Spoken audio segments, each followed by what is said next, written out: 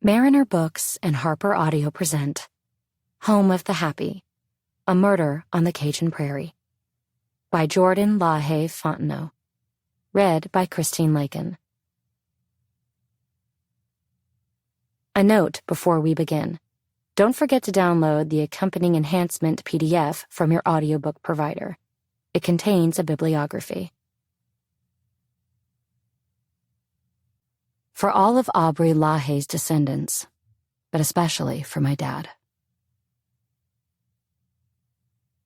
List to the mournful tradition, still sung by the pines of the forest. List to a tale of love in Acadie, home of the happy. Henry Wadsworth Longfellow, Evangeline. Author's note. The story in your hands is built from what remains of a devastating event that occurred 13 years before I was born. These remnants include old newspaper articles, boxes of documents from the Evangeline Parish District Attorney's Office, redacted fragments of correspondence records from the FBI's investigation, the court transcript of the State of Louisiana versus John Brady Balfa, 1985, and the memories of law enforcement, the community, and my family almost 40 years later. Though this account is delivered with a deep dedication to accuracy and faithfulness, the book, at its heart, is my interpretation of the information as I uncovered it, and not intended to be a perfect representation of events as they occurred.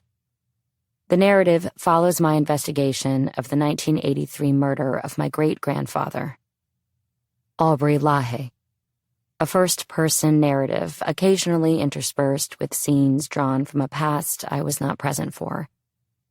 These scenes I assembled meticulously using interviews and records of everything from words said to clothes worn to a particular day's weather.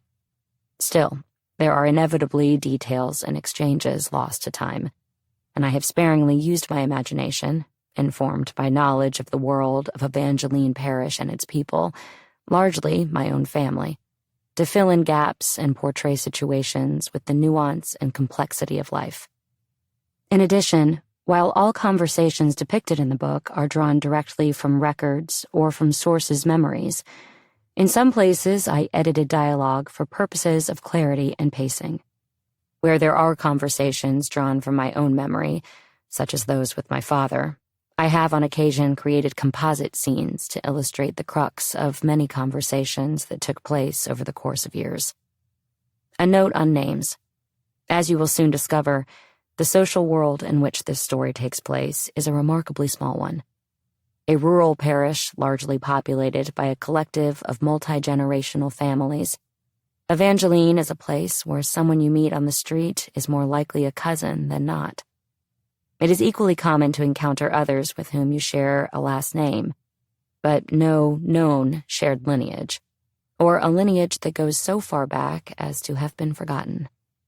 No names have been changed in this book, and thus you will notice that many characters share last names, or even full names, and may bear no significant relation. I have provided footnotes to indicate instances where this occurs. In addition, when referring to members of my own family in the text, I do so as I would in life. This means that I grant Great-Uncle Glenn, Great-Aunt Janie, Great-Aunt Tot, and Great-Uncle Sonny the simpler, more familiar honorifics of uncle and aunt.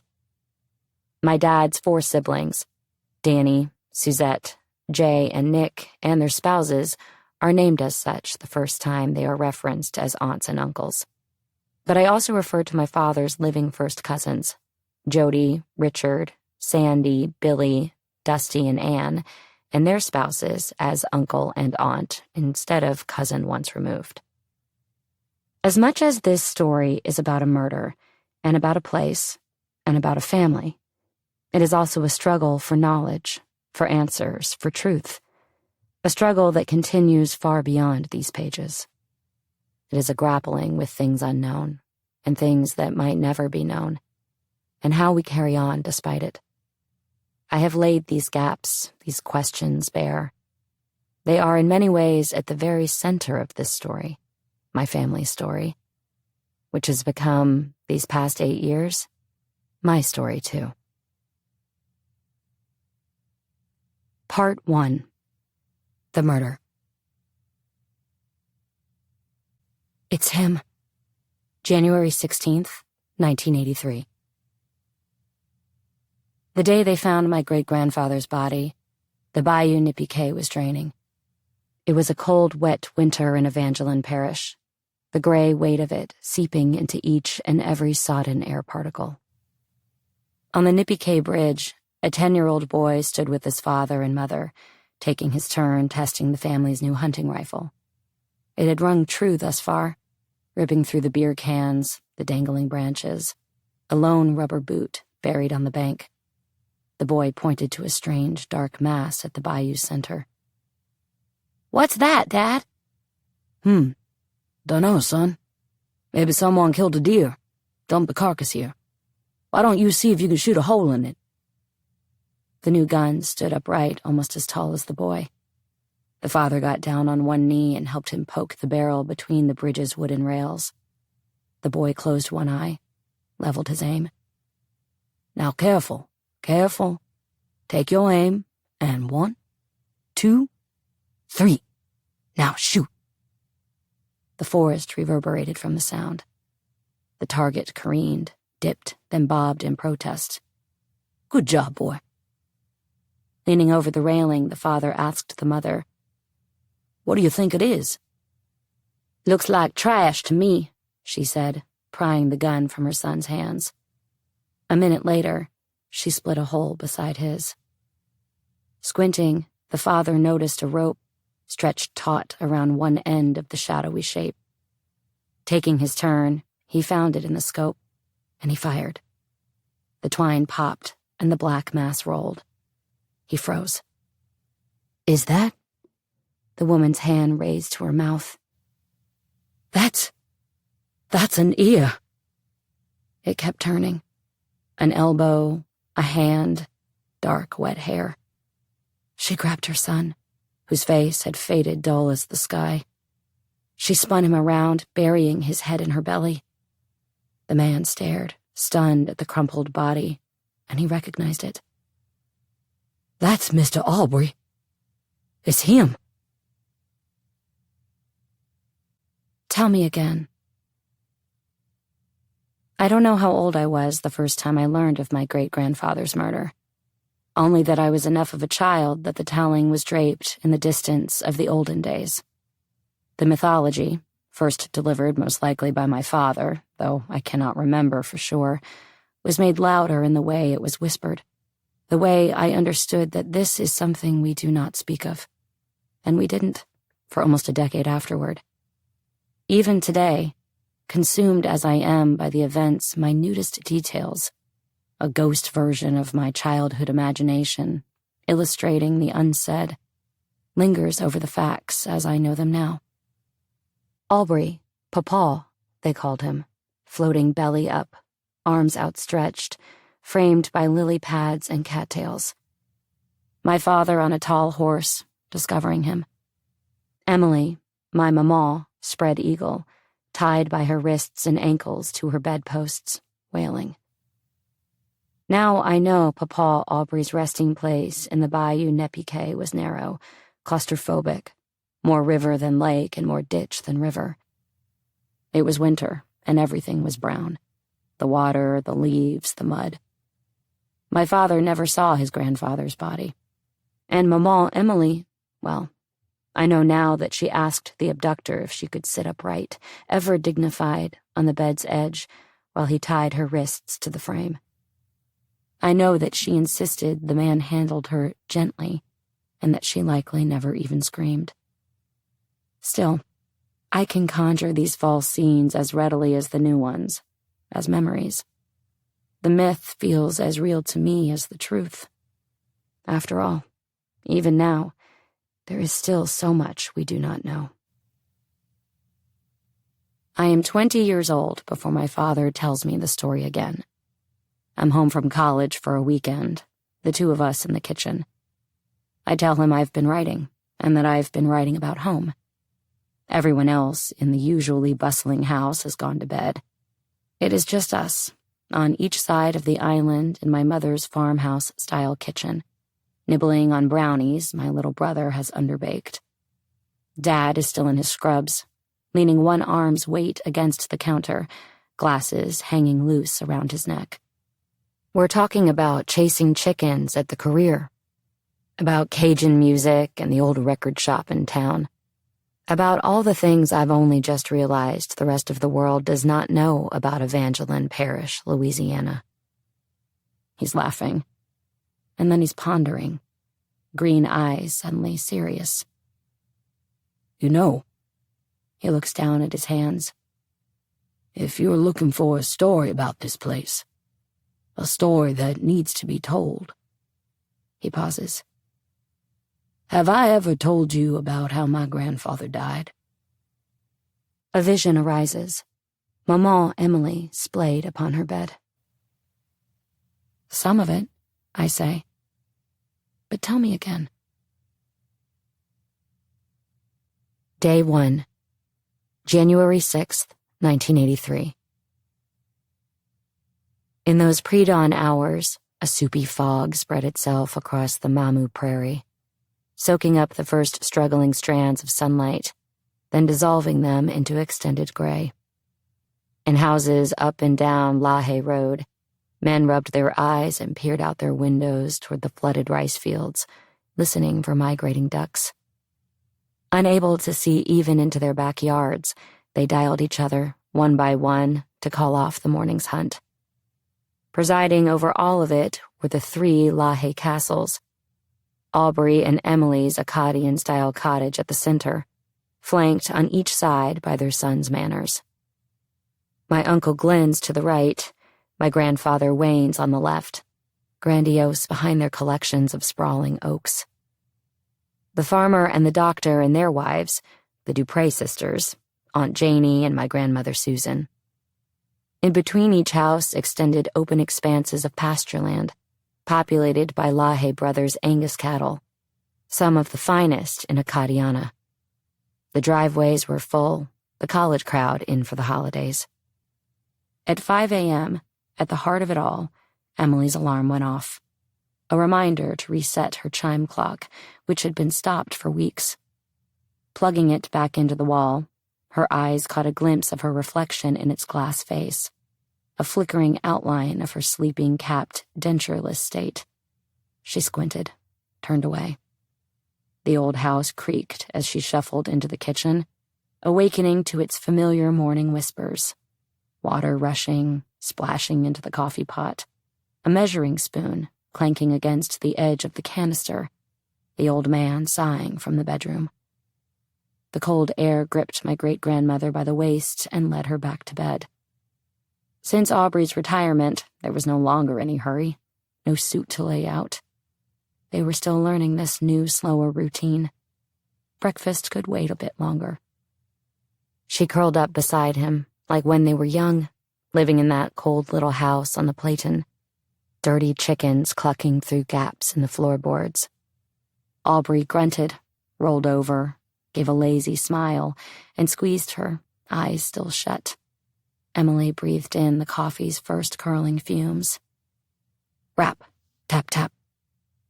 3 knocks ripped through the warmth of her half-sleep. She opened her eyes. Aubrey didn't budge. Reluctant to leave the heat of his body, Emily convinced herself she'd imagined it. Rap, tap, tap. More urgent this time. Unmistakable. She rose. Aubrey, someone's at the door. She waited for him to roll into a sitting position, rubbing his eyes. The knocking came again. Emily walked through the kitchen, into the living room. Didn't turn on any lights in the still lightless morning. Before she reached the front door, she could already see through the panes that there was no one there. She paused. The hammering returned, this time from the den. Whoever it was had moved to the side door. What could anyone want so early? From the bedroom, Aubrey cautioned her. Be careful, Emily. She passed back through the kitchen, stealing a look through the window over the sink, flipping on the porch light. A subject materialized. A man, dressed in dark clothes and a funny hat, his pale skin bathed yellow. She opened the door a crack. "Can I help you?" It was a quiet voice that responded, one accented with a Cajun dialect not unlike her own. "I'm so sorry to bother you, ma'am. I had myself a little accident down the road. I was hoping I could use your phone to call a wrecker." Emily released some of the tension in her shoulders, opened the crack an inch wider, turned back toward the bedroom. "Aubrey, please come see." She looked the stranger over, a young man around her grandson's ages, familiar looking. Aubrey's hulking presence entered the doorframe. He extended a hand. "Good morning, sir. And what is your name?" "Hey, Mr. Aubrey. I had me a little accident." Nodding, Aubrey leaned back and put his hands into the pockets of his pajama pants, the way he did when he assessed a potential borrower at the bank. "And now, who did you say your people were?" "I'm a Vedrine. You know." Gesturing behind him. "I live right down the road."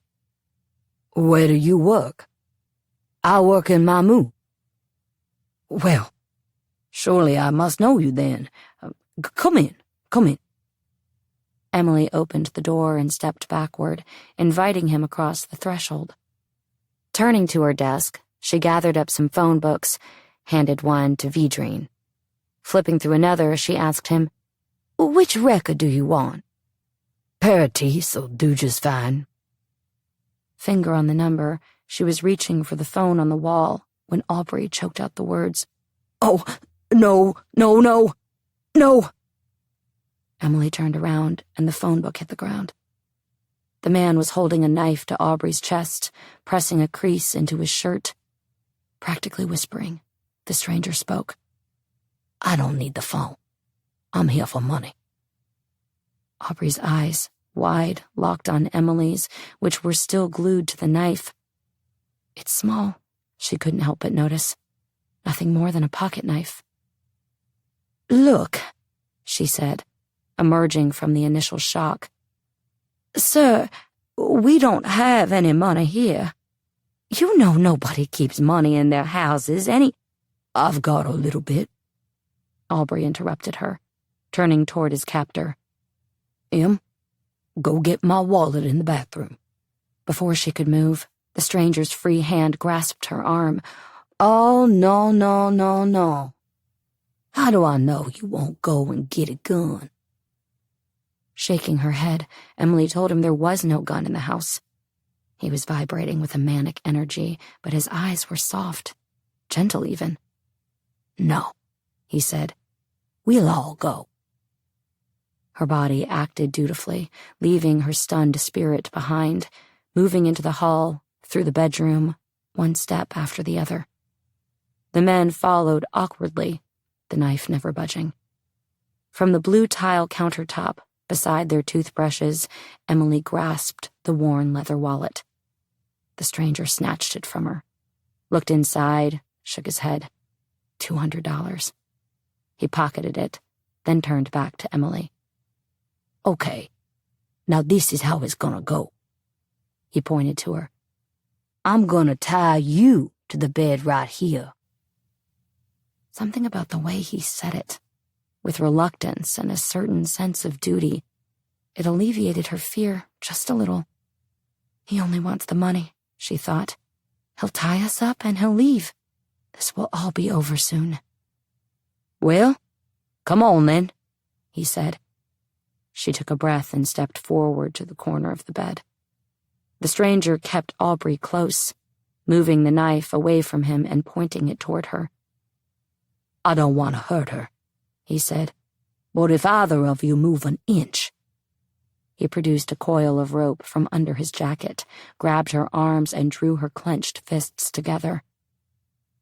Would you let me sit down, please?"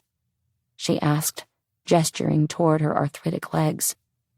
He paused, looking at the old woman in front of him, grimacing without her teeth in, barefoot in her nightgown. He nodded, stepping aside so she could arrange herself on the bed before starting to wind the rope around her wrists, pressed together, prayer-like, blood pulsing on each side of shaking soft skin. As he tied the knot around the bedpost, she noted to herself that it was a poor one. The knife returned to Aubrey's chest. "You aren't going to tie me up too?" he asked. "Not here," the stranger said. "You and me, we'll go to the front." As the stranger pushed him toward the door, Aubrey looked over his shoulder to catch Emily's eyes one last time. There she managed to find a familiar reassurance, a promise, as though he were saying, "It will be okay, Emily. Of course we will be okay. We always are in the end." Then he turned away. She listened as they walked through the den to the front door, the stranger's steps heavy, Aubrey's padded, still barefoot. There was a creak and then a slam as the screen door shut, the rumble of a vehicle starting up, then fading away. The house was so suddenly silent. The brightening sky had begun to seep through the windows. At the bedpost, Emily took a deep, shuddering breath. Quickly and quietly, afraid he'd come back, she worked the rope, rubbing her wrists back and forth against it, loosening the knot. She managed to catch a corner with her thumbnail and pulled, breaking loose. Free, she lurched to the phone on the bedside table, dialing 911. "Hello? Hello. Please help me. I'm in great trouble. I've been robbed, and I think he took my husband with him." "Ma'am?" "No, Her voice cracked and then shattered as she started to hyperventilate. I've been robbed. They took my husband. I need you to help me. I need you to call the sheriff." "Ma'am, can you tell me where you live?" "Everyone in the parish knows where Aubrey LaHaye lives," she screeched. Please, just call the sheriff." She called her eldest son next. Within minutes, Glenn and Janie were racing across the pasture, leaving their 12-year-old daughter alone at home, assigned the task of rallying the rest of the family. The deputy sheriff, Thomas Lupke, met Uncle Glenn at the side door around 6 a.m., about 30 minutes after the stranger had first knocked. Emily hadn't yet left the bedroom. She sat, perched on the edge of the bed. Her hands wouldn't stop shaking. Lupke sat beside her, pulled out his notepad, and asked her to recount, for the first time of what would be dozens, what had happened. She told him of the knock on the door, how the stranger called himself Vedrine, and that the knife was a folding blade. He jotted down. Subject described white male, round face, dark-complected, wearing a beret-type cap, black in color. About 5'10", 175 pounds in weight. He was wearing a flannel shirt, no description of vehicle. He gathered Aubrey's description, too. White male, 5 feet 8 inches tall, 230 pounds. Blue eyes, gray hair, receding hairline. Glasses, pot belly. Last seen wearing blue pajamas, no shoes. He turned to Glenn. "Have you called Rudy yet?" "Oh, yeah," he said with a nod. "He's on his way." As if on cue, 2 vehicles pulled into the driveway. The first belonged to my grandparents, Aubrey and Emily's second son, Wayne, and his wife, Susan. While Glenn looked the most like their father, with his round apple cheeks, heavy brow, and broad shoulders, accented handsomely by Emily's dark features and curly hair, Wayne's composure, every move so very thought out, so quietly orchestrated, so gentlemanly, was all Aubrey. His thin frame was tense, jerky even, as he rushed inside to his mother. Susan followed shortly behind, nervous hands pulling at her blonde bob, repeating over and over again, "I can't believe this. Oh, Lord, oh, Lord." Janie, all seriousness and strained temples, her dark lips a thin line, caught her sister in the kitchen. "Let the men speak to her first," she said. The other car belonged to Detective Rudy Guillory.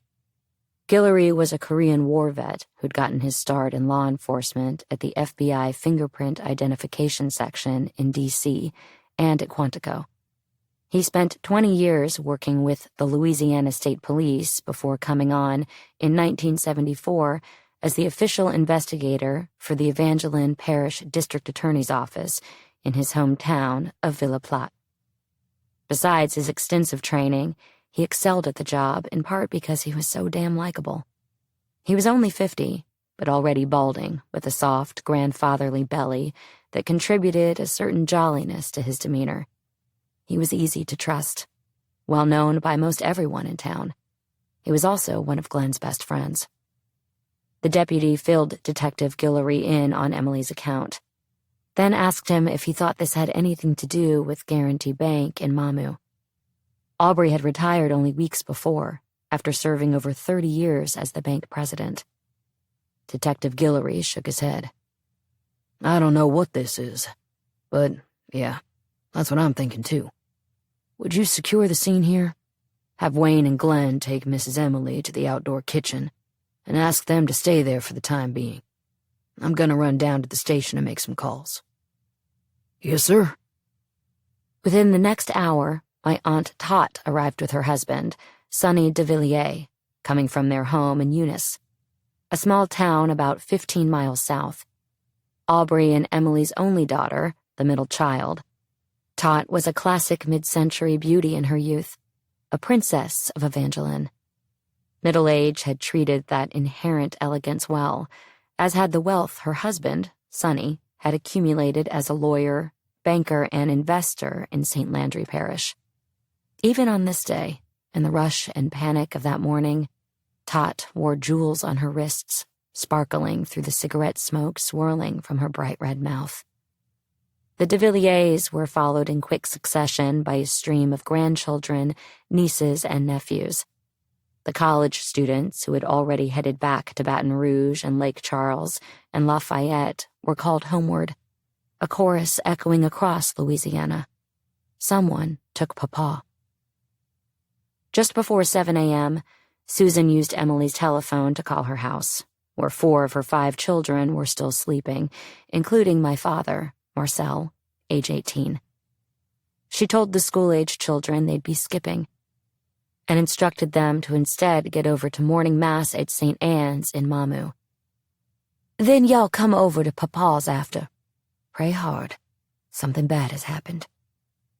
They arrived late, but the service was mostly unattended anyway. The LaHaye children kneeled in the back row, hands folded, heads bowed, every shift and shudder echoing throughout the empty congregation. Their mother's call had been brief, and they still weren't all that sure what was going on when Father Nunez announced the Mass would be offered up for the intention of Aubrey LaHaye and his family. Back at the house, everyone huddled around the pool table in the outdoor kitchen. The air was stretched taut. Some congregated in the center of the living space, crowding into the couches and onto each corner of the coffee table. Others paced and gripped the countertops. Janie started to brew another pot of coffee. Emily had around 6 hands on her at any given time. When the phone rang, it sounded like it was coming from another dimension. For the first 2 waves of sound, everyone could only look at one another. It was Janie who made her way to the wall. She answered, and her eyes widened. She turned to Wayne, standing beside her. It's them, I think. It's them. No one moved. She held out the phone. They say they want to talk to one of the men. He took it from her, looked to Glenn across the room, and gestured toward the main house. Glenn nodded and headed out the door. Wayne gave him a moment to pick up the main extension, then answered, Hello? The voice on the other end was soft-spoken. Are you one of the sons? I am. Okay. Look here, now listen. I'm the one that's got your daddy. Okay. Wayne's hand went up to the back of his head. Just tell me what you want. $500,000. Wayne was silent. And Dr. LaHaye, you should know, I'm not alone in this. Do not call the cops. I'm telling you, don't do it. There are 4 of us, and we mean business here." Wayne's shoulders sagged inward, his thumb and forefinger reaching behind his glasses to rub his eyes. Surely you must know that's the first thing we did. We called the cops immediately." There was a beat of silence, then, "We'll tell you what you need to do." "Yes, just tell us what you want us to do." "We'll call back at 9. We'll have instructions." At this point, Glenn's voice poured out, ragged. Before you get anything, we want to speak with our father. We want to know he's okay." "Sorry, sir, but that won't be possible." There was an edge now, a breathier tone to the voice, a gravelly touch of urgency increasing by the second. "You can't be making demands here, you see? We are the ones in charge. It's us running the show, Mr. La—" Cutting him off, Glenn's voice raised to match, managing to get the last word before the dial tone. "We want our daddy back alive. We ain't gonna pay a dime for a dead man. You hear me?" When Detective Guillory returned to LaHaye Road around 7:20, cars were lined all the way up Emily's driveway, spilling into the yard and the road. If you didn't know better, you might think it was a holiday or Sunday dinner, except that it was a Thursday, and the sun had only just come up from behind its film of weepy gray clouds. He'd made calls to the Louisiana State Police and the FBI, who were each on their way. When he opened the door to the outdoor kitchen, as he had for hundreds of card games and suppers before, the detective was greeted by a frigid, dull silence, a collection of familiar faces, stricken by fear like he had never seen working in this quiet parish. Glenn made his way over to him, breaking through the tense portrait to tell, in a frantic flurry of words, of the kidnapper's call. Detective Guillory directed him back out to the patio, Wayne following behind. As he pulled out his notepad to take down their statement, the air around them seemed to roar, the trees bending. All 3 men looked to the sky, where a helicopter was breaking through the lingering fog, descending upon LaHaye Road, shoving a shuddering breath across the petrified prairie. By 8 a.m., the LaHaye homestead was packed with more than 100 people, most of them members of the Evangeline Parish Sheriff's Department and Louisiana State Police Force. An FBI task force of 35 agents was called to action by way of the Hobbs Act, a federal law prohibiting the extortion of United States bankers. The agents were headed by Baton Rouge Supervisory Special Agent Ed Grimsley, a 43-year-old veteran from North Carolina, whose Hollywood good looks lent a dizzying layer of unreality to the already outlandish situation unfolding. Grimsley had never worked a major case in a town quite so remote, hadn't seen a single motel on the way in, and he was wondering where he was going to put up all these agents if they had to stay overnight.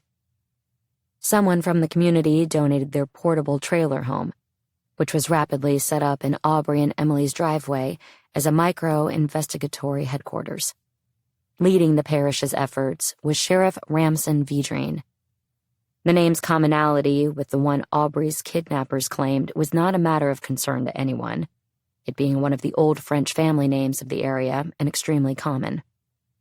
The 52-year-old sheriff was well known in the community as a physician/politician/professor and ambled about in thick glasses and a cowboy hat, bearing the familiar potbelly of the area's rice and gravy-fed patriarchs.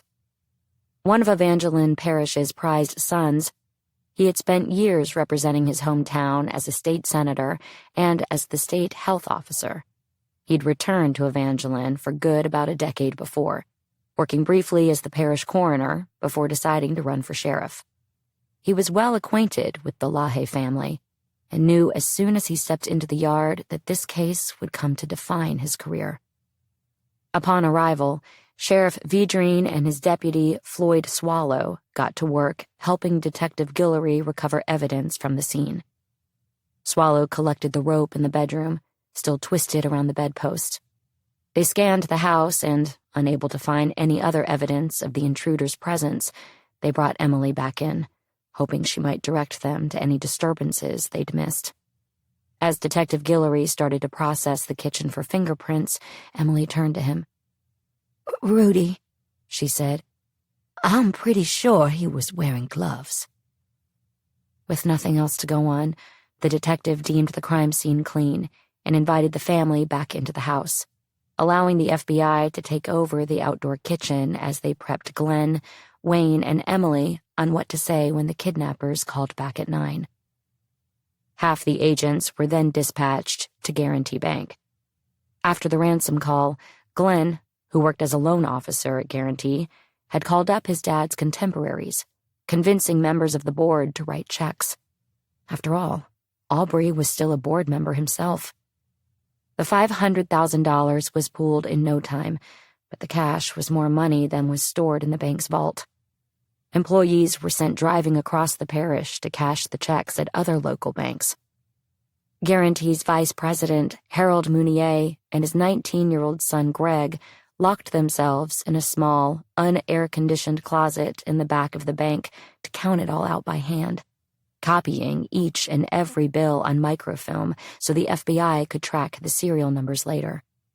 "Dad, where are we going to store this?" Greg asked. "Well, in the vault, son. Where else?" "No, Dad, that ain't gonna work. The time lock." Harold looked at him, realizing what he was saying. The vault's lock only opened every 12 hours, at 5 a.m. in the morning and 5 p.m. in the evening. The ransom call was supposed to come at 9 a.m. "Shit," he said. Shit. "We're going to have to sit with it," said Greg. "Yeah, we are. Until they call back." Back at Emily's, all was silent and still. In the outdoor kitchen, Emily, Glenn, Wayne, and Tot all huddled around the phone, the FBI's recording equipment set up and ready to roll. The minute hand shifted past 12. 9:01. The silence screamed. The rest of the day was spent in an agonizing vigil, each room hot with the short, awful breaths of unspeakable anxieties. No one wanted to speak too loud or too long, in fear they might not hear the ringing. And the phone did ring, incessantly, each time affecting a visceral reaction throughout the house. Hearts stopping, voices sucked right out of the air, the agents jumping out of their skins to answer. Each time, though, the agent would listen, then make eye contact with Wayne or with Glenn and shake his head. The media, most often. Nosy neighbors, Aunt Margot, who lived in California. Numbers that called and hung up without a word. One call, immediately dropped, was traced back to the Louisiana State Penitentiary at Angola. Another caller, rendered untraceable, said Aubrey was being kept in a trailer in Mamu. And around 10 p.m., a woman called, claiming to be clairvoyant. "I've had a vision of this crime," she said, offering a description of the spot in St. Landry Parish where they were keeping him. Despite themselves, with nothing else to go on, the investigators added the information to their short list of leads. On that list was the vague account of Lanice, a farmhand employed by Aubrey and other landowners in the community, who claimed to have seen a pickup leaving the LaHaye house around 5:30 a.m. as he was driving by. He'd noticed lights pulling out of the driveway, but hadn't thought anything of it. It was duck season anyway. There was nothing unusual about trucks pulling out of driveways, headed to the blind before dawn. When interviewed by the FBI, he couldn't remember a single identifiable detail of the vehicle, only that he had seen it. Harold and Greg Mounier decided to stay overnight at the bank, guarding the cash, ready should the ransom call ever come. They slept on the floor of the bookkeeping room, right under the teller's window. All night long, Greg imagined the kidnapper peering through it, watching them. In the home of the happy. In the 10 years I shared this earth with my great-grandmother, Mama Emily, I never once wondered where her husband was.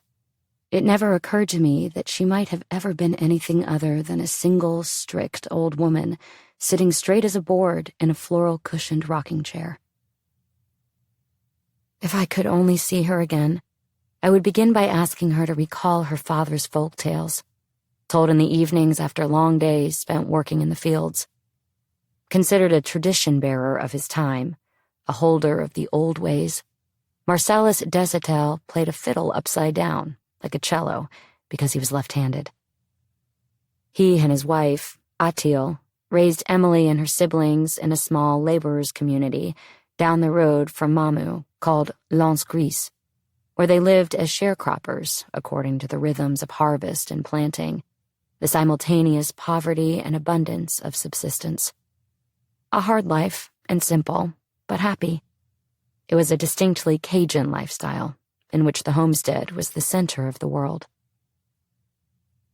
In a book on Cajun folklore, I find one of Pépère Marcellus's old stories, a tale about an alligator disguised as a bridge, secretly eating the town's livestock for generations.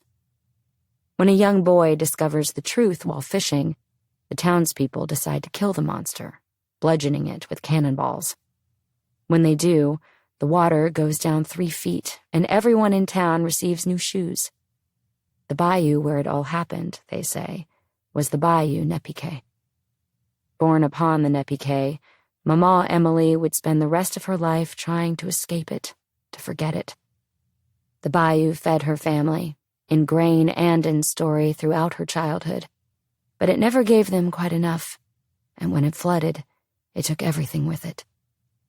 Decades later, after she had married into the owning class, she would wring her hands over the fact that her grandson, my father, the namesake of her father, Marcellus, planned to make a home beside the bayou, instead of on LaHaye Road. She couldn't believe that instead of settling on the promised land she and Papa Aubrey had built for their descendants, he'd chosen to live upon the Nezpique. That was where the poor people lived, my dad remembers hearing her say of L'Anse Gris. No matter that my dad was coming home to start a medical practice, with a wife who had plans to do the same, nor that the distance between the Nezpique and LaHaye Road was barely 5 miles. Of course, though she'd never speak of it, for Mama Emily, the Nezpique would forever represent monsters far more sinister than poverty.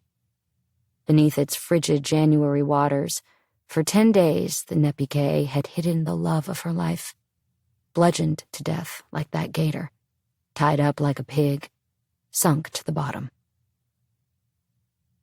Born on the cusp of the 20th century, Emily Desitel and Aubrey LaHaye were among the last generation of Louisianans to speak French before English, to claim their identity as Cajun or French before American.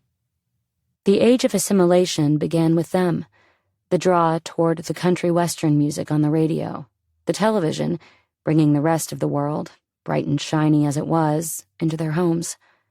The world wars ushered in a new patriotism, forcing the men out of their homes on this isolated, French-speaking prairie and into American military uniforms. And when they became parents, Aubrey and Emily remembered how they had been beaten in the schoolyards when they forgot the English word for play, or home, or bathroom. Their children would grow up speaking English, as would every generation after them.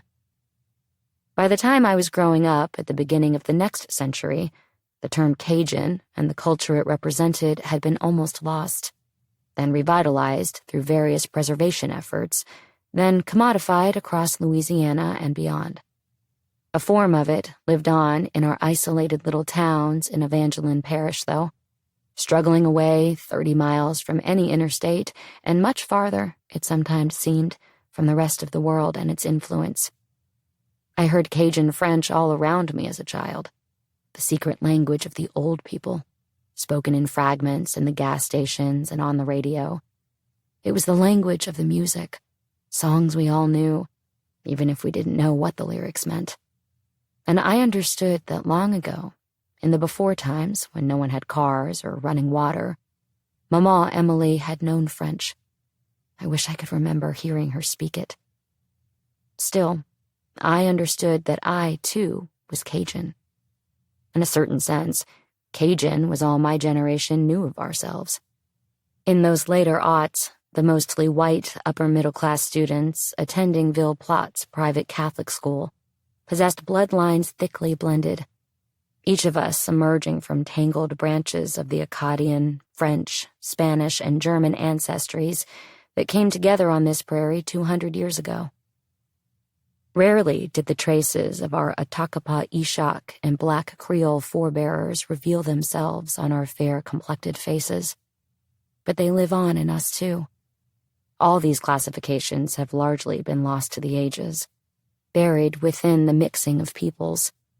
In Evangeline Parish, if you were white, you called yourself Cajun.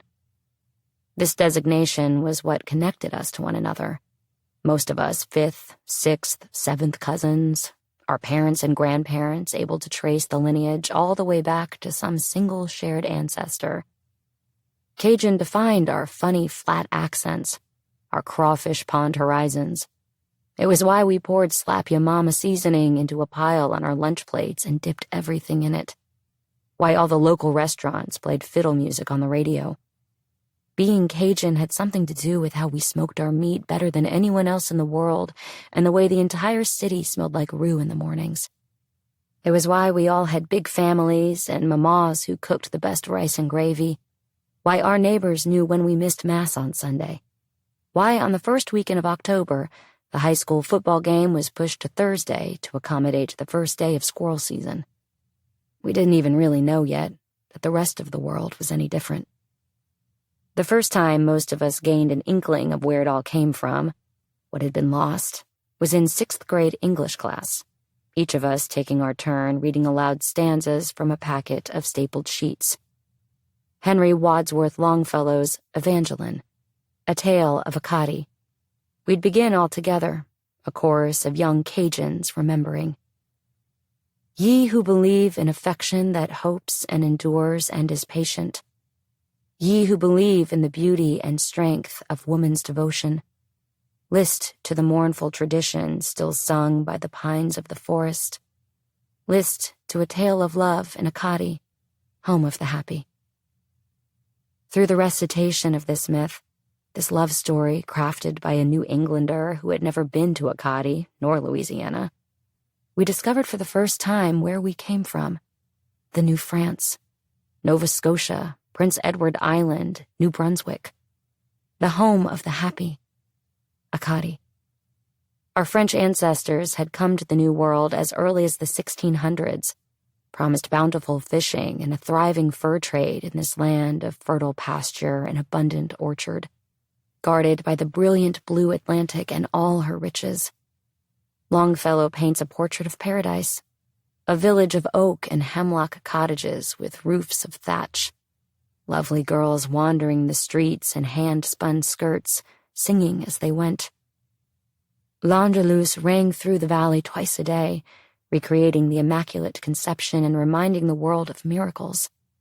There, in Acadie, the richest was poor and the poorest lived in abundance. My father planted us beside the Bayou Nezpique, despite Maman Emily's protestations.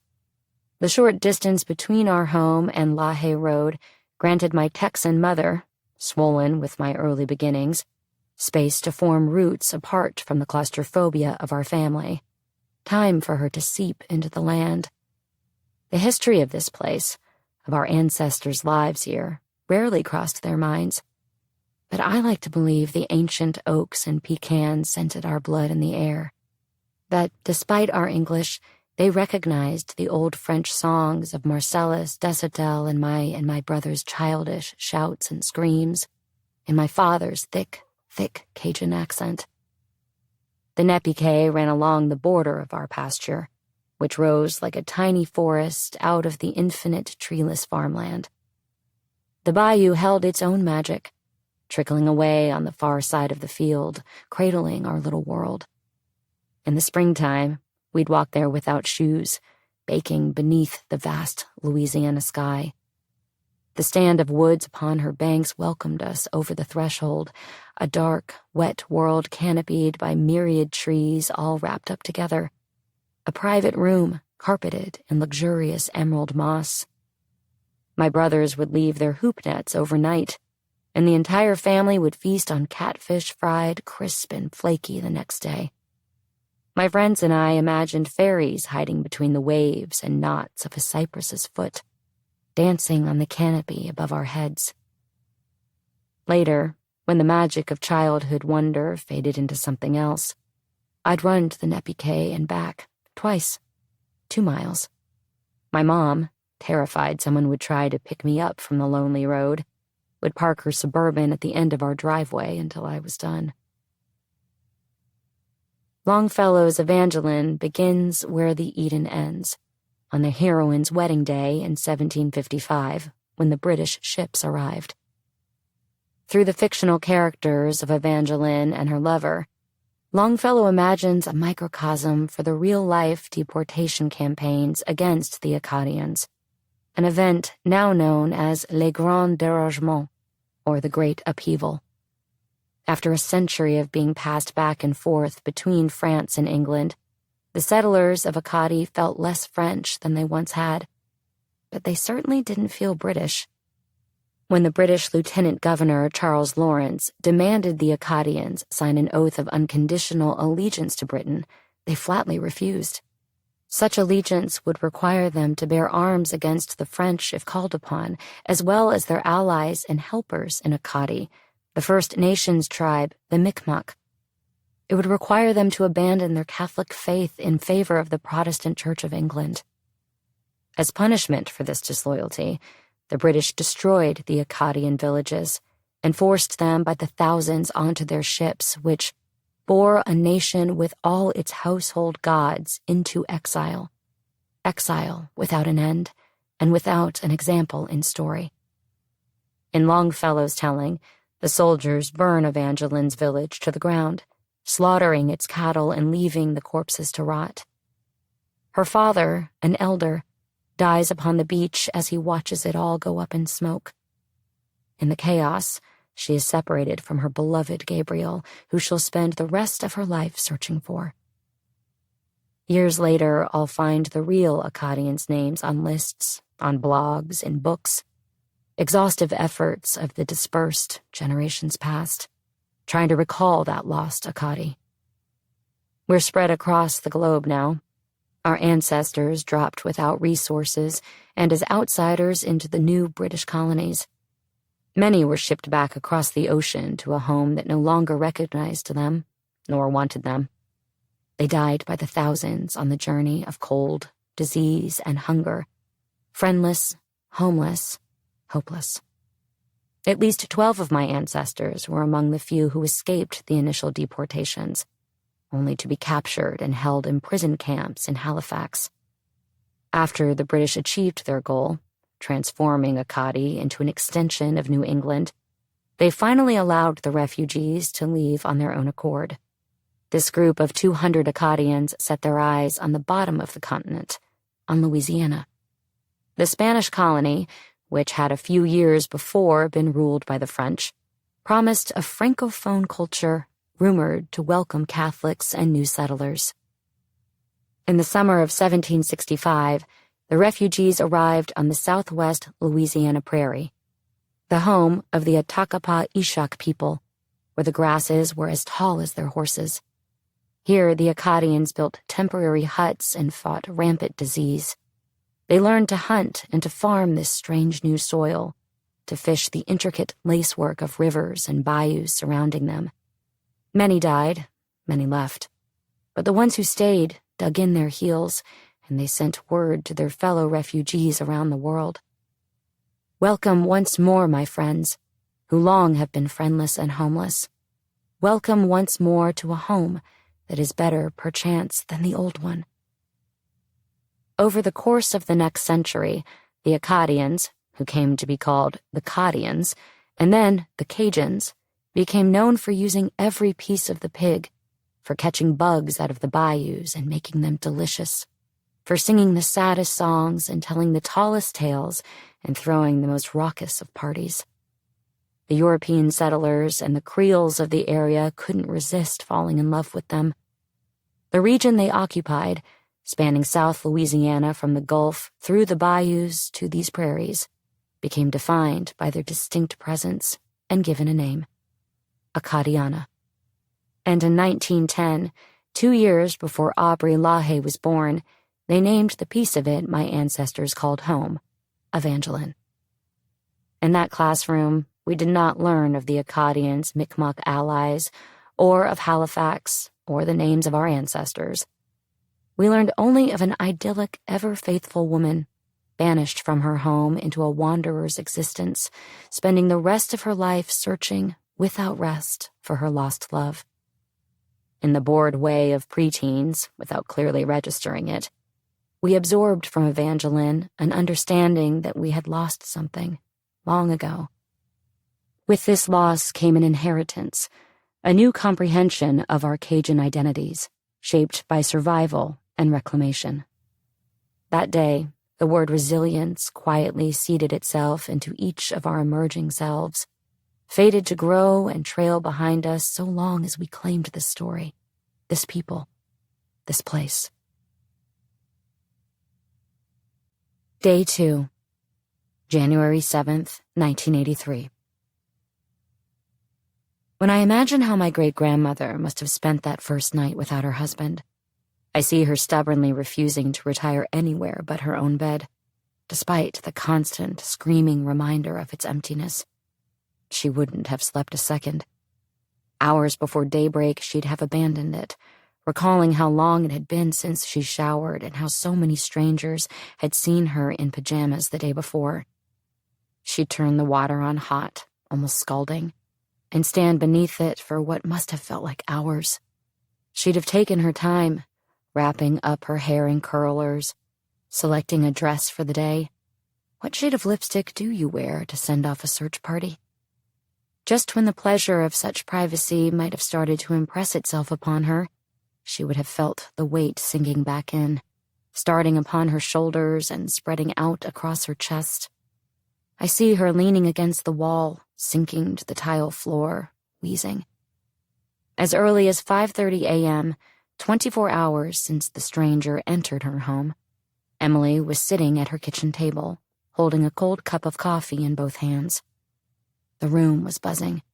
Susan stirring up a bowl of cornbread batter, bacon frying on the stove, Detective Guillory shouting out orders, various officers passing in and out. Someone had brought in early editions of the local papers, the front pages reading, "Mamu banker grabbed at home. Son wants proof father is alive before paying, officer says. Ex-Mamu banker kidnapped." They were calling it Evangeline Parish's first ever kidnapping case. In the newspaper for the nearby town of Opelousas, the Daily World, reporter Monte Williams quoted a sheriff's deputy who said, "We don't know a damned thing more than we knew yesterday, but we're still looking." No one had slept. Glenn, Janie, Wayne, Susan, and Tot had stayed overnight, sitting in the outdoor kitchen with the officers and agents, sustained on coffee. All of Aubrey's grandchildren had stayed in their parents' houses, even the adults who had homes in the area. No one wanted to be alone. Each house had an agent on guard, as well as an FBI-issued gun. The agents and officers who remained worked through the night, canvassing the immediate area, pulling at strings, rotating through naps on Emily's couches. As the hours stretched onward, no one spoke of the possibility that the abductor might have already killed Aubrey. They focused instead on the fact that he did not have access to his blood pressure medication. If the kidnapper didn't kill him, a heart attack soon would. "Can I get you anything, ma'am?" Emily startled, a trance broken. She looked up at the handsome young man in front of her, one of the agents. "His name is Ellis," she remembered. Her voice came out hoarse. "No, dear. Thank you. Thank you for all you are doing." He offered her a half smile, tapping the table in front of her. "We'll find him, Mrs. Emily. We'll find him."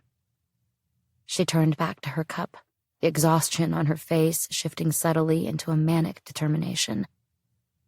"Of course we will." At 6 a.m., hundreds of local volunteers, friends, neighbors, the grandsons and their friends, the local farmers, gathered in the outdoor kitchen where the FBI laid out a strategic plan of search parties led by deputies, agents, and officers. Because some of the older volunteers still spoke only French, Sheriff Vidrine translated Grimsley's instructions to them. Si tu trouves un corpsement, If you find a body, touche-le pas. do not touch it. Va chercher le médecin à côté. Demandez pour faire un appel. Sur le téléphone et puis appelez nous sont autorisés les offices du shérif. Find the nearest home, ask to use their phone, and call us at the sheriff's office. They spread out on horseback and in squad cars, ATVs, and boats, through the rice paddies and out to the duck camps, through the forests and into the trailer parks, knocking down doors and wading through swamps. Above them, helicopters churned the sky, searching for a suspicious-looking pickup truck. Throughout the day, a steady stream of vehicles passed down the remote LaHaye Road, slowing to ogle at the activity, the FBI, the helicopter. Things like this don't happen here. Officers stopped each sightseer, asking for license and registration, and to disclose if they traveled this way frequently, particularly during the hours of 5 a.m. to 7 a.m. Do you pass here every day? Every week? Did you pass here yesterday at this time? Did you see anything out of the ordinary? Anything at all? Guarantee Bank stayed open, and the lobby stayed full.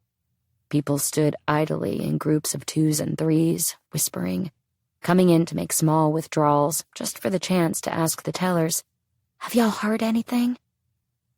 Whenever they went on break, the tellers and the clerks started combing through Aubrey's records. Were there any big transactions? Any unusual deposits? Was Aubrey or the bank suing anybody? Who did he piss off? That afternoon, at the FBI's recommendation, Aubrey's children invited local media to the courtyard at the front of the house. The goal, the FBI had explained to the family, was to appeal to the kidnapper's conscience. Wayne, milder-mannered than his hot-tempered older brother, and better known across the community as the town doctor, was selected as the more sympathetic spokesperson. After introducing himself as Aubrey's son and physician, and thanking the dozen or so newspaper and television reporters for coming all the way out to the country, Wayne pulled out the statement they had spent the last several hours perfecting. His siblings and their spouses stood behind him, Glenn glowering at the crowd, hands in his pockets, Susan actively weeping. Addressing the kidnapper, Wayne intoned just a little too quietly, "I feel you cannot know the grave medical danger our father is in right now, because he has been unable to take medications for his illness." He struggled not to look down, to train his eyes on the cameras. "Our only concern now is for his safe return. Please reestablish contact with us by calling the number you called earlier, or by getting in touch with someone who can." Things unspoken. By the time my dad delivers the box of old newspapers, I've already read most everything available online about the Aubrey LaHaye murder case. A wave of insomniac obsession had me, night after night for weeks, cracking the pitch dark of my bedroom open in a blue glow as I waded through thousands of results for Aubrey LaHaye murder, Mamo, in digital newspaper archives. A small-town kidnapping and murder of a 70-year-old rich white man. The trove of news coverage was deep, stretching from the tiny Mamu Akkadian press all the way to a brief article in the New York Times. My computer became clogged with those digital scraps, and I pored over them meticulously, filling a notebook with details and phrases that jumped from the screen. The agitated, unnamed neighbor interviewed on the first day, who worried over why the kidnapper had not worn any disguise. The way the journalists described Mama Emily and Papa Aubrey's home as fashionable and spacious. I draw 3 question marks beside the note, 2 white men, believed to be robbers, forced their way into LaHaye's home, a supposed misprint that ran in several outlets those first few days. In large script taking up a whole page, I copy out a reporter's description of the scene that first morning with everyone, huddled, prayer-like, around the phone.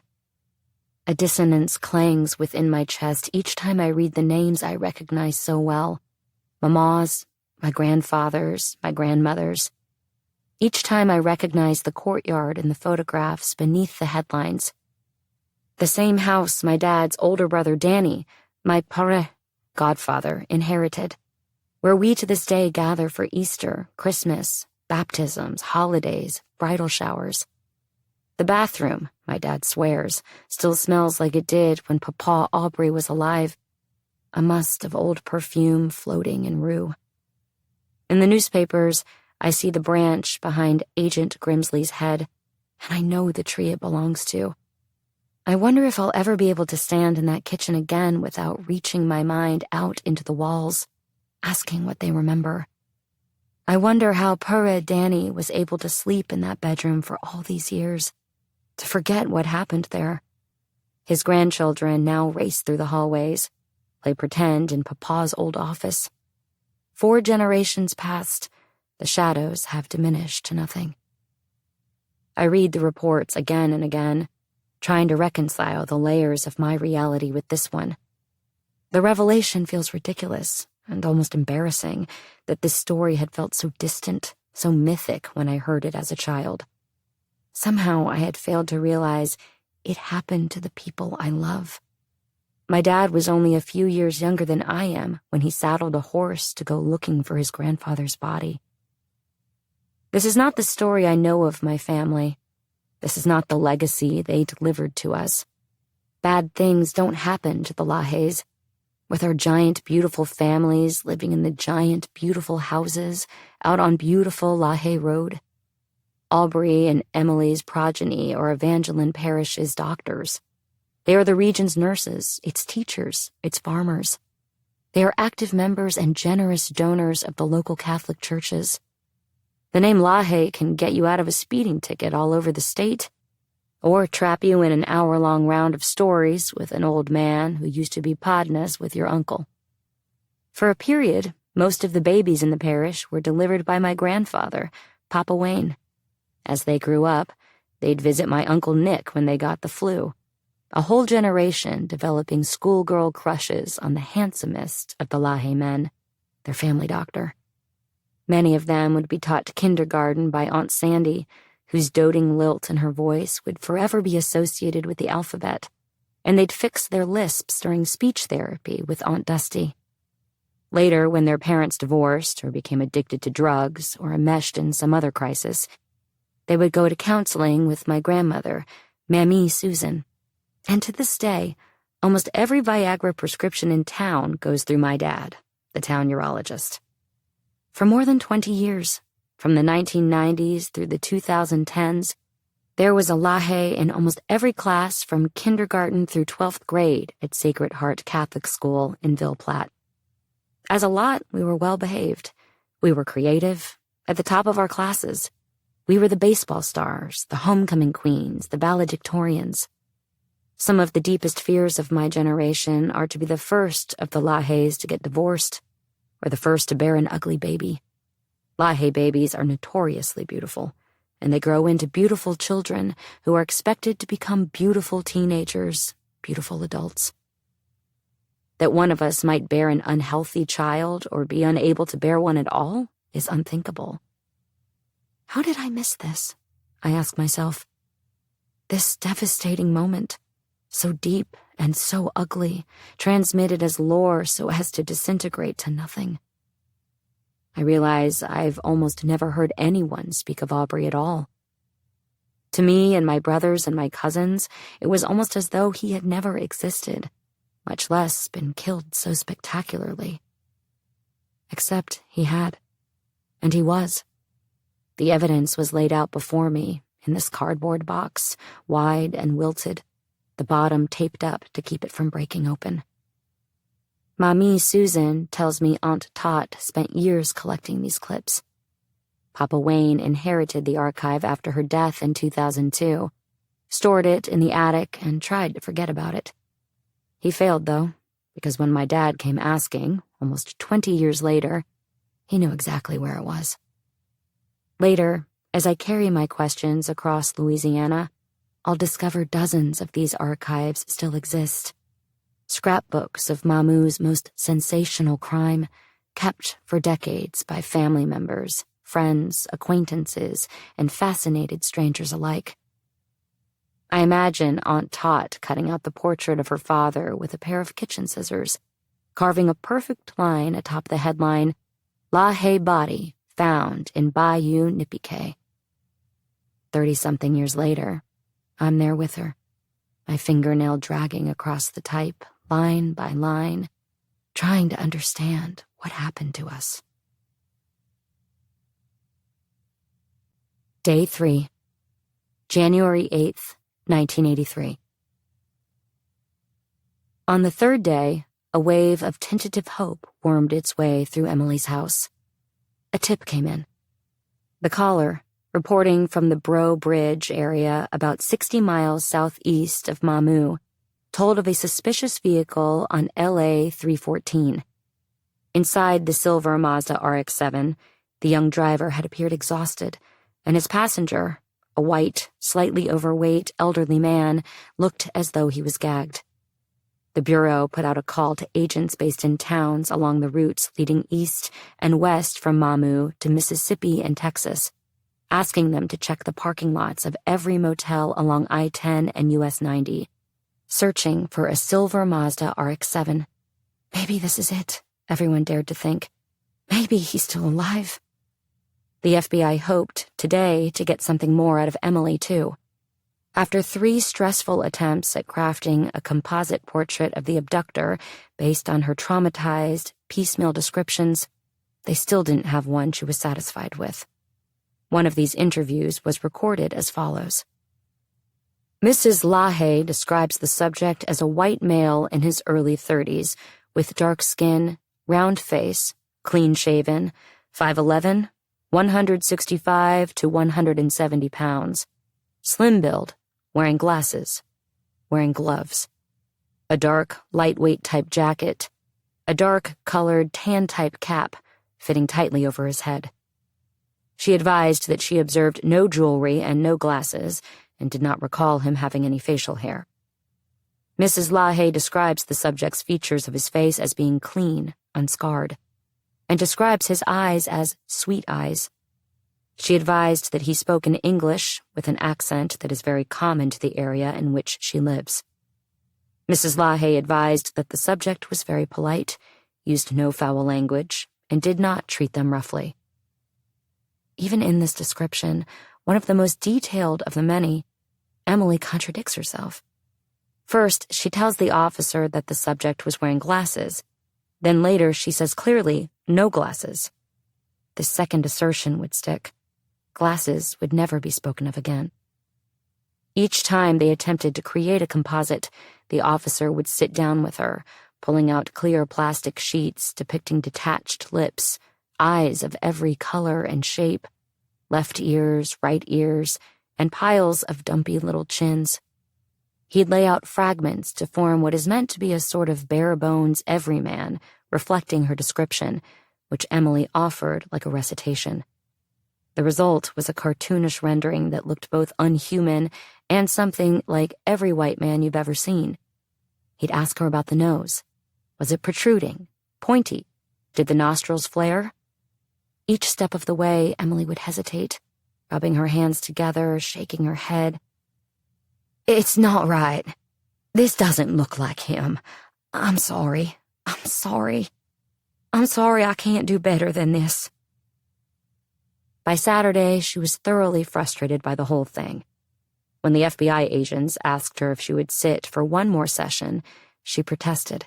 I don't know what else to say, she told them, her eyes red from lack of sleep and tears shed. I would recognize the man if I saw him, but I'm telling you, I can't describe the way he looked. This time will be different, they explained. Mrs. Emily, Have you ever heard of hypnosis? The agents prepared a clean, empty room at Guarantee Bank for the process, which they hoped would break through Emily's anxiety to reveal something new. But so frayed were her nerves by this point that the specialist, try as she might, couldn't get Emily into a trance state at all. Following the pendulum, she would close her eyes, appease the specialist, answer the questions, but her consciousness was firmly set in that little room, where she felt plainly ridiculous. They tried 3 times, and she told the same story, almost word for word, she had told since day 1. He knocked on the door. He had car trouble. It seemed like Aubrey knew his family. I grabbed the phone.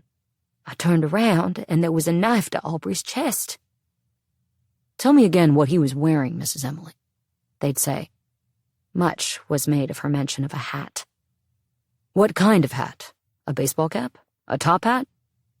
It was round, like the Girl Scouts wear, she told them. The agents in the room looked at each other, perplexed. Later, in the kitchen at the bank, one of the agents looked up. A beret. The other men in the room turned to him and frowned. Like the Girl Scouts wear, a beret.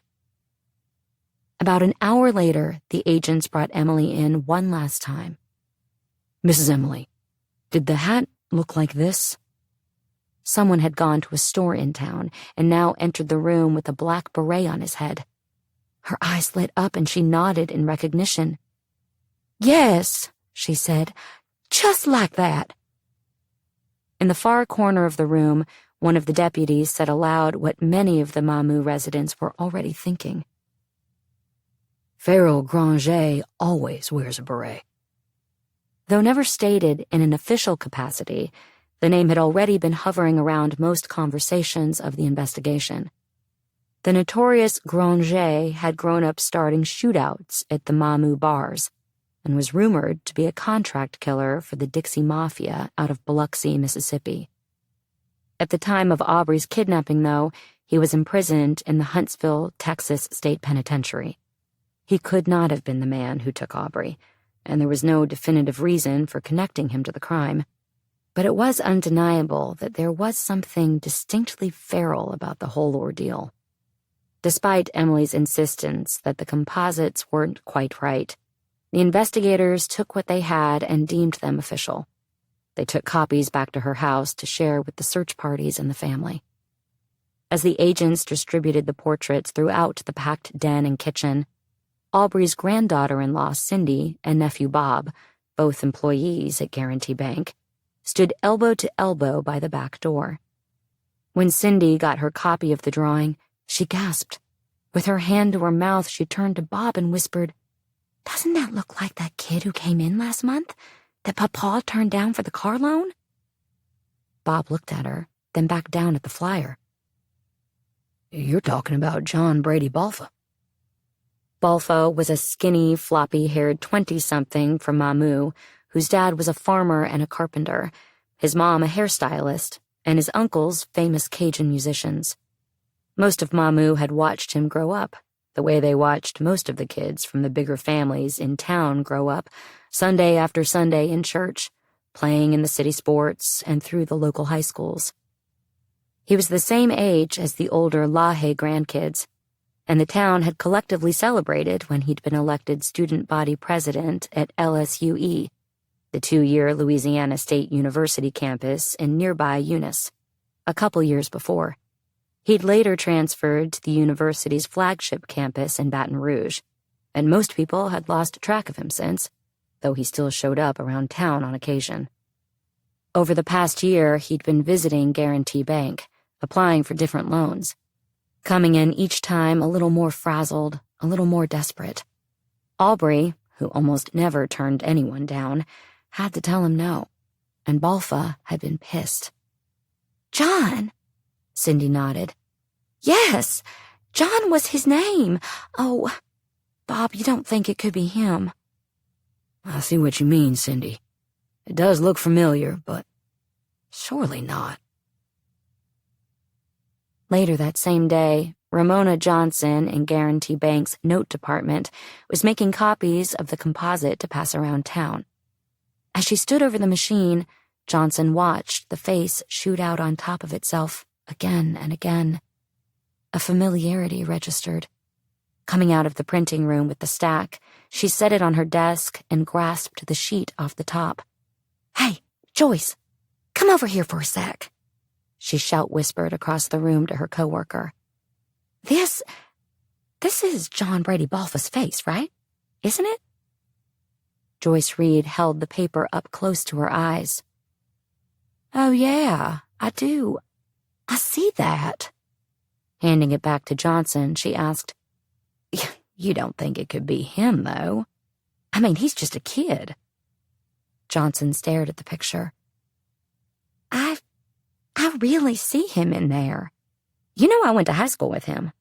That would make him about the right age, actually. A little younger." "Yeah. Gosh, Mona, if you're serious, you might go ahead and tell one of those FBI guys about it.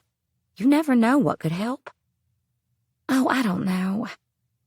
You know what? I'll bring the yearbook in tomorrow, and we'll all take another look, just to be sure."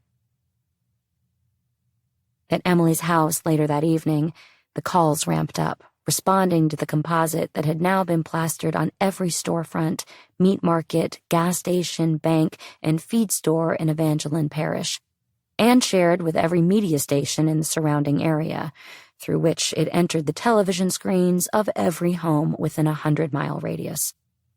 By this point, Wayne's statement from the previous day's press conference had already made its way across the country, printed in newspapers large and small, from the San Francisco Examiner to the Evening Sun in Baltimore, from the Billings Gazette in Montana to the Fort Lauderdale News, from the Los Angeles Times to the New York Times.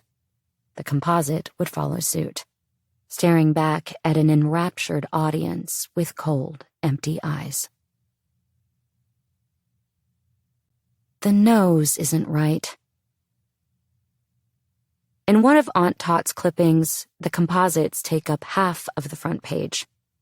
I place these side by side with an image of John Brady Balfa I tracked down in the LSU yearbooks, taken a few years before Papa's kidnapping. He's got a shock of black hair, setting him apart from the beret-capped man in the drawing. His face is too skinny, I think, too angular. The nose isn't right.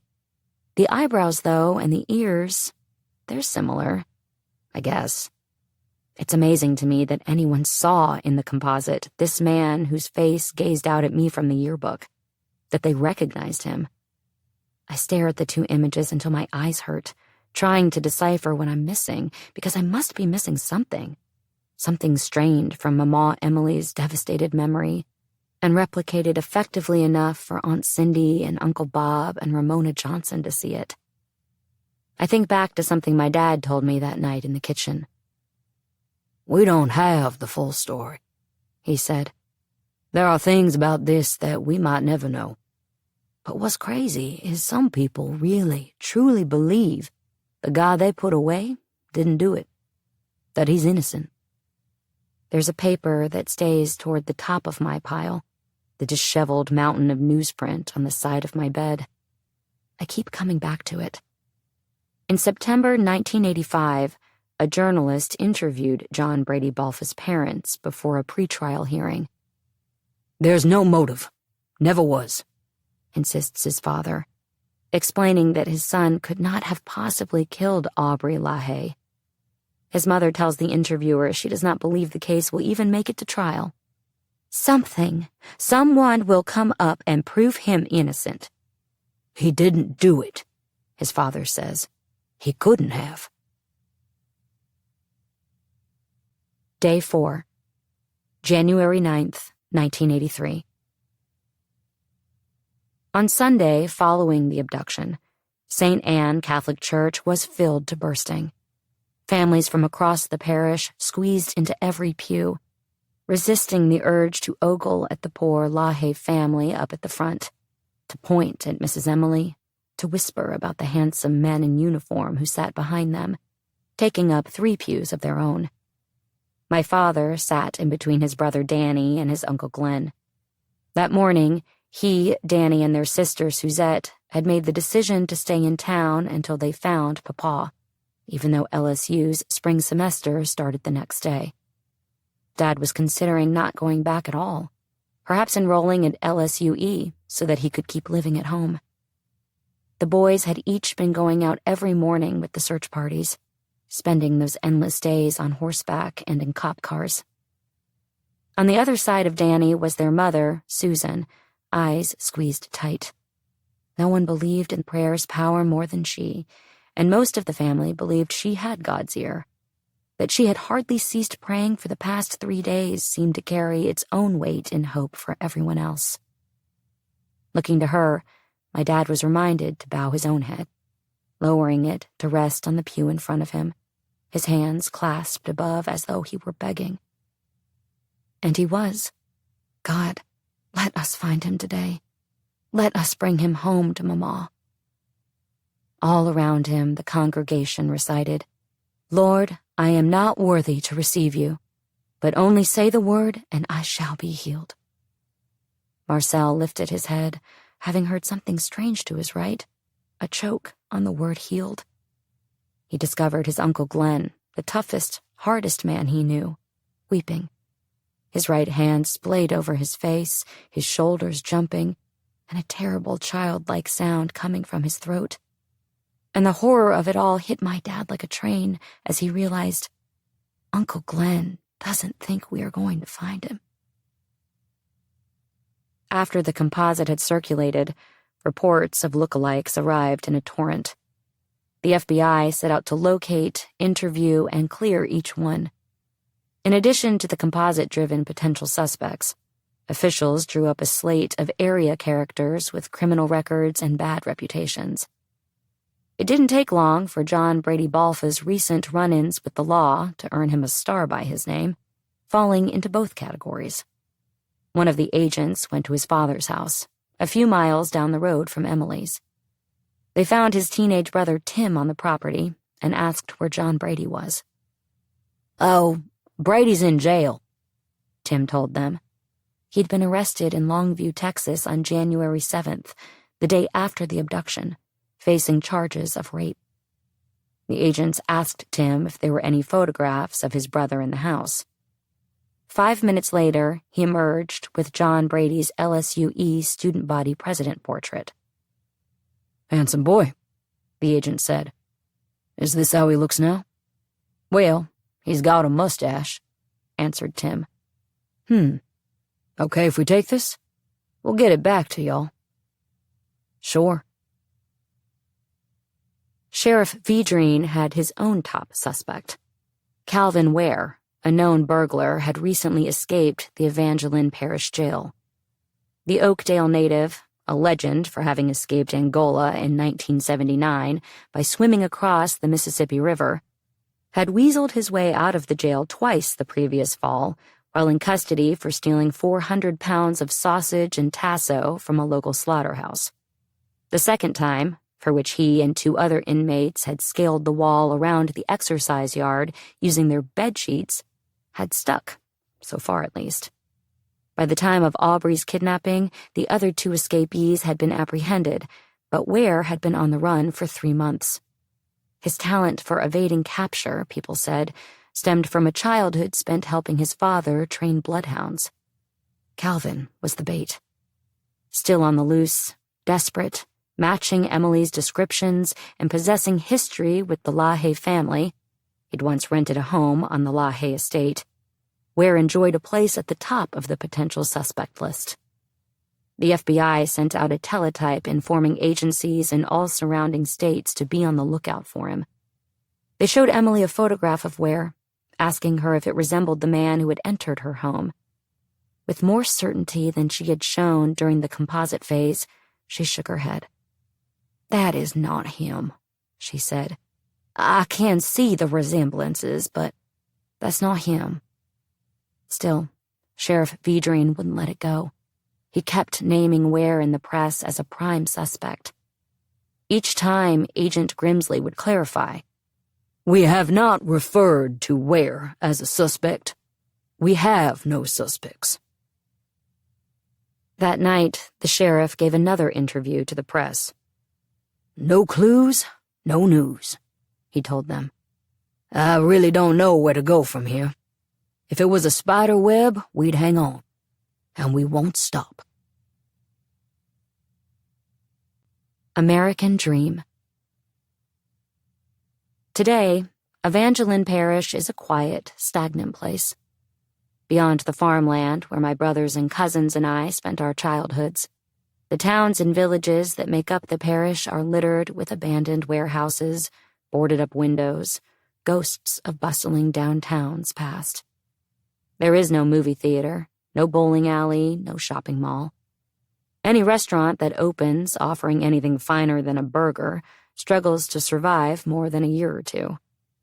In the few nightlife dives deemed safe, you're as likely to meet an 80-year-old man as a high school cheerleader. Walmart is the only full-fledged grocery store for miles. Most educated people who live within the parish work in one of 4 fields: education, healthcare, agriculture, or manufacturing. Some folks try to make their way selling insurance. The business owners who do the best own the meat markets. In 2018, USA Today reported Evangeline's parish seat, Ville Platte, as the poorest town in Louisiana. When Papa Aubrey was growing up in Evangeline Parish, though, at the height of the area's tilt toward Americanization and all the aspiration it carried, everything felt brand spanking new. Aubrey was born only 2 years after Evangeline became Evangeline, a new parish sectioned off from the existing St. Landry Parish, named for Longfellow's heroine. The town of Mamou was officially incorporated the year before he was born.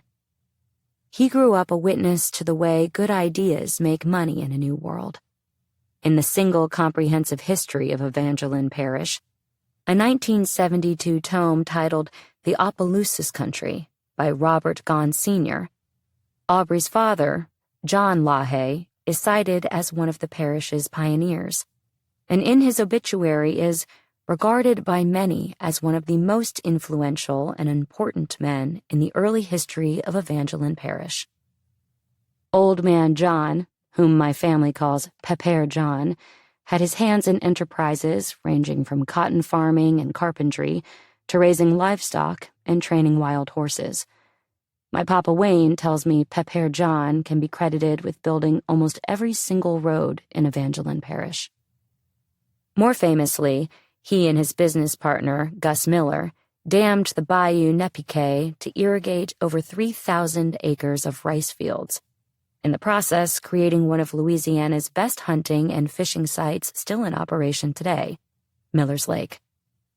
As John LaHaye acquired his wealth, he invested in the enterprises of others, doling out private loans to friends and neighbors at a going rate of 8% interest. The man was illiterate and didn't speak one word of English. He never wrote a sentence, Papa Wayne tells me. I don't think he ever wrote his name, just J.L.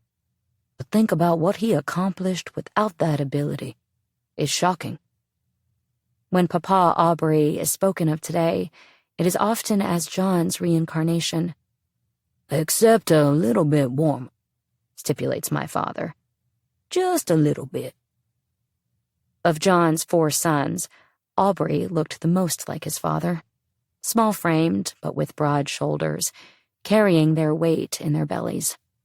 Chiseled, hard faces weighed down in perpetual seriousness by thick, heavy brows. Thrust into the momentum of a developing parish and the vacuum of opportunity it presented, Aubrey knew a good blueprint when he saw one. Upon his father's, he laid his own vision. He possessed John's knack for numbers and his business acumen, but he also had the advantages of an education, amplified by the ability to speak English. As soon as he came of age, he launched himself into the industries his father had prepared him for: cotton farming, rice farming, cattle raising, road building, and lending. They could see the whole picture, says my Aunt Cindy of Papa Aubrey and Pepper John, all at once. They could watch the weather and predict a good crop year, knew which sort of soil was best for planting cotton and which for rice. They were able to judge whether a man would pay back a loan just by looking at him. In June 1931, 1 week after her high school graduation, Aubrey married his high school sweetheart Emily, and their American dream began. Aubrey's father recruited him and his friend Leslie Ardwin to settle with their new wives on a plot of land he owned near Lens, Greece, where Emily had grown up, to sharecrop some of the first commercial rice farms in this cotton farming community. People grew rice in Evangeline, sure. They grew it for their table, tossing seeds into the bayous near their homes, into the ditches, and waiting to see what emerged. They called this Providence rice, or rice by the chance. Food made from little work and earnest prayers. Food provided by God. Père John, a man of great providence, saw opportunity for something bigger.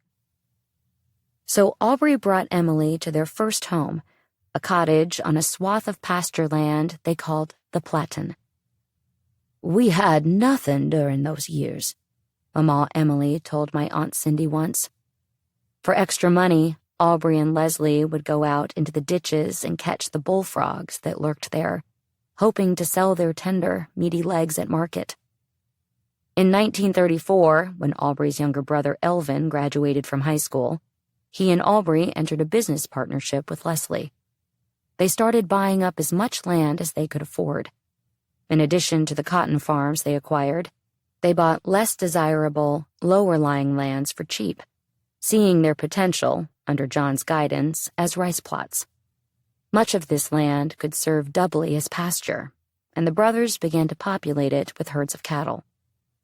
After 7 years and 2 babies, my Papa Wayne on the way, and finally, plenty of money in their pockets, Aubrey and Emily made the move to a permanent homestead, on the road that would someday be called LaHaye. With the new home, they purchased acres and acres of land surrounding it, extending south to Mamou and north to Vidrine, encompassing a 900-acre lake that would later bear the name LaHaye II. This would be their home. This would be their farm. Living 5 miles from the land her father had sharecropped, Emily was no longer digging up potatoes in someone else's dirt. This place, it was all hers. Day 5, January 10th, 1983. So many people were coming in and out of Emily's house that on the 5th day, the plumbing broke down. Because there were so few hotels in the area, the FBI agents were now living in the family's houses down LaHaye Road and in the trailer parked in the driveway, and they were eating better than they had in all their lives. An assembly line of volunteers had been established in the outdoor kitchen making ham sandwiches, but in Emily's ever-crowded kitchen, magic emanated. A rotation of dutiful granddaughters and great-nieces and in-laws manned the massive pot, dishing out gravies, gumbos, biscuits, and roasts at all hours of the day. The smells, the spicy richness of burning roux and frying meats, allowed the chaotic space the grace of a haven for the strangers and the family alike. On occasion, Emily would become restless and make her way into her kitchen, ignoring the "just sit down, Mrs. Emily's," and "you don't worry about that" of her daughters-in-law and her granddaughters. She made space on the countertop and immersed herself in the daily practice of bread-making. Hours later, when the familiar smell of her French pan loaf began to waft from the oven, everyone stopped whatever they were doing to breathe it in. Agent Grimsley decided he had to ask for the recipe. As she measured out flour, he said, "Mrs. Emily, my wife is a wonderful cook. I'd love to have her try to make this incredible bread of yours. Is the recipe a secret?" Emily laughed, the first time anyone had heard such a sound since the nightmare began. "No, cher. There's no secret, but there's no recipe either. I just do it like I always have. You're welcome to stand right there and watch if you like." Grimsley pulled up a chair, drawing from his front pocket the same notepad he'd been using to mark down clues and interviews, phone calls and leads. "I think I'll do just that." In between the meals, the relentless vigil carried on. Besides the kitchen, the house was unrecognizable, stretching at its seams. The phone never stopped ringing, never the kidnappers.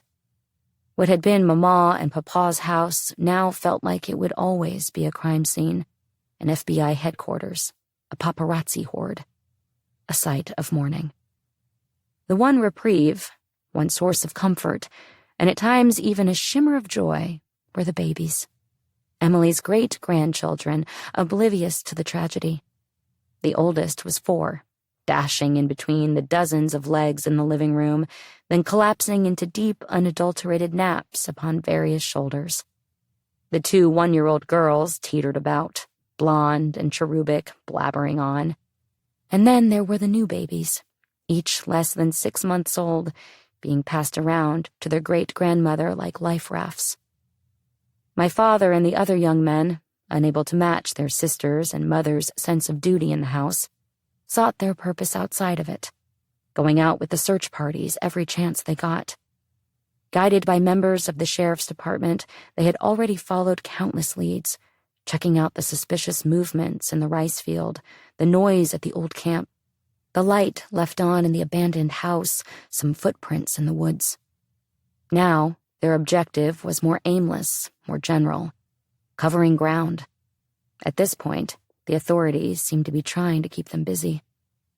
They searched in silence, against the gentle background noise of hooves splashing through puddles, 4-wheelers humming ahead, an armada of young, angry men, balancing on a thin thread of hope and despair.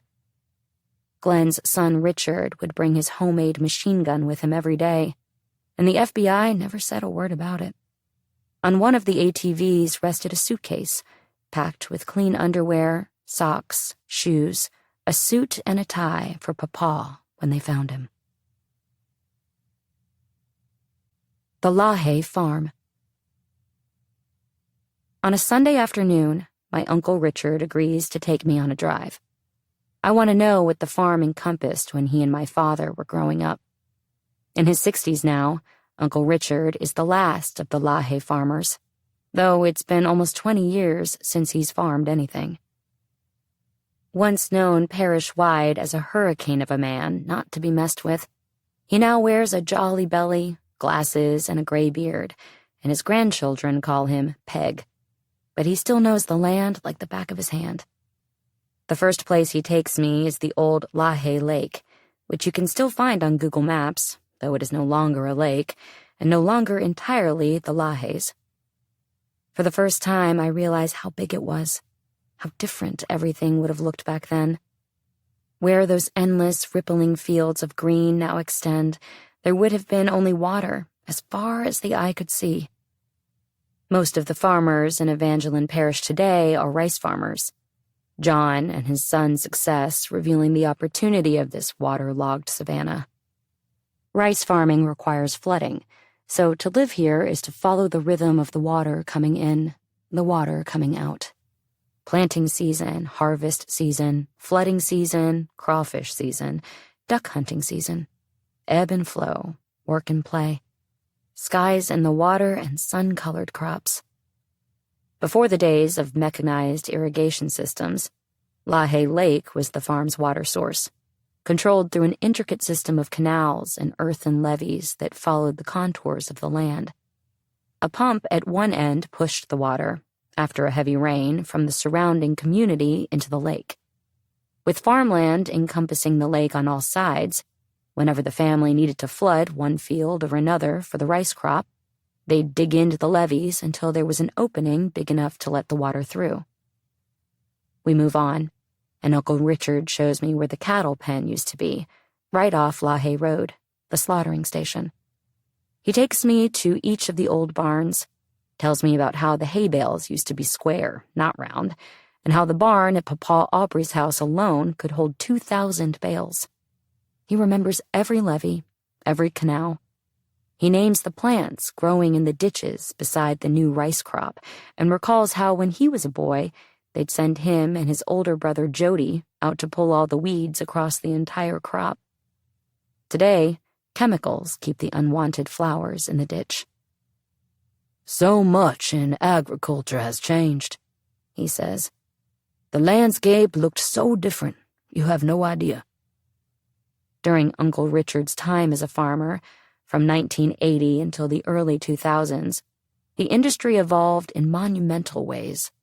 Laser leveling, pesticides, irrigation systems, four-wheel drive tractors, four-wheelers. I got my first four-wheeler in 1987, he says. Up until then, I would saddle up 5 horses every morning to go out into the fields.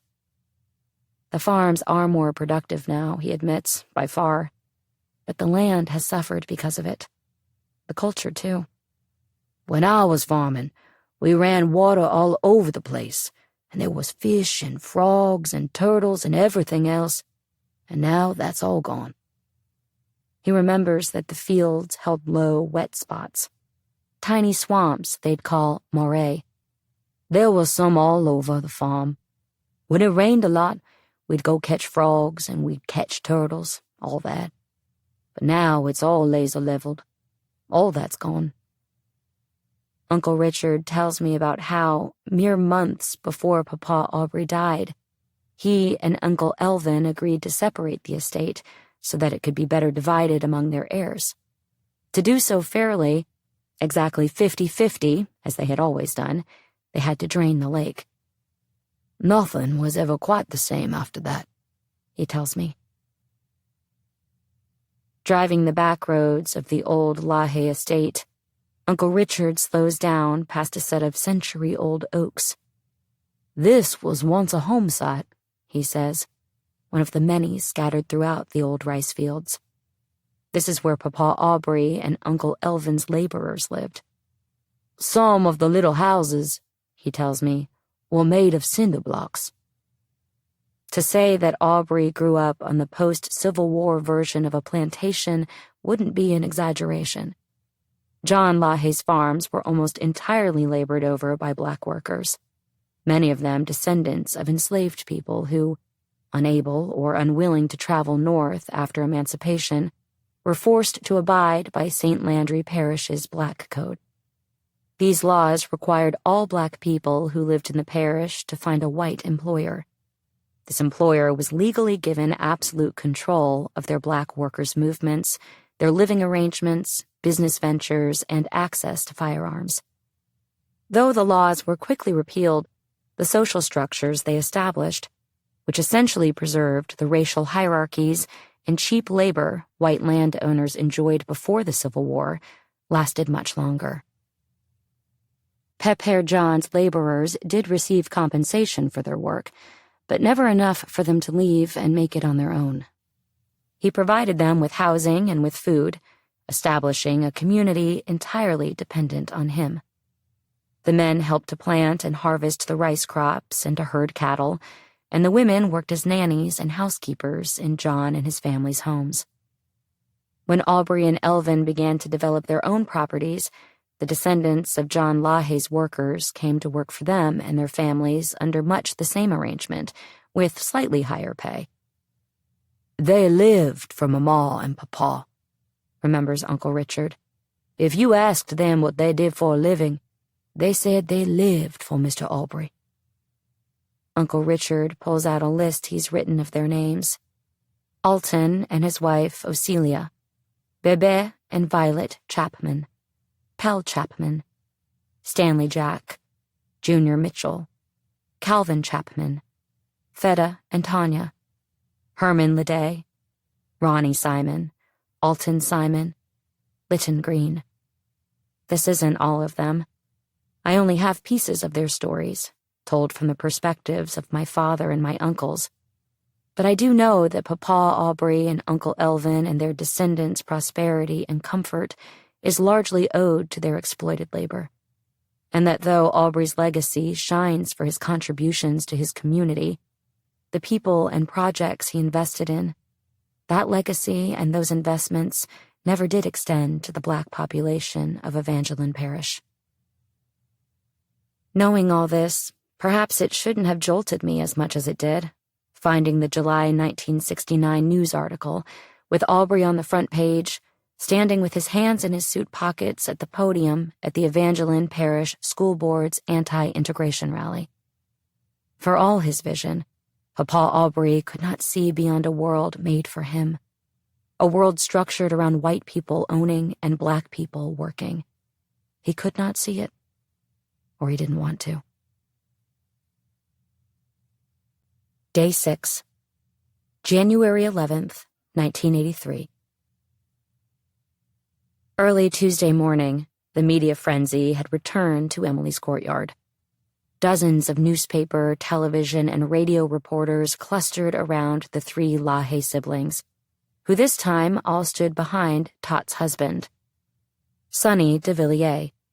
He introduced himself as Aubrey's son-in-law and attorney.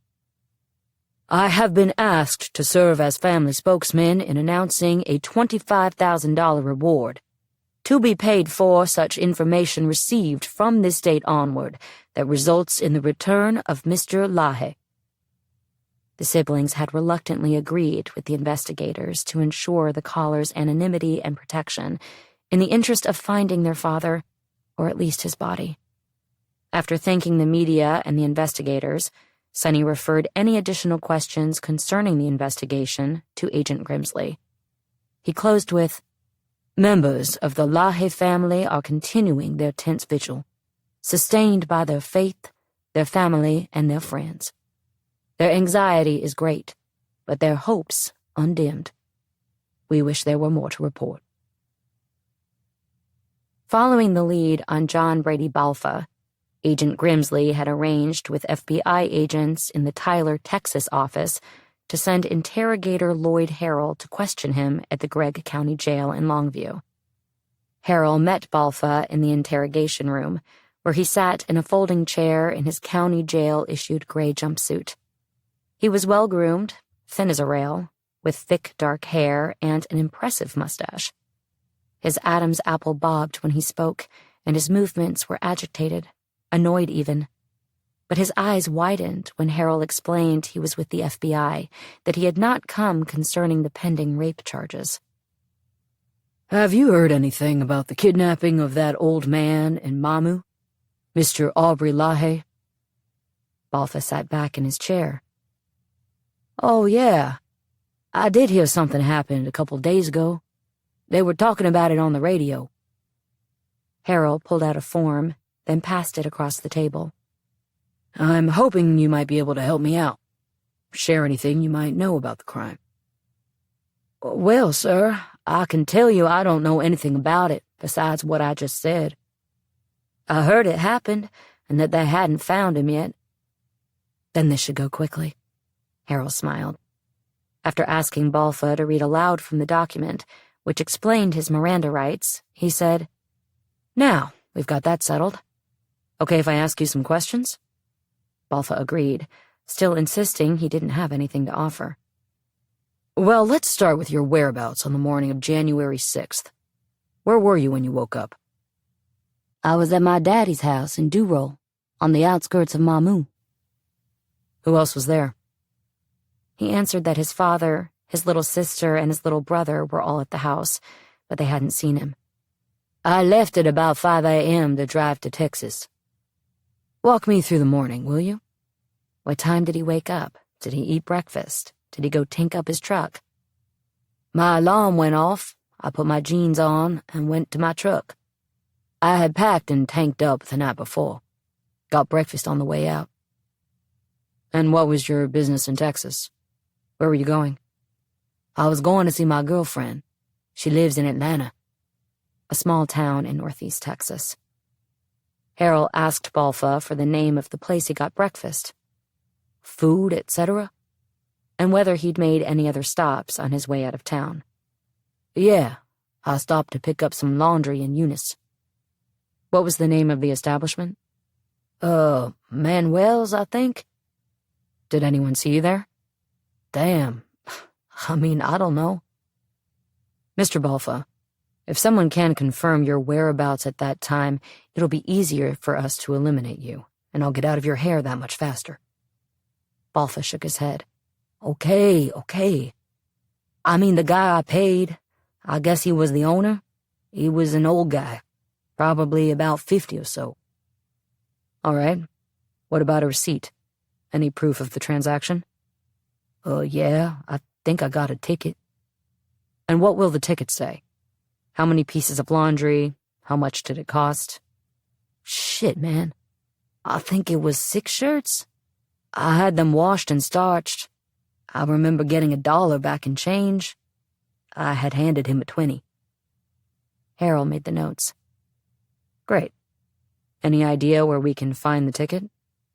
I'm sure it's still in my truck. And what kind of truck was that you drive? It's a green Ford. Balfa went on to say that after getting his laundry, he went straight to the Best Western in Atlanta, arriving just before noon. He purchased a one-night stay and took a shower before meeting his girlfriend, Debbie Kinney, at around 1 p.m. in the parking lot. The two drove around town until about 3 p.m. in her sister's car, before he went back to his truck and drove to a work site in Lodi to speak with his boss at Sunland Construction, a pipeline company. Balfa said he stayed there until about 6 p.m. before heading back to the hotel to change for a double date with Debbie and her sister that evening. Where did y'all go? To see a movie in Texarkana. What time? I think we left her parents' house at about 7:15. What did y'all see? Tootsie. And afterward? We went to eat pizza. I don't remember the name of the place. Then? We went back to her parents' house and dropped her sister off. Debbie came back with you? Balfa sucked his teeth. Harold was expressionless. She did. And spent the night? No. She followed me in her car, then left about 3 or 4 in the morning. Only then did Harold crack the smallest of smiles. Tell me about the next morning. Balfa said he woke up at about 8:30 or 9 to learn his bondsman was trying to reach him. His bond check had bounced, and there was a warrant out for his arrest. He called the guy and agreed to surrender himself at Debbie's parents' house. He left the hotel and spent the day there until law enforcement came for him in the evening. And you've been here in jail ever since? Balfa raised his cuffed hands. Right here, ever since. Harold leaned forward in his chair. Well, thank you, Mr. Balfa, for your cooperation. I have a few more questions before I can let you go. Now, do you know Mr. Aubrey LaHaye? I know who he is, but I don't know him well. I know he's a big deal in Mamu. He's always in the papers doing a bunch of 4-H farm stuff. Do you know where he lives? Somewhere outside of Mamu. I don't know the exact house or anything. Do you think he'd know who you are? Yeah, probably. About a year before, he'd run into some problems in Baton Rouge with bookies, and was struggling to pay his tuition and other bills. Had written some bad checks. He'd asked Mr. Aubrey for a loan, and he had basically granted it to me, he said. But then someone from the booking department interrupted their meeting to let Aubrey know about the checks. Then he turned me down. Got it. Harold pulled out another document and passed it to Balfa. This is to give us permission to search your vehicle as well as Miss Kinney's. We'll try to locate that laundry ticket. Looking over the document, Balfa frowned. You know, I don't know about all this. Like I said, Mr. Balfa, if everything you said is true, it'll only help us eliminate you. Balfa's leg had started to jiggle. I'd like to talk to my lawyer first, he said. Sorry, sir. You don't understand. The cops here, they're treating me like shit. I didn't do anything. I just don't trust all this. Okay, Mr. Balfa. That's fine. Speak with your lawyer. We'll send someone to come talk with you tomorrow. We'll have them bring a polygraph test to confirm your statement, if you'd be willing to comply. Balfa started shaking his head. No. No, you won't do the test? I don't trust those things at all. I've taken them for jobs and gotten screwed. I'm not taking that. Mr. Balfa, this is the FBI. We have some of the best equipment available. I'm sure much better than whatever was used. No, Mr. Harrell. Balfa's voice was getting higher pitched. I'm sorry. I'm not saying anything else. I need to speak to my lawyer. The greatest man that ever was. Papa's murder, my dad tells me. It's changed everything about who we are. All our lives were changed forever. Attending the annual LaHaye Dupre Christmas at Mommy Susan and Papa Wayne's house, these words echo in my mind. The nativity play is about to begin. Children are wailing over "We Three Kings," and Papa Wayne stands beside me and laughs, his hands in his pockets. Maybe this'll go smoother than last year's, he suggests. I smile. I doubt it.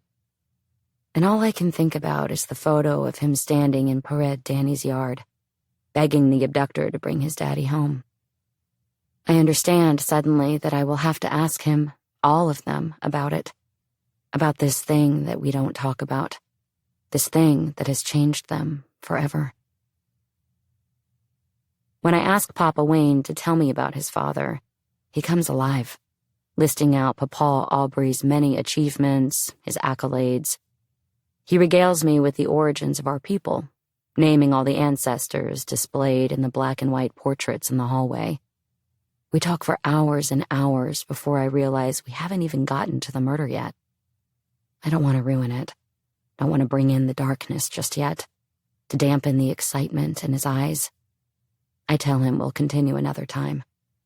And so on I go, carrying my list of questions onto my family's porches, into their kitchens, asking them what they remember, reminding them of what they've forgotten. Papa. I loved Papa, my Uncle Jody tells me, smiling. He was the greatest man that ever was. In most of the memories my family members hold, Papa Aubrey remains firmly immortalized in his most recent self, his grandfatherhood. A fat old man in a suit and a cowboy hat, driving to the bank every day and sitting in his recliner in the evenings, smoking a cigar. He could stand on his hands, Mammy Susan recalls, laughing. Oh, yes, big old guy. He would stand on his hands and walk on them, and the kids would laugh. He always had the same kind of car, says my dad's youngest brother, Uncle Nick. Like a Crown Victoria, some old kind of grandpa kind of car. And he was a bad driver. Some of my parent Danny's favorite memories of Papa, as well as Aunt Sandy's and Aunt Suzette's, are of the days he'd pick them up from preschool. He would take us to buy ice cream at the stand across from the church, and then bring us over here for Mama to feed us lunch. And she would fuss at him every day. Aubrey, I can't believe you bought them ice cream. I'm trying to feed them. But the next day, he'd do the same thing. For Uncle Jay, another of my dad's brothers, it's the watermelons. Every year, when watermelon season came around, we'd hop in the car and drive to Sugartown to go buy watermelons. That was one of his favorite things. He would grow some in the garden. And one time Nick and I went. He walked in the yard and picked up a watermelon and broke it on his knee. And we sat in the grass and ate it just like that, with our hands and stuff. It jingled when he walked. Papa Wayne tells me a story of how when my dad was about a year old, he had been sick with encephalitis, practically comatose. When Papa Aubrey came to check on him, nervously rattling the coins in his pocket, Dad uttered his first words in days. Papa, nickel. I collect these little portraits, hoping I'll gather enough to render my own breathing life-size version.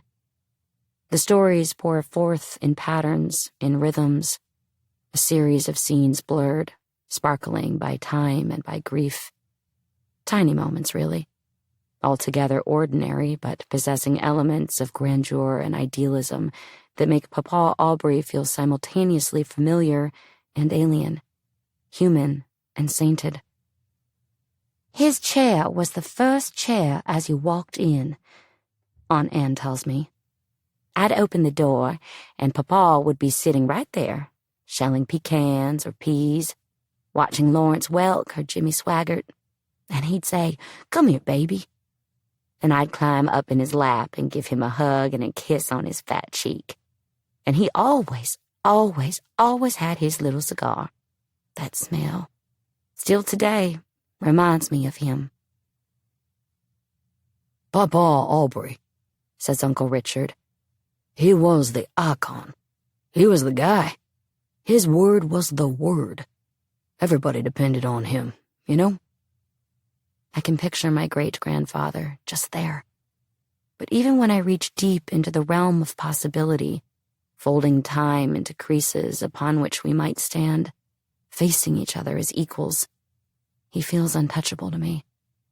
When I imagine us together, I see us standing awkwardly, struggling to connect in the miracle of each other's company, only able to conjure the simplest of small talk. "When I was a kid," my Papa Wayne remembers, "we'd get on the horses and we'd go out to the old pastures. There were 400 or 500 cows and calves out there, and we'd look at every single one, and sometimes we'd do this, and he would not say one word."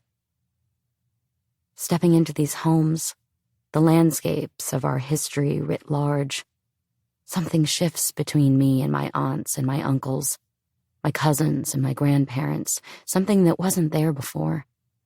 Threads of our shared histories are retying themselves, the knots unwieldy and frayed at the ends. But they promise, perhaps, to hold. By the time I return to Papa Wayne, I've worked myself into a nervous wreck, amplified by my father's insistence that Papa will never say how he really feels. But I can't put it off any longer. I take a deep breath and turn down the oak-lined driveway. Papa Wayne smiles and kisses me when I come in, but I can already feel the shadows of the Gulf returning, that ancient silence. He is not cold toward me, but he is visibly tired. He answers my questions clearly, straightforwardly. Unlike most everyone else I've questioned, he reveals no residual questions, no fact unresolved in his mind. This is what happened, how it began, how it ended. A chapter in our history book, shut and saved on some corner shelf, not to be bothered with again. By way of his responses, he displays complete and absolute closure, betrayed only by his avoidance of eye contact, by the pauses in between question and response, the stray, "I guess." That interview is over in under an hour. He still smiles at me when I leave, but this time I can see he is happy for me to go.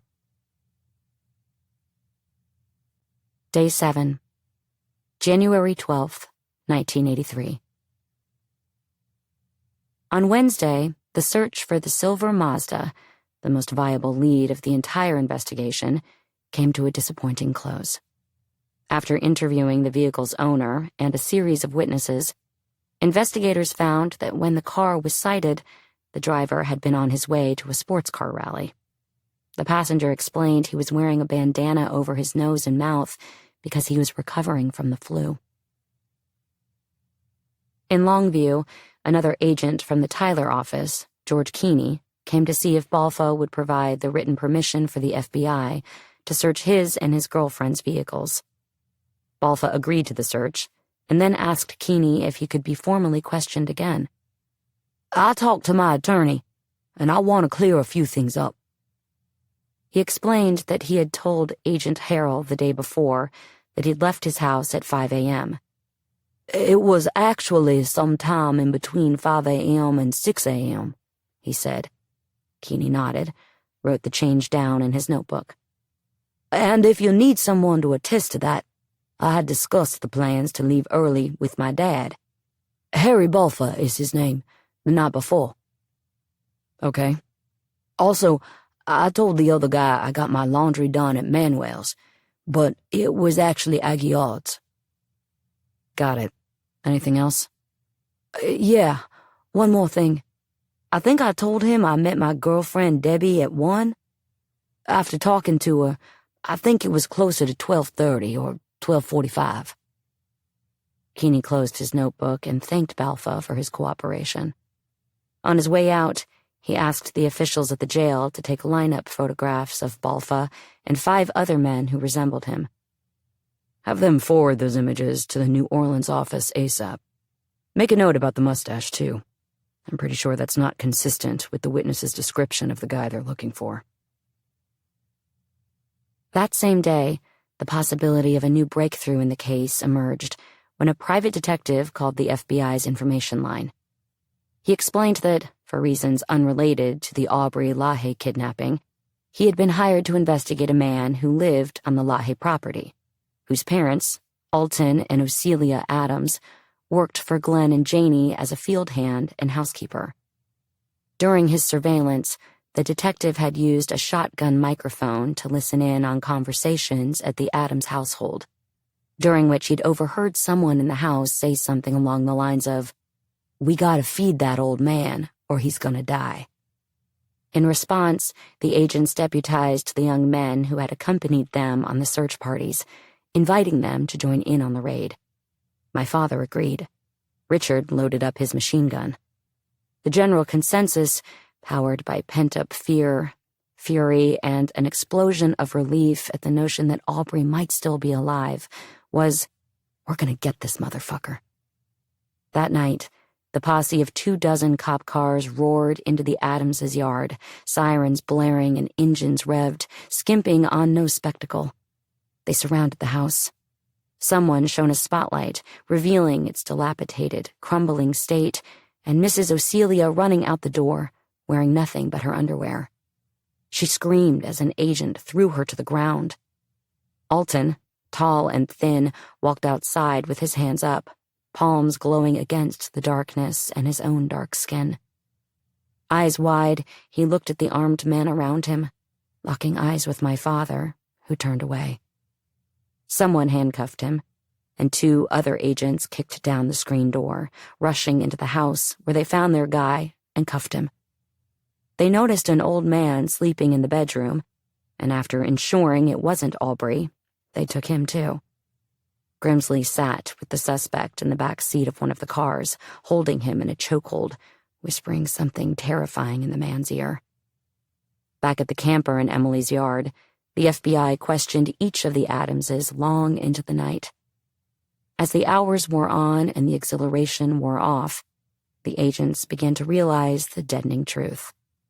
These folks had no idea what was going on.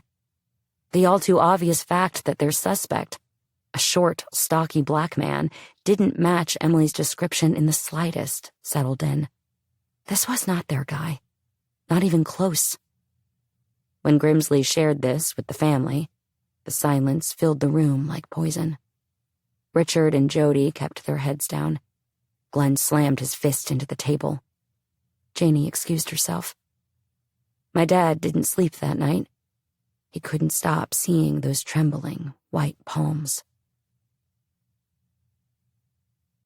A big city man in a small town. When I search Aubrey LaHaye in the online newspaper archive, limiting the search to end in 1982, before the influx of kidnapping coverage, almost 1,400 results come up. The bulk of the coverage deals in my great-grandfather's public life, which began in October of 1939, 4 days after his youngest child, my grandfather Wayne, was born, when Aubrey announced his candidacy for membership on the 1940 Evangeline Parish police jury, an elected body that is the Louisiana equivalent to a county board of commissioners. From that year through 1970, Aubrey LaHaye is mentioned in the local papers almost weekly in association with his various civic pursuits. His appointment to the jury made him the youngest juror, at age 28, in the short history of Evangeline Parish. He would remain a member for 12 years, 11 of which he'd hold the title of vice president. In this capacity, Aubrey was part of, and often a leading figure for, every major crisis and resolution and initiative to take place in the parish through the early 1950s. This ranged from declaring states of emergency for property owners during bad flooding years to running an aluminum drive for war efforts, to creating the Rural Housing Authority and initiating the parish's first food stamp plan. Beyond the jury, he helped to found institutions and organizations that continue to impact Evangeline Parish to this day, including the Evangeline Parish Farm Bureau Federation, the Mamu Rotary Club, and Guarantee Bank. From within these entities and others, he was an ever-present force in those heydays of Mamu's development, and over the course of 4 decades, he worked his way to the directorship or presidentship or chairmanship of virtually every single public initiative he was involved in. Aubrey knew that for the town to grow, to thrive, there needed to be more jobs, and he became an outspoken proponent for fostering new businesses within the parish. He invested in a new textile mill where local farmers could process their product locally, and a creosote plant funded by Kennedy's Area Redevelopment Administration. Governor Jimmy Davis, best remembered for his penning of the song "You Are My Sunshine," attended the plant's dedication on a 109-degree August day in 1962. Aubrey's most prominent business investment, though, was the Mamu Rice Dryer and Warehouse, which he opened with his brother Elvin and friend Leslie Ardwa in 1949. The warehouse served a growing need for rice storage in the area as more and more farmers switched from cotton to the less labor-intensive crop. When they opened, the LaHayes and Ardwa had a storage capacity of 50,000 barrels of rice. Over the next several years, the business expanded, and at its most profitable, the dryer's total capacity was 220,000 barrels. Local reporters described it as the Cadillac of all rice dryers in southwest Louisiana. Though the LaHaye family possesses only a small share of the business today, the dryers remain, an imposing citadel defining the Mamu skyline. Day 8, January 13th, 1983. 1 week after the stranger knocked on the door, there was little evidence Emily was sleeping, and she had to be reminded to eat something, anything. "Please, Mama." At times she was resolute, hopeful, angry. At others, she was inconsolable. Most of the time, though, she sat, silent, in the living room with her daughter, her daughters-in-law, and her granddaughters. And in an almost hallucinogenic state, she prayed. While the FBI continued to make their way down the list of potential suspects, the sheriff's department set up roadblocks once again on LaHaye Road. "Perhaps we'll find someone who only passes here on Thursdays," said Sheriff Vedrine. "Someone who saw something." Agent Grimsley asked the LaHayes if they had any friends who owned crop dusters. Glenn nodded and asked why. "Since we don't have the copters out there anymore, it would be good to have someone keeping an eye out from the sky," he told him. He didn't share that in the FBI's instructions to the pilots, they told them to pay special attention to any circling buzzards. At the bank, the FBI started opening Aubrey's personal records, hoping to find some indication of motive or confidential contacts. At the end of the day, in the teletype report Grimsley sent to his director, the account of each of these efforts ended with the words, "Results negative." The banker. One day, sometime in the 1950s or 1960s, a man named Cronton visited Aubrey at the bank. He stepped into his office, closed the door behind him. "How are you doing today, Cronton?" Aubrey asked, standing up to shake his hand. "Well, Mr. Aubrey, I'm here to say goodbye." Goodbye? "Yeah, I just can't make it over here. I've got to do more than I'm doing. So I wanted to tell you how much I've appreciated your help, but I'm gonna pull my stakes and we're gonna move out to someplace else." "Cronton, you're a capable man. You've got great ideas, good friends. What's your problem? What do you need?" "It's about property, Mr. Aubrey. I need much more property than I've got to make a go at it like I want." Well, what about the piece of property you're living on? It's not mine, and I can't afford it. Well, what would you do if you could afford it? Well, I'd grow rice on it. And do you think it would be prosperous? Oh, yeah. I mean, if I could afford to run it, I could make some money there. Aubrey hopped into the car with him to go look at the property. Together they calculated how much it was worth, how much Cronton could afford to pay. They estimated the potential profit a farm would produce. And then Aubrey gave him the loan. So, Papa Wayne concludes his fable, Cronton stayed. He built a beautiful home. He progressed, did all sorts of stuff. Every time his old lady comes into my office, she has to kiss me and tell me, "Your daddy was so good to us." At a Rotary Club meeting in 1974, Aubrey told the story of how he, a man with no college degree or banking experience, came to be the president of Mamu's first bank. His education had come from his father, he said, who schooled him in agriculture and economics. Aubrey claimed that in his 20 years of banking, he had made no mistakes, and that he'd never had a single farmer fail to pay his dues. If someone came to ask him for a loan, recalls Greg Mounier, who worked at the bank as a young man while Aubrey was president, he asked who your parents were, who your grandparents were, and a very few times, do you have a job? Do you have the ability to pay? That wasn't as important. Guarantee Bank opened in Mamu in August 1950 with plenty of fanfare and a capital stock of $100,000. Aubrey would hold his position as president for the next 32 years, developing a reputation as an especially liberal lender for area farmers. There were not a lot of laws at that time, and it didn't matter. He wouldn't have followed them. Aunt Gail, Uncle Elvin's daughter, tells me. Federal regulations, they didn't have all that. And when anybody came in the bank, you could tell by their facial expressions, by their eyes and all, that they were sincere, and they would pay him back. Somehow or other, he knew who to trust, or he'd trust them all. I don't know which, says Papa Wayne. For almost 30 years, Aubrey managed almost every dollar coming in and out of Mamu with little regulation.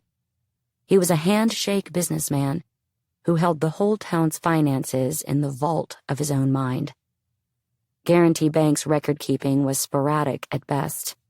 Loans were doled out daily without a drop of ink spilled. To this day, I struggle to find a scrap of my great-grandfather's handwriting, any record of his work, of his thoughts, all of it lost to time and to that bayou. It started in the late 1970s, the federal oversight. All of South Louisiana was undergoing a recession as the previous decade's oil boom came to a devastating collapse. People were starting to default on their loans.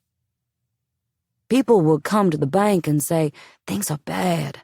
Can you help me?" And believe it or not, he would do one of two things. He would either extend the loan, or he would give them more money to try to get them out of it, says Greg Mounier. It was a horrible decision, but it was a decision he made for all the right reasons. One of the bank's biggest customers was the Mamu Community Rice Mill, of which Aubrey was also president. They began to fall on hard times, says Mounier, and Aubrey would loan them more money from the bank. It was feeding a dead dog. Then things got worse in 1980, when the Soviet Union invaded Afghanistan, and President Jimmy Carter issued an embargo on all grain shipments. In Evangeline Parish, this was devastating.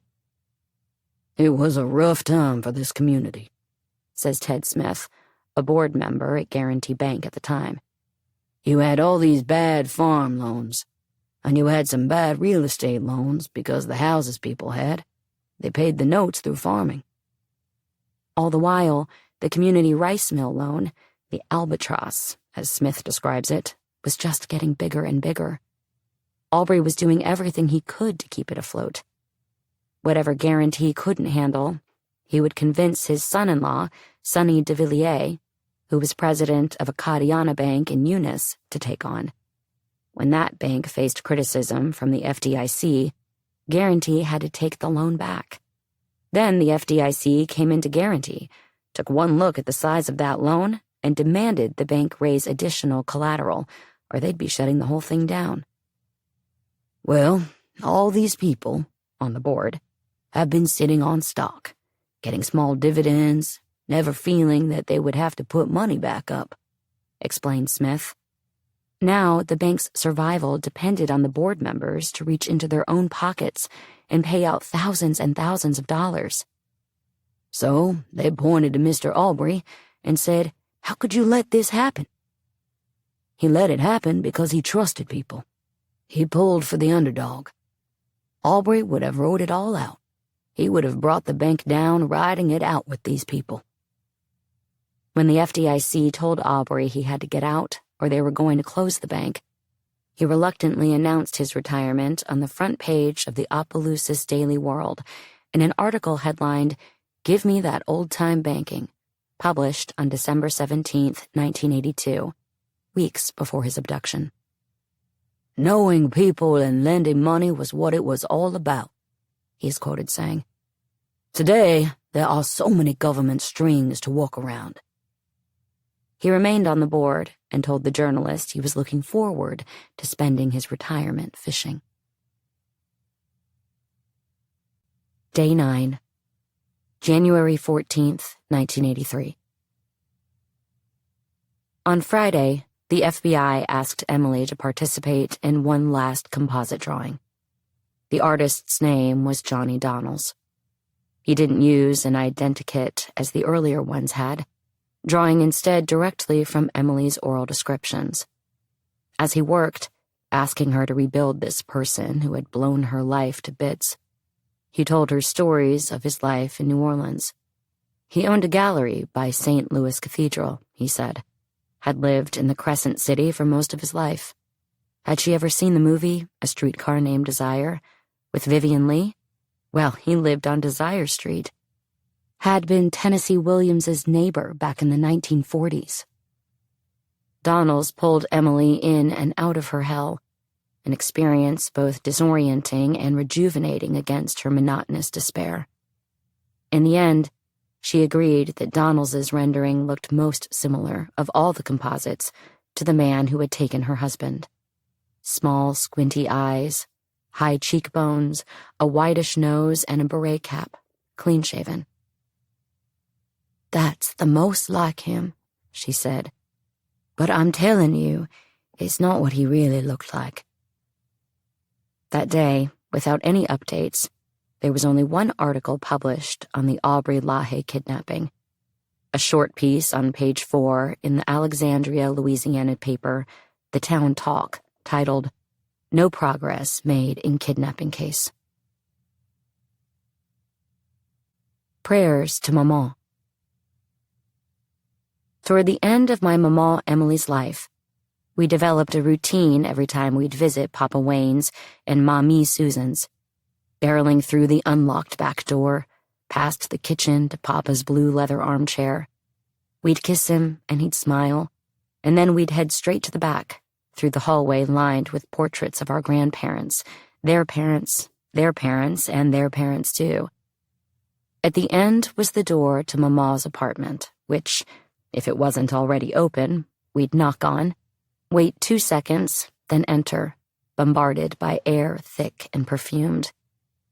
Most often, Mama would be sitting up in her bed, visiting with her caretaker or some friend who'd stopped by, hair icy white cotton candy, eyes sharp and quick, hands trembling, just a little. The lights were dimmed, her silhouette bathed in the pinkish ambiance of her bedside lamp, glowing upon piles of antique quilts. There was something childish about the bedroom. She had dolls propped up on her armoire, staring, unfocused, in elaborate hand-stitched dresses. I remember thinking she could have a room like this, such a girly room, because she didn't have to share it with a husband. We'd come over to the bedside, lined up one behind the other, and press our lips against her soft, wrinkled cheek. She'd ask us about school, about our teams, our friends. And then, having fulfilled our obligation, we were allowed to run wild into the swimming pool or up the stairs, where Mamie Susan kept chests of old prom dresses.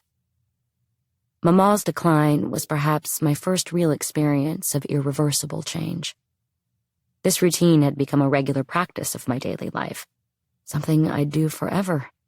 We kept going, week after week, month after month. And then one day, she got a new bed, a hospital bed. And gradually, her sitting position widened its angle.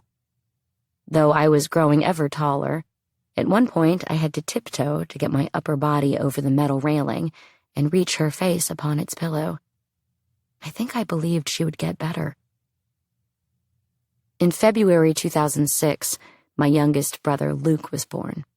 At this point, Maman Emily wasn't leaving her apartment often, but on good days, her caregiver would help her into her wheelchair, push her down the hall, and set her up at the center of Mamie Susan and Papa Wayne's living room. So she was the day she met Luke, her 34th and last great-grandchild. I remember that she asked to hold him, and I was nervous she might drop my tiny new brother. My dad came beside her and settled the baby in her lap, his head resting in the crook of her right arm. Someone, maybe my dad, maybe Papa Wayne, kept a hand on him there. Mama spoke to Luke, told him things long lost to my memory and his too. She died 9 months later, at the age of 92, 23 years after she lost her husband. She slipped out of life still lucid, though sleeping, surrounded by family, prepped and anointed for the afterlife. I was 10 years old, practicing backbends on my parents' bedroom floor, upside down when I heard the news. Even though I had been told it was coming, I never realized it would actually come. How unsettling, for someone to be simply suddenly gone. I couldn't manage to cry and was angry at myself for it. For years afterward, when I said my prayers before bed, I'd pray to Mama as I'd pray to God, imagining her as I had always imagined him, a massive, transparent, bodiless face in the stars and the clouds. God was there too, sometimes old and bearded, sometimes young and Jewish, but usually nothing more than a shadow. I'd tell her I loved her, and about whatever I had done that day. And at the end, I'd pray, less concerned she hadn't achieved heaven than in my unshakable fear that death hurt, that she was okay. Day 10, January 15th, 1983. Saturday morning, everyone at Emily's house gathered as they had every morning for the past 10 days, in the living room. Today it was the eldest granddaughter, Smokey's, turn to lead the group in prayer. Standing in front of the fireplace, Smokey had the rosary beads wrapped so tightly around her palm, the white skin flared red each time she shifted them over. The room was less full than it had been a week ago, but a sense of claustrophobia prevailed in the spaces between Emily's family and the strangers in uniform, who now had become so much less like strangers. In Emily's first language, Smokey began each decade, Notre Père qui es aux cieux, the words blending into the air, for some a mindless refuge, for others background noise for deeper, more desperate prayers. Over and over, Je vous salue, Maurice, proclaimed honor and glory for a woman who had lost everything, and over they begged to be delivered from this evil. St. Anne's. These days, I drive down LaHaye Road slowly. I pass Aunt Dusty's house, mostly unchanged since Uncle Glenn and Aunt Janie lived there, the oak trees only larger. Across the street is Aunt Sandy's.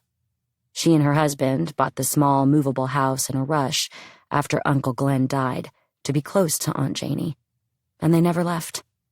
Next is Pare Danny's, the original LaHaye Roadhouse, Aubrey and Emily's, where it all began.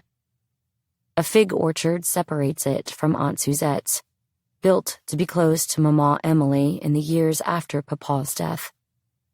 Glenn's youngest son, Uncle Billy, lives directly across the street from Papa Wayne and Mamie Susan's white columned palace, which looks as if it were pulled straight from the antebellum era.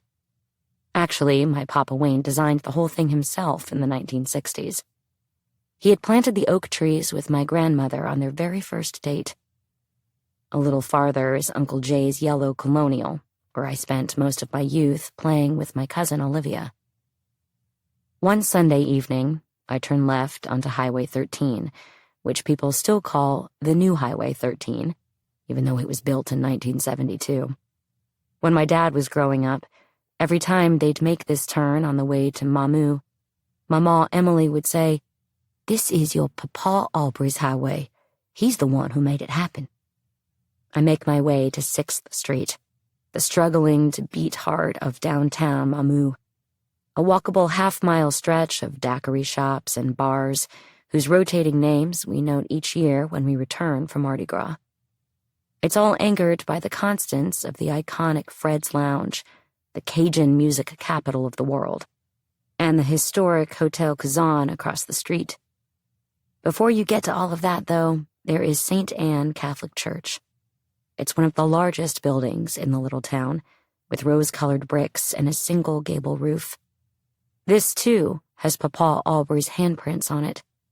He was chairman of the fundraising board, which raised the money to build the church in 1955. I'm visiting late, giving myself a comfortable cushion after the 5 p.m. Mass lets out. There are still a few people lingering, but no one questions when I walk inside. Alone in the gaping, peaked nave, I genuflect and duck into the last pew, lean over to pull out the kneeler, and fall onto it, hands clasped and pressed into my forehead. A set of rituals forever embedded in my body, no matter how long it has been. I breathe deep and allow myself to soak in this mystic comfort, this familiar sense of quiet. Not all that long ago, when an altogether simpler and more certain faith guided my movements, I spent so much time like this, in places like this. They call it adoration, the opportunity to spend more intimate time with God outside of Mass, to visit Him outside of the public sacrament. It was once my favorite form of prayer. Things have changed since then, my convictions fading in their devotion, my devotions fading in their conviction. But my eyes still lock straight onto the flickering red candle, the eternal flame beside the tabernacle, signifying Christ's presence within it. I still feel at home here. I recenter myself and consider this place as it was a lifetime ago, Papa Aubrey's church. What did he ask of his God in the quiet? It occurs to me how unlikely it is that he ever sat in these back pews. I fall back on my ankles, lift the kneeler, bend to genuflect. My footsteps echo down the aisle, and I feel only a little silly. The evening light pouring through the stained glass lends everything a reddish hue. I choose the second pew from the front, a spot reserved for a selection of Mamu's best-dressed old ladies. And then I think of Mama Emily. I imagine her standing here, the church filling up around us, 2,000 people standing shoulder to shoulder, every door open, so those forced to stand outside in the wet chill can hear Father Nunez boom, "Aubrey was taken from his home like a lamb to the slaughter." Then all together, they pray God have mercy on the slaughterer. I look to the sanctuary and imagine the spectacle of what was perhaps the church's highest attended service. Father Nunez, dressed in ceremonial white vestments, meant to represent Aubrey's passage into heaven, flanked by an army of 11 other priests who had traveled from around the state to preside over the funeral. The coffin, sealed tight, held something dark and inconceivable. A body the Bayou Nezpique had ruined, stealing even the chance for his loved ones to say goodbye. The funeral took place only 2 days after the search came to its end, and at the very same time that Uncle Sonny started delivering the eulogy, Divers were searching the Nezpique for potential evidence. They wouldn't find any. Aubrey LaHaye, he began. What would he have said this day to all of us here assembled, each with our personal thoughts and recollections? Aubrey might have offered a story, he said. A tale reflecting on how no one need despair, reminding that his 70 years of good work were not wasted because of some coward who would take a good man from his bed in his own home. He would tell us not to be afraid of life, suggested Sonny. Can't you just hear him telling each of you to believe that life indeed is still worth living, and to hold fast to that belief? I sit in this feeling, this commingling of finality and eternity, where the doors to paradise open and those of earth's violent hells claim to close. The before and the after. I stay at St. Anne until it starts getting dark, the glow of the red flame taking up more and more space upon the altar, my thoughts merging into prayers. Before I go, I cross myself and recite an old favorite. "O my Jesus, forgive us our sins and save us from the fires of hell. Lead all souls to heaven, especially those who most need of thy mercy." I walk back down the aisle, imagining the way the organ's dissonant wail marked time as Papa Aubrey's 5 eldest grandsons, my father among them, carried his body out of the crowded church. Maman Emily came last, her children wrapped around her, taking their first steps into the new world. On the Nezpique Bridge, January 20th, 2018. It should be right about here. My dad leans forward in his seat as he turns off the highway, slowing down to accommodate the road as it shifts to gravel, darkening under the forest canopy. There is no one down here. No houses, no traffic. The gravel, for about 15 seconds, shifts to concrete. Wait, Dad, was that it? The bridge? I think so. He's slowing down, starts turning the diesel truck around on the tight little lane. We idle our way back to the middle of the concrete, then open our doors together and step out. On that 11th day, Sunday, January 16th, 1983, after the sharpshooter, Kurt Vezina, sent his wife and son to report what they'd found to the Mamou police, Detective Guillory had rushed to the bayou to confirm what Vezina had known to his core. The body floating in the Nezpique was, in fact, Aubrey LaHaye's. The road was cordoned off, and a dozen officers and agents arrived at the scene. A local doctor who lived nearby, B.J. Manuel, volunteered his boat for the retrieval of the body. Everyone on the bridge went silent as he and Sheriff Vidrine puttered out into the bayou's center. Once they reached that miserable mass, Dr. Manuel could see a tarp haphazardly wrapped around the body. A ragged, yellow towel covered what must have been Aubrey's face. Soaked into its folds were flecks of grime and dead leaves, and in one spot, a golf ball-size circle. Pink. The doctor leaned over, holding his breath, to loop his rope around the body, trying his best not to touch it. Once the knot was tied, he turned back to the sheriff, who directed them toward the bank. The burden was heavy, heavier than a body should be, but it dragged behind the boat nonetheless, cradled by the bayou all the way. At the bank, the 2 men stepped on land, grimaced and pulled in on their ropes, dragging their cargo through the mud. Sheriff Vidrine reached down to unwrap the tarp, and in an instant, he revealed the dreaded outcome. The gray-skinned remnants of my great-grandfather.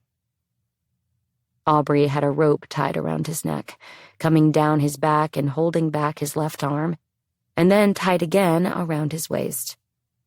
Attached to another rope were 2 metal rims, apparently used as a sort of anchor.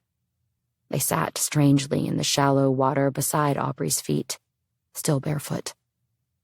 Sheriff Vedrine looked up at the bridge to find Sonny, the designated family member assigned to officially identify the body as Aubrey's, though everyone already knew. None of the LaHayes came to the bridge. None of them would ever see their papa, whose already decaying body would be transferred immediately to the coroner, again.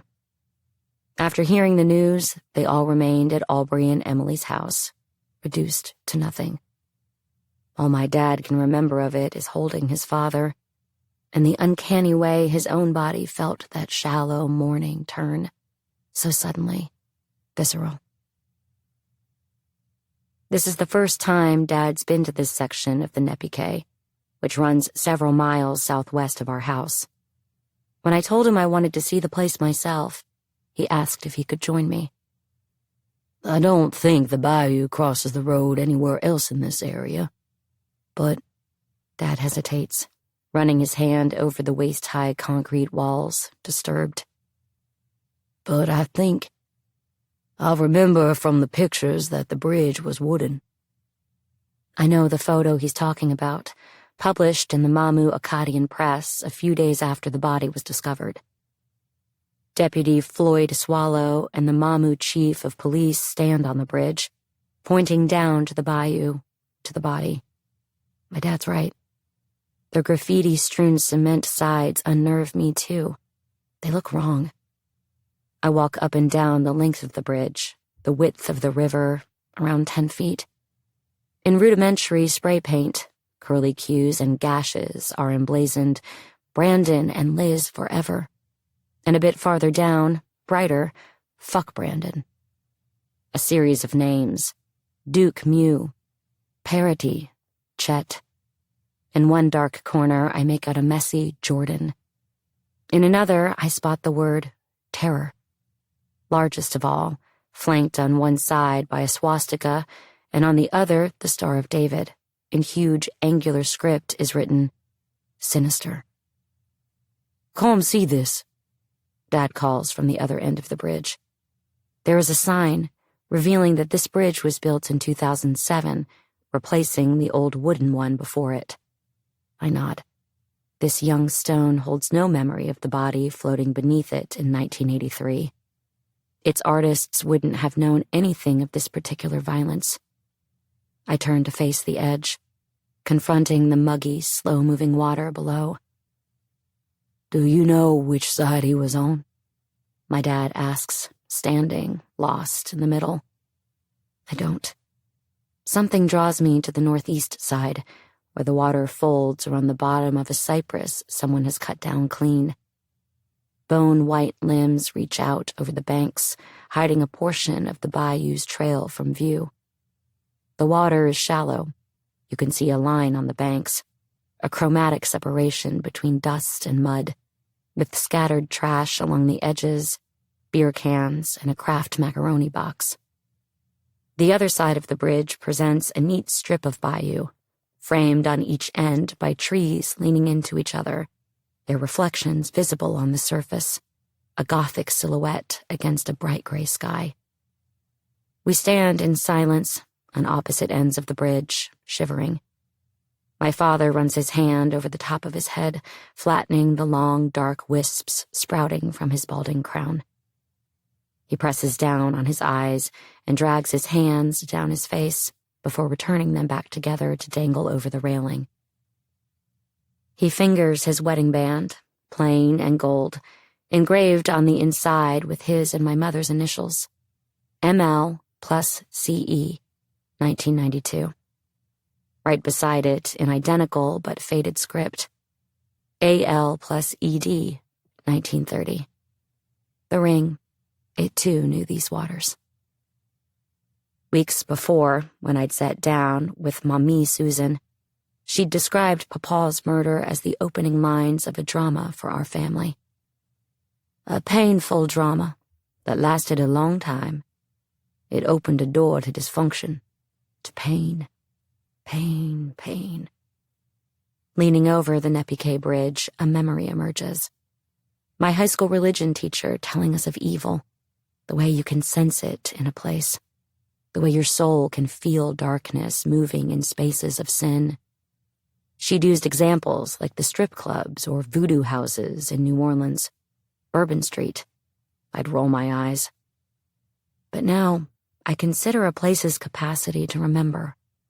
In this spot, where some all-consuming anger, desperation, jealousy, or greed possessed someone to beat an old man to death and discard him into these waters. I close my eyes and reach for the essence of evil, call to it. The flora and fauna offer me no response.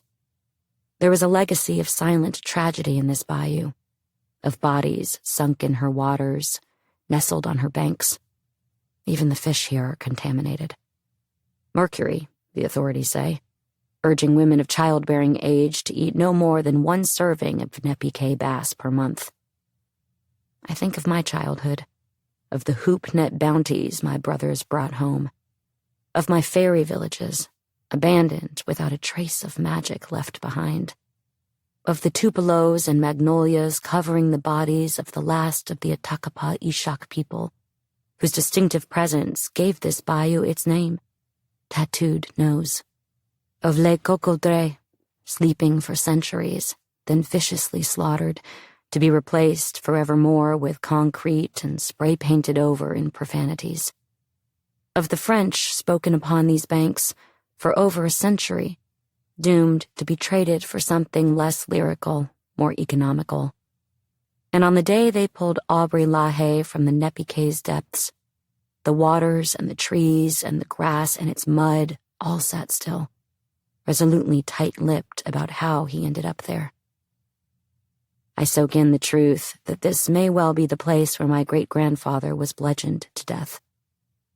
I look to my father, battling his own demons, and think to myself that if I were alone, I would scream. I would call out to Papa Aubrey's ghost, find out if he lingers. If I were alone, I'd scrape the banks clean, dig holes in the mud, and check behind each tree, hoping to find something missed all those years ago. A smear of blood, the murder weapon itself. I'd step out into the bayou and immerse myself in this baptism of pollution, water, blood, and decay, shiver against the Nezpique's cold January caress and sink to its bottom, my eyes blinded and stinging, unable to move, tied there, breathless, heart beating slower, slower, slower. Part 2. The Aftermath. The Dark Decade. In the months after Papa Aubrey's death, Maman Emily would wake most mornings on the couch, stiff and achy, buried beneath a mountain of blankets. She couldn't bring herself to sleep in that big empty bed. But they weren't good for her bones, the couch cushions. Pushing herself into a sitting position, her joints cracked and rattled within her. But she was still, inconceivably, here. She'd moved toward the dusty sunbeams pouring out over the kitchen sink, losing herself in the trance of routine. She'd put the coffee brewing and then reach up into the cabinet for their cups, the white porcelain ones with a little green band around the lip, set them atop their matching saucers on the counter. Then she'd see them, the two of them, side by side, and her breath would catch. She'd open the cabinet, put one back. "Things were different after," says my Aunt Dusty, sitting at her kitchen table, the same kitchen and the same table where her parents, Glenn and Janie, sat almost every evening of the 80s, smoking cigarette after cigarette. "Everybody was on edge. Everybody was scared. I remember we all got deadbolts on our doors. The same deadbolt at our house, Mama's house, and Uncle Wayne's house. All the same key." "And alarms," remembers my Uncle Nick, a few weeks later at his own kitchen table. "Everybody had alarms. We didn't know how to work them, and they'd go off. We'd never locked the doors before." Papa was laid to rest, but the investigation stretched onward. There was still a killer on the loose. that the son of a bitch was out there, free, read into the world for the two eldest grandsons, my uncles Jody and Richard. Each tall, imposing 20-somethings with fearsome reputations for their tempers. The young men faced their new reality with fury. One family friend remembers the generalized sense of hostility. "Anybody that rolled down the road," he recalls, "they were ready to shoot and kill and say, 'Who are you, and what the fuck are you doing here?' They didn't know who to trust."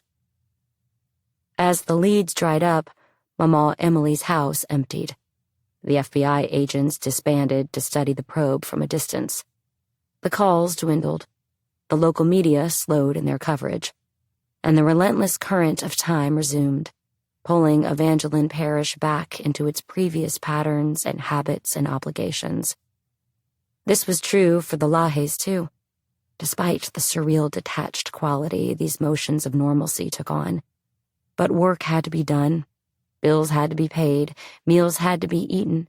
The semester had already started. And as it does so incomprehensibly after each of its million daily tragedies, the world kept turning. My Papa Wayne escaped to long shifts at the hospital. Mamie Susan attended daily mass. Aunt Tot and Uncle Sonny retreated home to Eunice with their girls, with Tot driving into Mamu at every opportunity and Sonny throwing himself back into his law practice and his bank. Aunt Janie buried herself in the project of her grandchildren. Uncle Glenn could be found at the rice dryer or at his mother's kitchen table. He'd go every single morning and every single evening, so she never ate alone. They all felt it, the all-consuming, magnetic draw to that house. Wherever they were, part of them always remained with Mama Emily, a network of overwhelming concern directed at her from a dozen different points. My dad, who was supposed to return to Baton Rouge for the spring semester, decided he couldn't do it. He registered late at LSUE and moved back into his childhood bedroom. When his study group needed a place to gather, he volunteered his grandmother's house. "We wanted people in there at all times," he remembers. For the first several months, they developed a schedule, ensuring someone always slept in the house with Mama Emily every single night. Because although no one would say it out loud, they all worried the kidnapper might come back for her or for someone else. In the months and then years following Papa's death, Mama Emily diminished into a shadow of her former self, wearing her husband's absence like a cloak. She wouldn't cook, so she'd hardly eat. Her chickens became a chore for the yard man. Her garden grew wild with weeds. "She aged 10 to 15 years, just like that," remembers Uncle Jay, who was in high school at the time. "She almost couldn't walk. She was on a downward spiral." Despite it all, at first Mama Emily wouldn't hear of moving in with her children, or worse, into a home. She was terrified to be alone, but something kept her rooted in the house she and Papa Aubrey had built. The family decided to set up a trailer home in Mama Emily's driveway, into which Uncle Richard and his wife, Cindy, agreed to move full-time with their 2-year-old. They installed an intercom system that connected the house to the trailer, so that if Mama ever needed anything, she didn't even need to call, but to simply ask aloud. "We cooked, we loved, we enjoyed her stories," says Aunt Cindy. But it wasn't always easy. To see those vulnerable times in the middle of the day, I didn't know how to deal with her falling. She was like a leader. She was the matriarch. She had always had all the answers. And now she came in with none. We didn't know how to deal with it. On LaHaye Road, Papa Aubrey's death seemed to break open a dam of unimaginable miseries, one after another. In town, they'd say the charmed family that wore the LaHayes was now cursed. My Aunt Michelle, who had married my parent Danny just 6 months before the kidnapping, remembers of this time. And then came all the deaths, one after the other. In September, 8 months after Papa Aubrey's murder, his eldest granddaughter, Smokey, was discovered 7 months pregnant at home with a bullet in her head, a hunting rifle on the ground beside her. Smokey had been struggling for years, had become pregnant with her sister Sandy's ex-boyfriend, resulting in a scandalous shotgun wedding attended only by the same sister. Now, 3 years later, she was pregnant again, working a job at Uncle Sonny's bank in Eunice, a job she didn't want. Most everyone knew she was abusing drugs. But that morning of her death, she'd been caught by Uncle Sonny embezzling from the bank. After confronting her, he told Smokey to go home and gather herself, and then to come back for a meeting with her dad. She never returned. She left behind a 2-year-old daughter, my cousin Maggie. We'll never get all the answers to why she did what she did, Mommy Susan tells me. but I think Aubrey's murder spurred these things that happened next, like dominoes. It was the misery, she says, the stress and the fear that overshadowed everything after that tragedy. Not everyone made it out.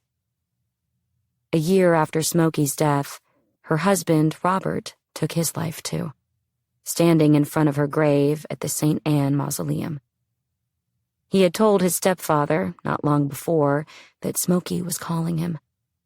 She wakes me up at night, hollering my name to come join her. He left Maggie an orphan, who would spend the next 4 years being passed between Robert's parents and Uncle Glenn and Aunt Janie, until Robert's parents died too. In the end, Uncle Glenn and Aunt Janie raised Maggie as their own, never speaking of the tragedies that had befallen all of them. Growing up, the only proof Maggie had that her mother existed lived on the walls.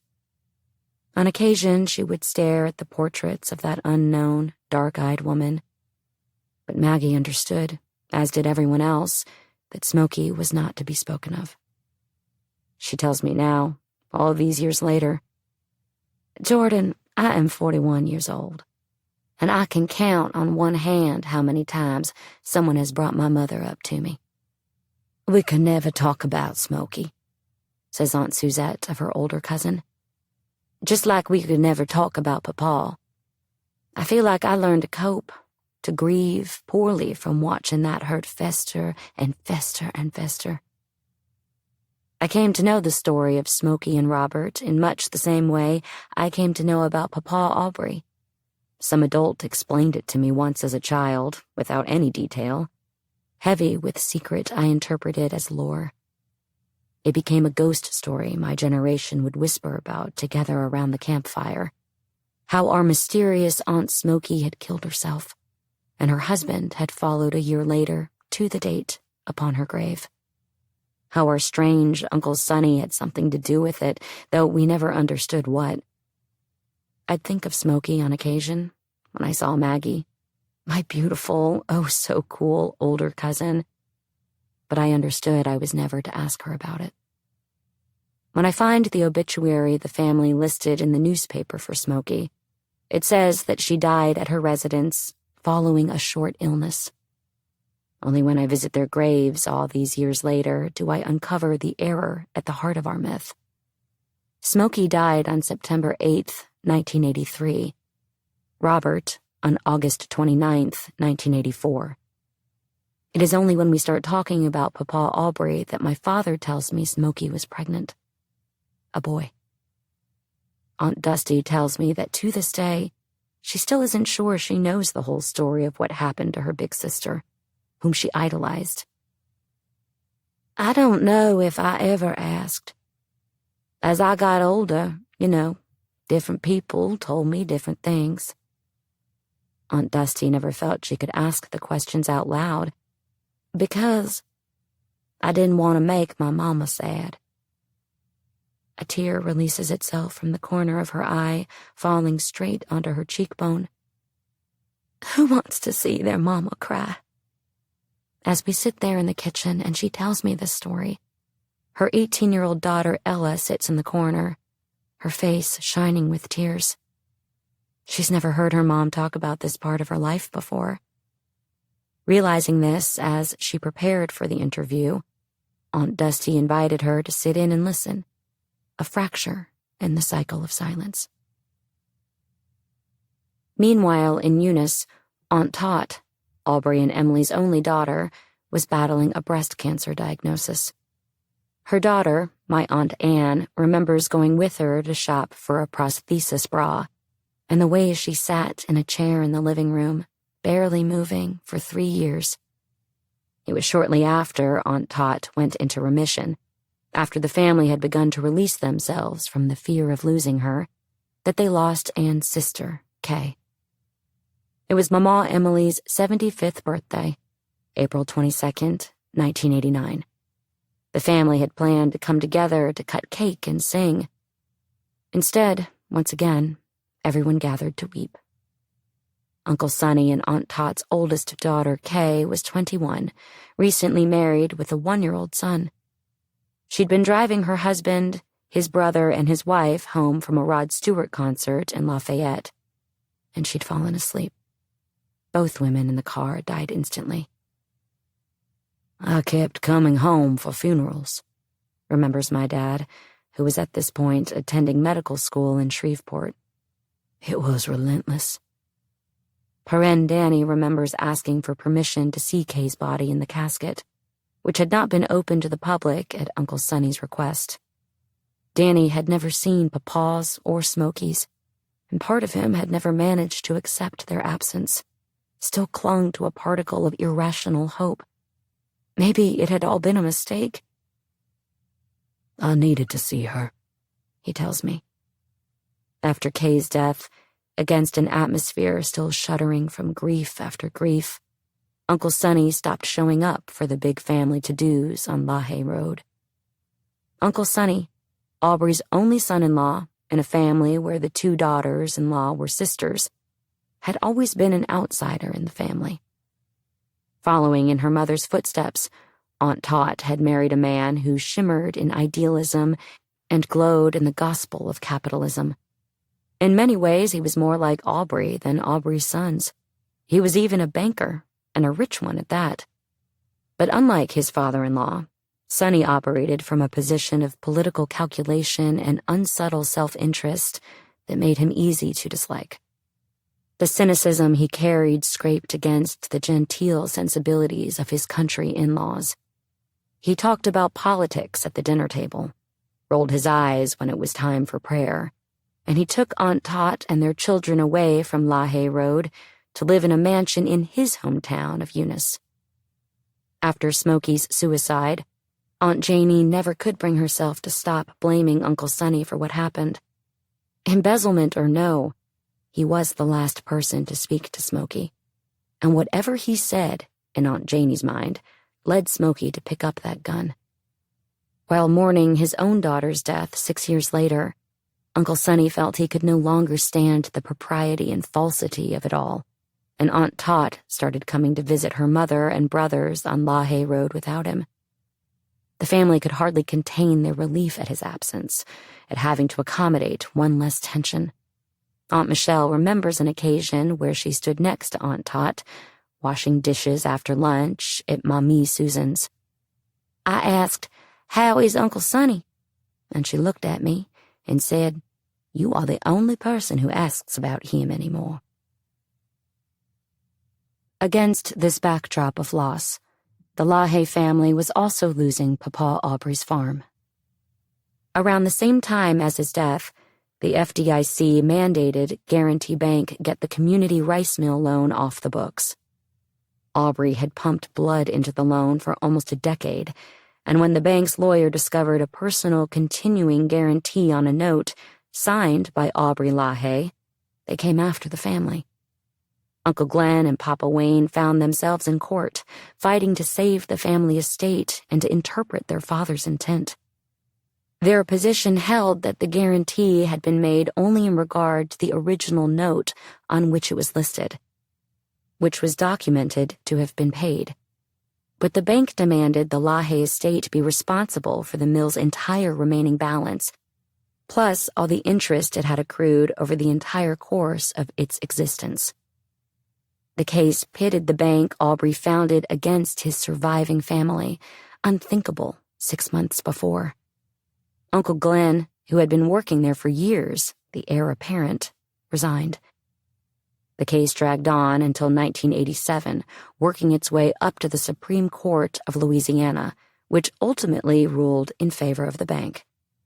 The LaHaye family had to pay the bill, which added up to what today would be the equivalent of over $1 million.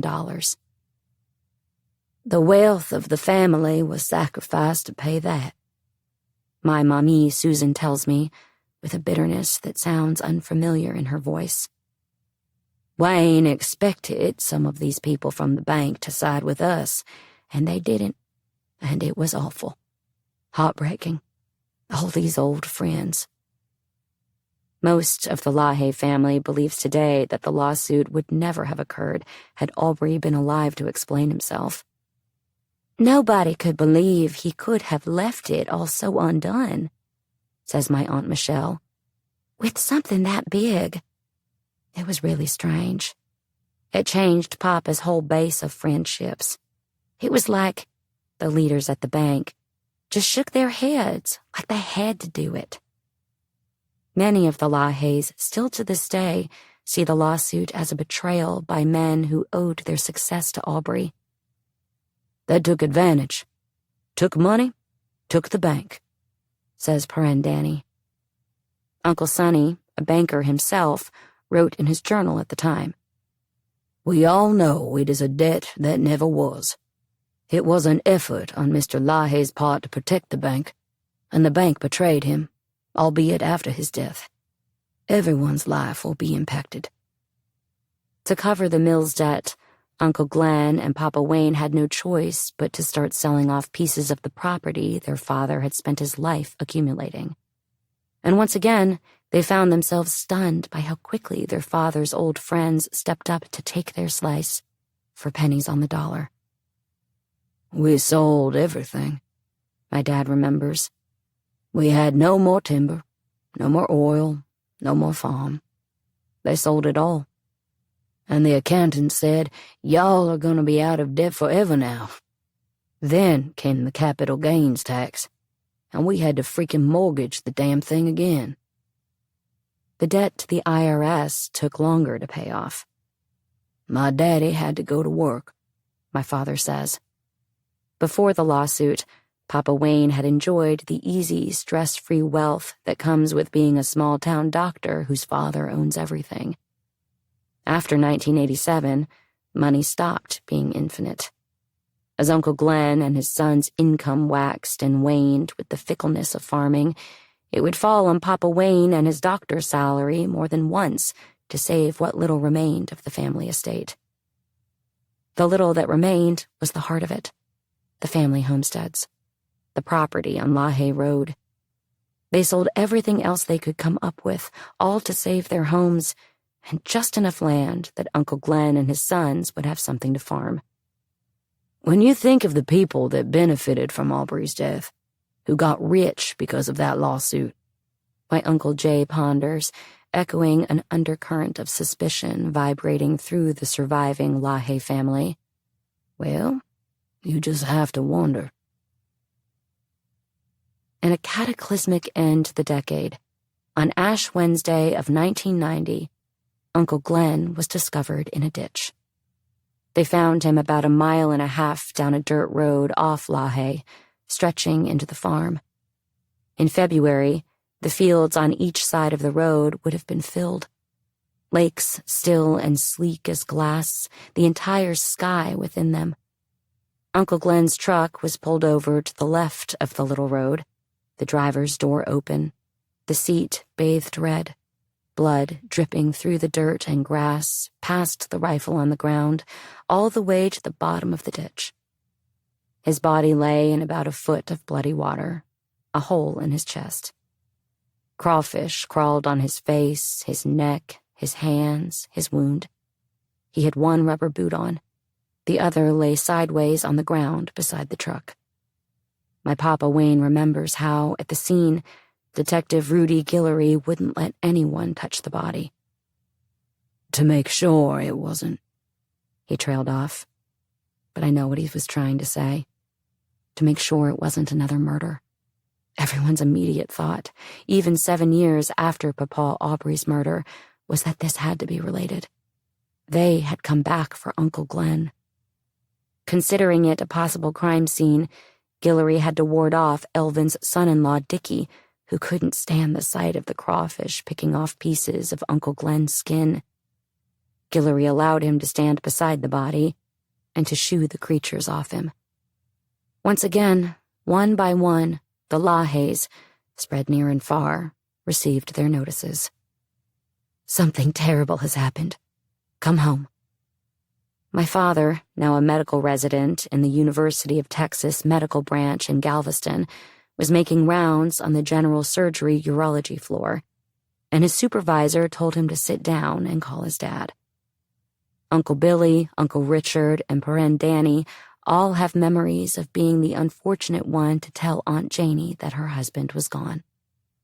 Likely they all arrived right around the same time, but no one remembers the way she screamed like Aunt Dusty does.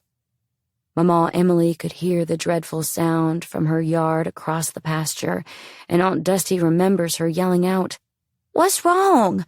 What happened?" And I didn't want to tell her, Aunt Dusty recalls. I just came in the house.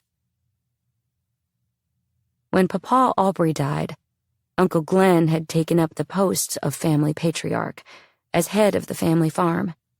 Quietly, Papa Wayne held him up where he could. But in 1990, the farm, stripped away to its barest bones, wasn't paying its own bills.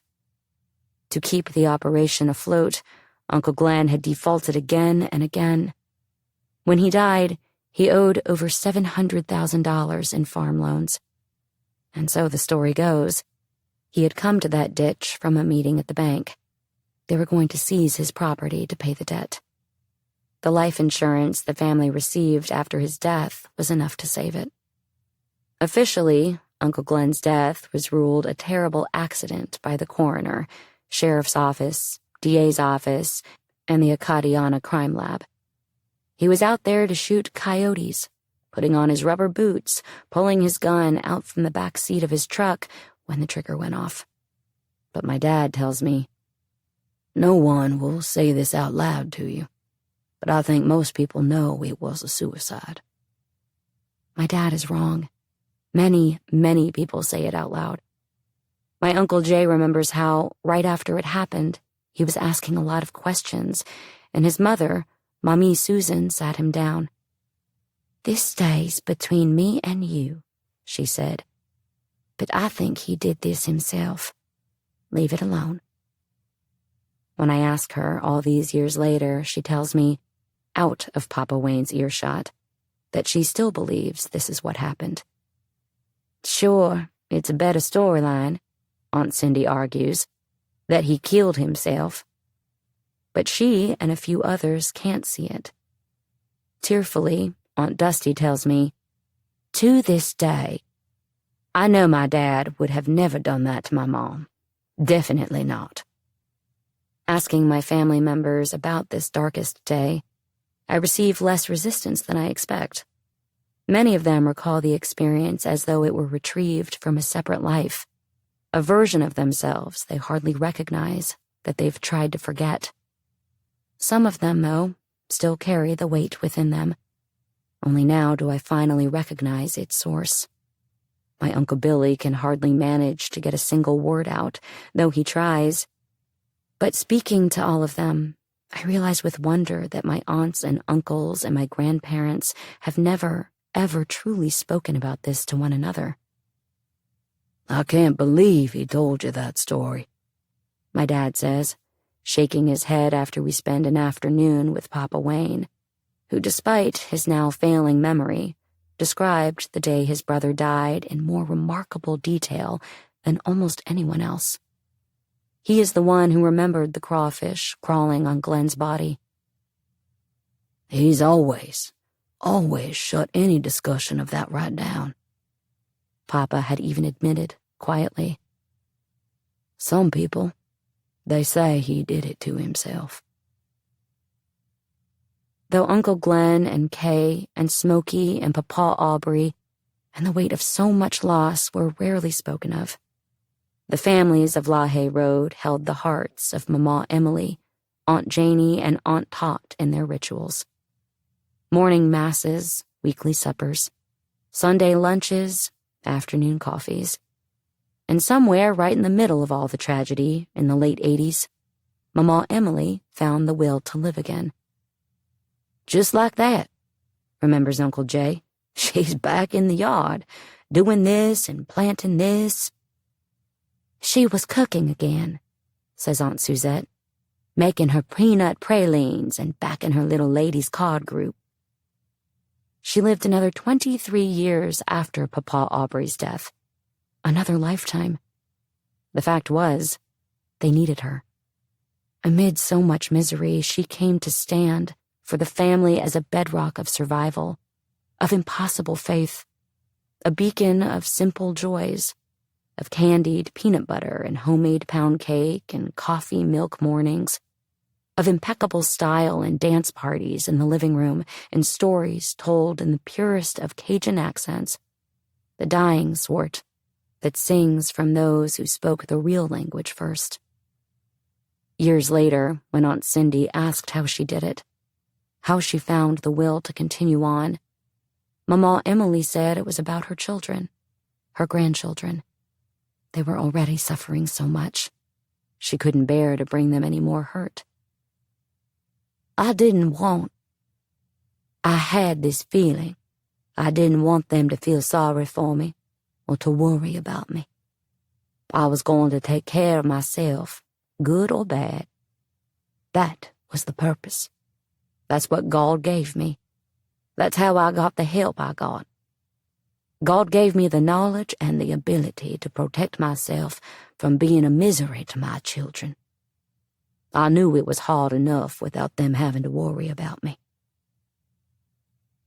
When my dad calls this era of the LaHaye family history the dark decade, he cannot help but draw it all back to Papa Aubrey, to ask the question, would any of this misery have unfolded if he hadn't been taken?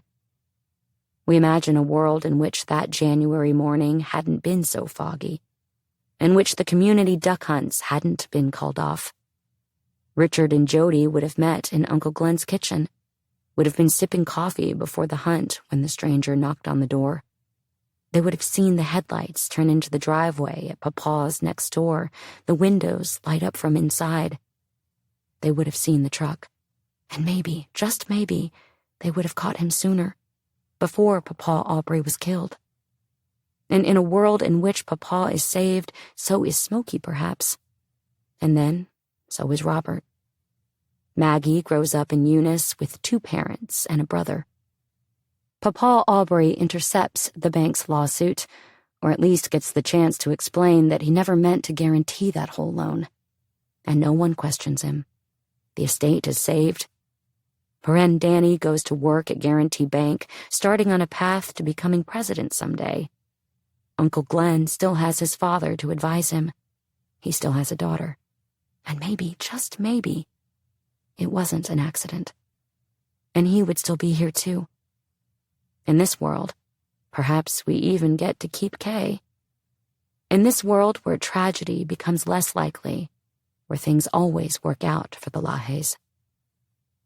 I wonder what it might have been like to have this great-grandfather for myself, to crawl into his lap in the recliner and know the scent of his cigars. I imagine my childhood at Mommy and Papa's extended through the pasture to Papa and Mama's, where I'd have a face, a voice, for the legacy I'd supposedly inherited, an unbroken thread from my grandfather's childhood to my father's, to my own. I imagine Papa beside Mama Emily on the couch, arm wrapped around her shoulders. How might it have changed me to witness that generation in the fullness of their devotion to each other?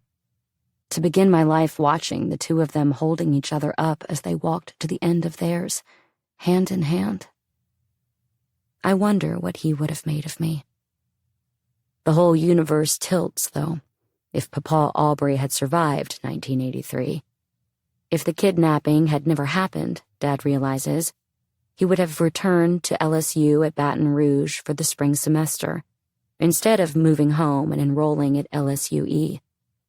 He was studying to be a veterinarian at that time, and without the encouragement and inspiration of the pre-med students at the community college, perhaps he would have stayed the course. He wouldn't have decided to instead follow in his father's footsteps, to become a doctor. He would have had no reason to move to Galveston, Texas, for a urology residency. And he would have never met my mom. If Papa Aubrey hadn't been killed, he tells me, I'm not sure you would exist. Hot, cold. Months after filing a Freedom of Information Act request for any and all FBI records regarding the murder of Aubrey LaHaye, I received the records in the mail. A manila envelope with 2 CD-ROMs inside. Uploading the files to my computer, I am instantly overwhelmed by their sheer messiness. In no particular order, with indecipherable chicken scratches and redactions throughout, the records consist of almost 200 pages of FBI correspondence regarding Papa Aubrey's murder. Before I'm halfway through it, I'm wondering where the rest is. There are no handwritten notes from the interviews with Mama Emily, no copies of the composite drawing, no mention at all of the many phone calls my family remembers the FBI intercepting over those 10 days. I know potential suspects were interviewed but can find no transcripts or notes regarding those conversations. Not even names. Almost every mention of a suspect is redacted. Frustrated, I track down the investigators themselves. I've had the obituaries for many of them, including Detective Rudy Guillory, in my notes since the beginning. But maybe some of the others were still around. Maybe they still remember. I send an email with a list of names to the Society of Former Special Agents of the FBI, and am surprised at their quick response. 2 of the agents are still alive, the Society's executive director tells me, and one of them is Agent Ed Grimsley. When I get him on the phone, he starts out, Now, are you Wayne's granddaughter or Glenn's? He doesn't remember everything, he tells me, but he remembers vividly all of them. The LaHayes, the people of Evangeline Parish, whose houses they milled about, whose couches they slept on for a time. We developed a relationship with those people that doesn't typically happen that way. They were just wonderful. Back in January 1983, after the discovery of Aubrey's body, investigators gathered a slew of new evidence from the Bayou Nezpique crime scene. Aubrey's eyeglasses, discovered on the bank, the 2 tire rims that had weighed down his body, the rope he'd been tied with, and the bloodied yellow towel that had been wrapped around his head. This had been the site of the fatal blow, according to the autopsy. Not a bullet, but a blow. Perhaps 2. In the wounds, the coroner found a dark, greasy material and a fragment of amber-colored glass. Papa Aubrey had been beaten to death. By what? We still, to this day, do not know. A murder weapon was never recovered. 2 knives were turned in, found within a mile or so of Aubrey's home. They were sent with everything else to the Bureau's lab in Washington, D.C. for testing. When the results came back, there was only a single viable fingerprint to work with, found on one of the tire rims, but it didn't match any in the existing database. And on one of the ropes, a blonde hair. The lab assured investigators the print and the hair would be preserved for future testing. Locally, investigators published photographs of the tire rims in the newspaper, one of them distinctively light blue and belonging to a 1978 or 1979 Nova, or a 1978 to 1981 Camaro, hoping someone might recognize it. On January 19, 1983, 3 days after Aubrey's body was found, the FBI arranged for Emily to view a photographic and in-person lineup, overseen by Special Agent Owen Odom and Detective Guillory. they had identified a suspect. Taylor Strother had been named by two separate citizens as someone who looked like the composites. A known criminal in the area, Strother's activities ranged from burning down his own family home to simple battery to shooting a man with a 12-gauge after an argument. Notably, though, in 1971, he robbed a hired chauffeur, forcing him to drive down a rural back road before taking $320 at knife point. According to the FBI reports, Emily tentatively identified Strother in one of these lineups. The report says he consented to a search of his home, as well as a polygraph examination. From his home, the FBI collected 3 pairs of blue jeans with what appeared to be bloodstains, a yellow washcloth, dissimilar in color but similar in weave, wear, and appearance to the towel found on the body, and 2 tire tools, one covered in something that looked like blood. Despite how damning this evidence appeared at the outset, the FBI headquarters laboratory results didn't turn up anything that could actually be used to charge Strother. They confirmed that there was blood on 1 pair of the blue jeans submitted, but comparisons made against Aubrey's blood were inconclusive. When I read this in the correspondence, I wonder why they wouldn't use the word negative. The material observed on the tire tools was not, in fact, blood at all, and the washcloth wasn't a match for the towel found on the body. Regarding fingerprints, the report reads, "No fingerprint records were located here for Taylor Strother." But why wouldn't they obtain his fingerprint for comparison? From there, Strother disappears from the record. Without any conclusive indication otherwise, I can only assume that because they had no hard evidence on him, the investigators had to move on. When I try to find out what happened to Strother after 1983, all I can gather is that he was in a devastating wreck in 1995, was arrested for a DWI in 1996, and died at age 49 in Franklin, Louisiana in 1997. With nothing else to grasp at, I, like the investigators, force myself to move forward, storing his name away for now. In one FBI report written that January, the agent states, "On January 24, 1983, meeting held of all agents and law enforcement officials involved in instant investigation and list of 30 names of look-alike and possible suspects were compiled. These individuals being systematically evaluated and will be interviewed prior to being eliminated as suspect. Most names obtained from private citizens responding to wide dissipation of composite sketch of unsub." It is unclear if, at this point, John Brady Balfa had already been eliminated from the pool of suspects, or if he was ever officially eliminated at all. In the FBI records, I can see that sometime after Balfa's second interrogation, an agent took the time to write down that he had a thick mustache, which would indicate he was not the individual who entered victim's home, based on Mama Emily's description of a clean-shaven man. Other correspondence suggests they were working on confirming his alibi and had acquired documentation from the Best Western in Atlanta, Texas, that proved Balfa had checked in between 9 a.m. and noon. Beyond that, it appears that the Balfa probe was dropped. No one questioned him for the remainder of his time in the Gregg County Jail. His rape trial took place in February 1983. He'd come out of it with a conviction and a lenient sentence of 10 years probation and a $10,000 fine. By March 1983, he was walking free.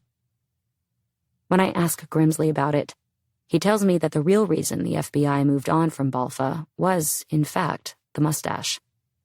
"When we first interviewed Mrs. Emily, she was very insistent that the culprit who came in was clean-shaven," he said. And the half-dozen composites they worked on with her, she had always described a man with no facial hair. "That was the thing that just kind of eliminated him at that point. It seemed very significant. I mean, she just kept insisting." On February 7th, 1983, the Daily World published an update on the investigation with the headline, "Murder Trail Turns Hot, Cold." On February 17th, FBI not giving up on murder, but moves command post from LaHaye property. On March 20th, they conducted another search of the Nezpique, dragging a magnet along the bottom of the bayou in hopes of drawing up evidence. Again, nothing. On March 23rd, LaHaye riddle remains. For the next 6 months, there was virtually no progress on the Aubrey LaHaye case. All the FBI agents, except for one, Agent Owen Odom, left Evangeline Parish to pursue other investigations. Sheriff Ramson Vedrine continued to tell the newspapers he was sure the murderer was Calvin Ware, who was still on the loose. He was also promoting a theory that the murder was a contract killing, disguised as a ransom demand. "If they wanted money, it doesn't make sense," he said to a journalist. It didn't make sense that they never called, that they killed him. This was something bigger, he was sure. Recalling Vedrine's contract killing theory today, Grimsley explains why the FBI agents disagreed. "Our experience has always been that a contract killing is usually done to send a message. So people want it to be known that it's a contract killing.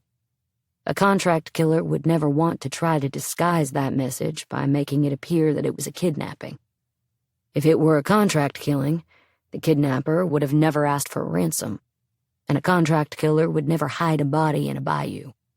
They'd put it somewhere it could be easily found, part of his message to the world of saying, 'This guy wronged me.'" On July 12, 1983, Sheriff Vedrine got the call he'd been waiting on. "We got him. We got Ware." The sheriff was practically in the car, headed to Douglas, Texas, before the FBI intervened. "We think it's a good idea if you stay behind for this," Agent Grimsley told him over the phone. "With all due respect, he's no doubt heard what you're accusing him of, Sheriff. If it is him, we have to do this right." When wind made its way to the local reporters, though, it was Vedrine's door they came knocking on. He told them he and the FBI officials didn't agree on what should be made known to the public. "I think the more publicity you get, the better off you are," he said. "Sooner or later, the facts will come out, and you'll solve the case and get your man." The FBI's philosophy won out. For weeks, there were only sparse updates on Ware. There was an interrogation, the FBI reported, never confirming if there had been significant findings. Still, Ware continued to be named as a potential suspect. Months passed. Then, in September, after a miscommunication between the Evangeline Parish District Attorney's Office and Texas officials, Ware was allowed to post a $2,000 bond. Unsurprisingly, he failed to appear at his extradition hearing and was again considered at large. It took 5 months to apprehend him again, this time in Nacogdoches, Texas, on charges of attempted murder. He had shot a man 7 times with a .22 rifle. Authorities posted his bond at $10,000, and he was forced to sit through more questioning by the FBI. For 3 days, he would not say a single word. On February 9th, 1984, over a year after Aubrey LaHaye's murder, the investigation's only viable suspect was transferred back to Evangeline Parish in handcuffs and feet shackles. Only then did FBI agents make an official comment on their findings. In the Daily World, Agent Grimsley stated, "After an extensive interrogation, we feel he is not a suspect." Just like that. A report published a month later quoted Agent Cliff Anderson clarifying that Ware wasn't definitely disqualified as a suspect, but that he would not be charged because of the results of a polygraph examination. Reading through the papers alongside Evangeline Parish past, I feel the anticlimax of it in my throat. A polygraph test? I call Grimsley. "Yeah, it was all pretty straightforward, honestly," he tells me. As he remembers it, Ware had an alibi. "I wish I could remember what it was, but it was pretty tight." I wonder why they wouldn't have put that in the newspaper, why they instead would attribute the elimination of their biggest suspect to a polygraph. and why there were no records of any of this in my FOIA file. But the fact of the matter was, investigators likely didn't have a single piece of physical evidence to connect Ware to the murder. They were going solely off speculation and rumor. Without a weapon or a witness, something to connect him to that pile of rope and rims, they had no way to charge him for the crime. Mama Emily had even said, when she saw his picture, that she was sure it wasn't him. My family members don't have recollections of this development at all, though I find it difficult to imagine they weren't privy to updates on the investigation, or at the very least, following it in the news. I just remember it didn't pan out, says Dad. Ware didn't have anything to do with it. Later that March of 1984, Grimsley offered the public a grim update on the status of the Aubrey LaHaye case. We really aren't any closer today than we were when we first started. All I can tell you is we know a lot of people who are not suspects. That summer, Sheriff Ramson Vedrine announced he would not run again for office.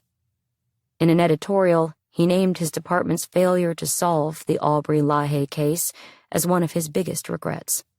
He said he believed it would have been solved if he'd had cooperation from the federal agents involved. Shortly after, Vedrine admitted to his wife and his doctor that he had cancer, self-diagnosed. Stomach cancer, which had already spread into his brain. By October 4th, 1984, he was dead. That's him. September 21st, 1984. Excuse me, ma'am. I had a little accident down the road. I was hoping I could use your telephone to call a wrecker. Emily stood in the St. Landry Parish jail. She wore a white collared shirt, buttoned all the way to the top, tucked into a pair of electric blue linen pants, cinched just below her waist. Her hair was impeccably coiffed, lips painted dark red, her hands folded at the waist, shoulders pinned straight.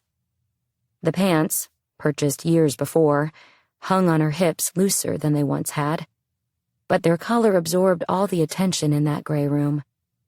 She stared at this man from behind one-way glass. He was tall, slim, white, holding a sign with a chest-sized number 5. He walked out of the room.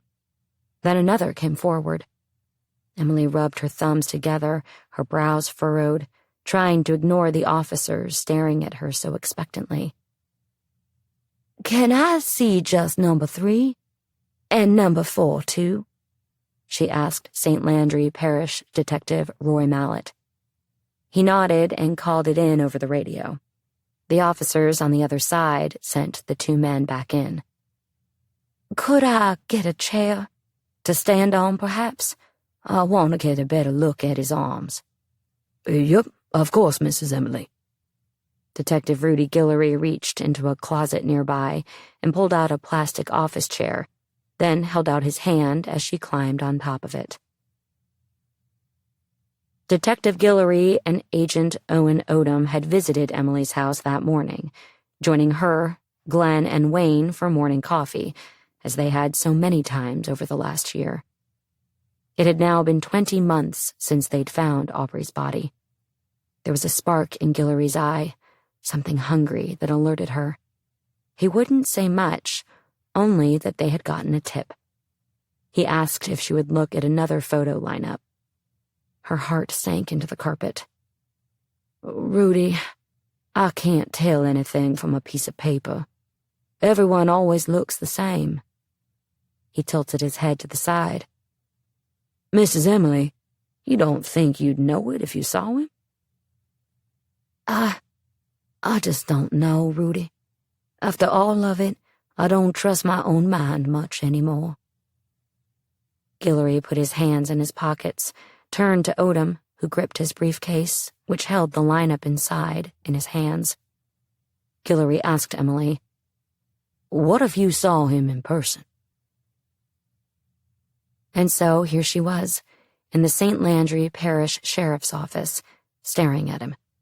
The longer she looked, the more she was sure. Yes. She gave a single curt nod. May God forgive me. It's number 3. That's him. John Brady Balfa. Things I know about John Brady Balfa. The first thing I ever knew about John Brady Balfa was in his name. It was in his people. Across Acadiana, everyone knows the name Balfa, even now. It was July 24th, 1964, the day Dewey Balfa took the stage at the Newport Folk Festival and introduced Cajun music to the rest of America. He and the Eunice Playboys played on a lineup that included Joan Baez, Johnny Cash, and Bob Dylan.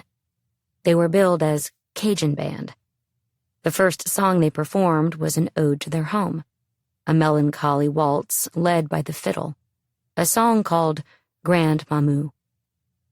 Oh, chapépé, je partis. Je partais pour m'en aller à Grand Mamou. Oh, dis-moi, oh, chat petit. Moi, je connais, je mérite pas, ça ta peut faire. Because Cajun music is mostly orally transmitted, there are a lot of different versions of the same song, especially lyrically. This is the one Dewey Balfa is said to have typically played. The musicians were confused at the way that the audience of almost 20,000 sat still throughout the entire song.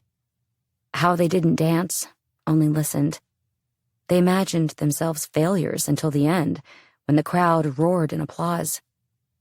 After seeing the rest of the world react to the music of his ancestors, Dewey's fate was sealed as the fiercest advocate of Louisiana French heritage of his time, the spark behind the folk revival of the old sound. After the festival, he returned to Evangeline Parish filled with purpose. He started pushing for local recording studios to make traditional Cajun music records, and he set about searching for opportunities for his family band, the Balfa brothers, to bring the music of their father and their grandfather and their great-grandfather to the wider world. There were 5 brothers in the band. Dewey and Will each played the fiddle. Rodney had guitar, harmonica, and vocals. Berkman played the triangle and the spoons, and Harry, John Brady Balfa's father, held the prized spot as accordionist. Their childhood would have been similar to Emily's a generation before. Their father, Charles, was a sharecropper and a multi-instrumentalist, as his father had been. Family life was centered around the evenings when they'd all come together to practice the traditional Acadian folk songs in their living room. As teenagers, they started playing at the local dance halls under the name the Musical Brothers. By the time Dewey returned from Newport, though, talking of traveling the world and spreading the gospel of Cajun music, Harry had purchased a little piece of land and begun working as a carpenter. He was raising his boys in the way his father had, in a quiet, stationary lifestyle on the prairies of Dural, a small community on the outskirts of Mamou. He had little interest in becoming a touring musician. When Dewey returned to the Newport Folk Festival in 1967, this time as the fiddler for the Balfa brothers, Harry stayed behind. The band went on to perform at dozens of other folk festivals across the country and to make several records of traditional Cajun music. They were the first Cajun musicians to perform in Europe and were even on the lineup at the 1968 Summer Olympics in Mexico City. To this day, the Balfa brothers are some of the best-known names in the history of recorded Cajun music. Their records considered classics, carrying those centuries-old songs into the future. When I was growing up, these songs served as background noise in most of the restaurants our family visited. They bounced from my uncle's guitars against the walls of Papa Wayne and Mommy Susan's living room. Today, whenever I tell people from home the name of my great-grandfather's accused murderer, they ask, is he related to the Balfas? A journalist once asked Harry Balfa about his son's lack of interest in music. He responded, when they were growing up, they had television and radio and other distractions. When we were young, There wasn't anything else but our music. And after 4 generations of the Akkadian sound ringing through the family, a branch of the Balfa legacy ended with Harry. John Brady Balfa was just a few years older than my dad and his cousins. His family a sort of blue-collar foil to the LaHaye family. The Balfas, like the LaHayes, have deeply entrenched roots in the area, cousins everywhere you look, and a lineage that has existed in Evangeline Parish since the Akkadians first arrived. John Brady would have possessed an intimate connection to the community born of his uncle's musical legacy, as well as his parents' professions. People in Mamou went to see Dr. Wayne LaHaye when they were sick, and they visited John Brady's mother, Mildred, whenever they needed their hair done. They negotiated their mortgages with Aubrey LaHaye at Guarantee Bank, and then called Harry Balfa to install their kitchen cabinets. Both families would have attended Mass at St. Anne's on Sundays. John Brady, by all accounts, hoped to surpass the working-class lifestyle he'd grown up in. In 1977, he enrolled in the political science program at LSU Eunice, with plans to complete his degree at LSU in Baton Rouge before going on to law school. At the time, the charismatic, controversial Cajun governor, Edwin Edwards, was kicking off his second term in office. The governor was his hero, emphasizes Doug Pichu, a classmate of John Brady's at LSUE and later at LSU. John wanted to be like that.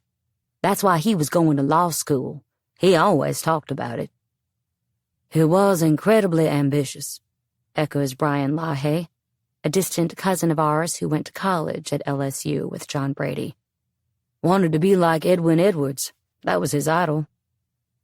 Edwards, the 4-term populist icon, is remembered today as much for his ability to speak Cajun French and his dedication to the working class as his jail time in the late 90s, following a conviction of 17 counts of racketeering, extortion, money laundering, and fraud. But in the late 1970s, when John Brady Balfa was in college, Edwards was still sitting pretty at the height of the state's oil boom. A native of the Acadiana town of Crowley, he developed a passionate following among the Cajun rural communities. They had been paid little attention by politicians in the past and were ecstatic to acclaim the guy in the big seat as one of their own. Gearing up for his next campaign, he'd visit his constituents in Acadiana, and they'd break out the red carpet. The fattest pigs were slaughtered, the biggest houses cleaned and prepped, the seediest bars stocked, and the prettiest ladies lined up, all for Edwards's arrival. Mamou's Holiday Lounge famously hung a life-sized cutout of the governor above its front door, with a sign reading, "Bienvenue à Grand Mamou, Governor Edwards." The cutout and sign remained there for decades after Edwards's time in office, even after he was incarcerated. John craved that kind of power, says Doug. He wanted to be able to do whatever he wanted. In the fall of 1978, the LSUE Student Government Association announced John Brady Balfa as its new president. In a photo published in LSUE's Bayou Bengal, he sits at the center with 6 other elected officers around him. He is thin, with the characteristically dark Balfa hair and a light mustache, neatly dressed, a pen in his shirt's front pocket. He's 20 years old, his future gleaming in all its promise. And like a true Louisiana politician, John Brady knew how to work the system. Around the same time, my Aunt Michelle was dating the last boy she'd love before my Uncle Danny. She was a high school senior, but her boyfriend was a student at LSUE.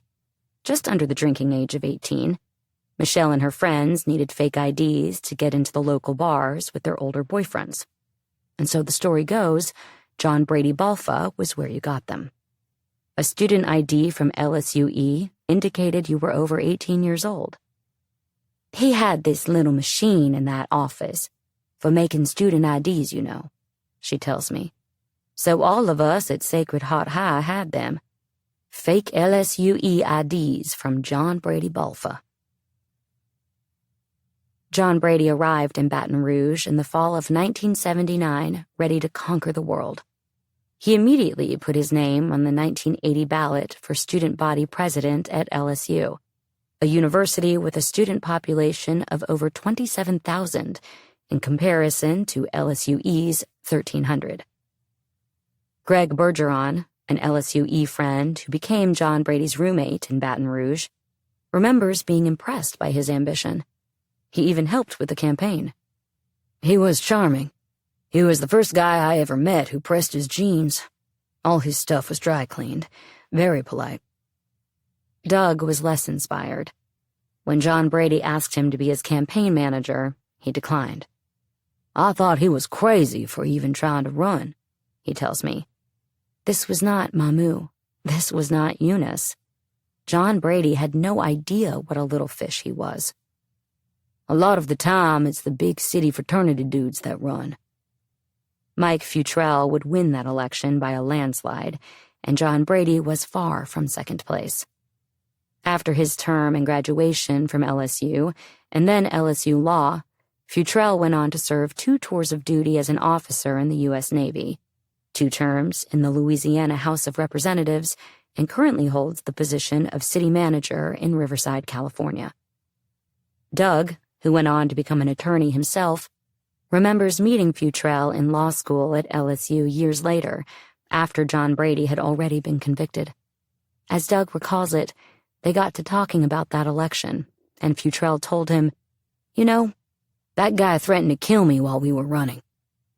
Doug responded, "You should have believed him." When John Brady arrived at LSU, he moved into an apartment complex on Alvin Dark Avenue, in the neighborhood just behind the university's rowdy conglomerate of bars known as Tigerland. Most of the Evangeline Parish folks attending LSU lived there, taking turns hosting Monday night football screenings and gumbos and pre-games for wild nights out. Everyone was drinking, but John Brady had a problem. John drank in a way that was pathological, remembers Brian, who was John Brady's other roommate at the time. He'd schedule his classes on Tuesdays and Thursdays to maximize his drinking. We're talking go through a 5th of whiskey on a Friday night, another one on Saturday. On Sunday, he'd start on a 3rd one to calm his nerves, get ready for the week. Doug was living around the corner from John Brady and had a pre-law class with him. We both hated it. We'd bring a quart of Jack Daniels and promise we'd only have a few swigs. They'd leave the class with the bottle empty, almost every time. Greg was a partier, and it wasn't just alcohol, he says. The drugs were everywhere. But John frowned on that. He says, he would never. Alcohol was legal, you know, and John was a raging alcoholic. He outdrank anyone I ever knew. Damn, though. Drugs probably would have at least calmed him down, instead of firing him all up. The alcohol fueled a fury that none of its witnesses have forgotten. Stories abound of John Brady bowing up to guys 10 times bigger than him over one disproportionate offense or another. He had the ability to switch his personality so fast, but when the manners and charm didn't work anymore, he would revert to this irrational anger or passive-aggressiveness, remembers Greg. There was an insecurity to him, he says, that lost all logic. They'd be with a group of friends and something would strike a nerve. The pouting. He would go in his room and stay away from us, or he'd sit in his chair and you could feel it. And these guys all fell off. They didn't want to deal with somebody that fragile. I was getting real fed up with him, says Doug.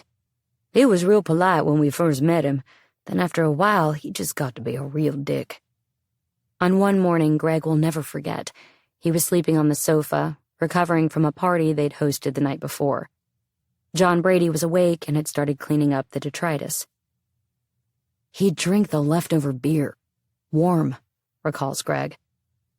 I wouldn't help him clean, like, just because you're cleaning right now doesn't mean I have to. This set something off in John Brady. He took a long-necked bottle, broke it on the coffee table and held it to my neck. Still, Greg stuck around and even supported John Brady dating his sister for a time. He could be so gracious and accommodating. Besides, the qualities that made John Brady difficult to be around were things people in college typically grew out of: immaturity, insecurity, drinking too much. Someone who could put himself together so well, who had such charm and manners and ambition. Well, most anyone would have believed there was a future there. Like my dad said once, remembered Greg, he was the kind of guy you wanted your daughter to marry. This is what attracted Greg's sister to John Brady in the first place. That all appealed to me, she tells me. It looked like a good thing. Today, Colleen Jackson is a trim, confident-looking woman, exuding a highly professional aura not unlike her brother's. With some difficulty, I try to imagine her sitting at a countertop in a dingy Alvin Dark apartment, drinking beers with John Brady. We immediately kind of hit it off, she says.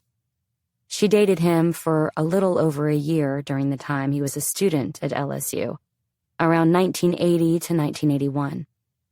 He had Cajun roots, I had Cajun roots. We had a lot in common. He'd share his uncle's music with her, driving her to Henderson to eat at Pat's, where they had a giant dance floor and the Balfa brothers' albums playing on repeat. John Brady was a generous boyfriend. He would shower her with gifts, bought her a dog, would even buy her clothes. He was all about impressing, says Greg. There was a while I tried to keep up with him, the dry cleaning and all that, but I couldn't afford it. I didn't have the bankroll he had. John was a regular old guy like us, says Brian. He didn't come from a family with any kind of money. We figured there was something up that no one knew. At one point, Greg purportedly got the story from John Brady, who said he'd made an agreement with a businessman and family friend back home, Eddie Swallow. Eddie Swallow is of no relevant relation to the sheriff's deputy Floyd Swallow. So long as he stayed in school, Swallow would send John Brady a $1,000 check each month. Eddie Swallow is today recognized as one of Acadiana's most successful entrepreneurs.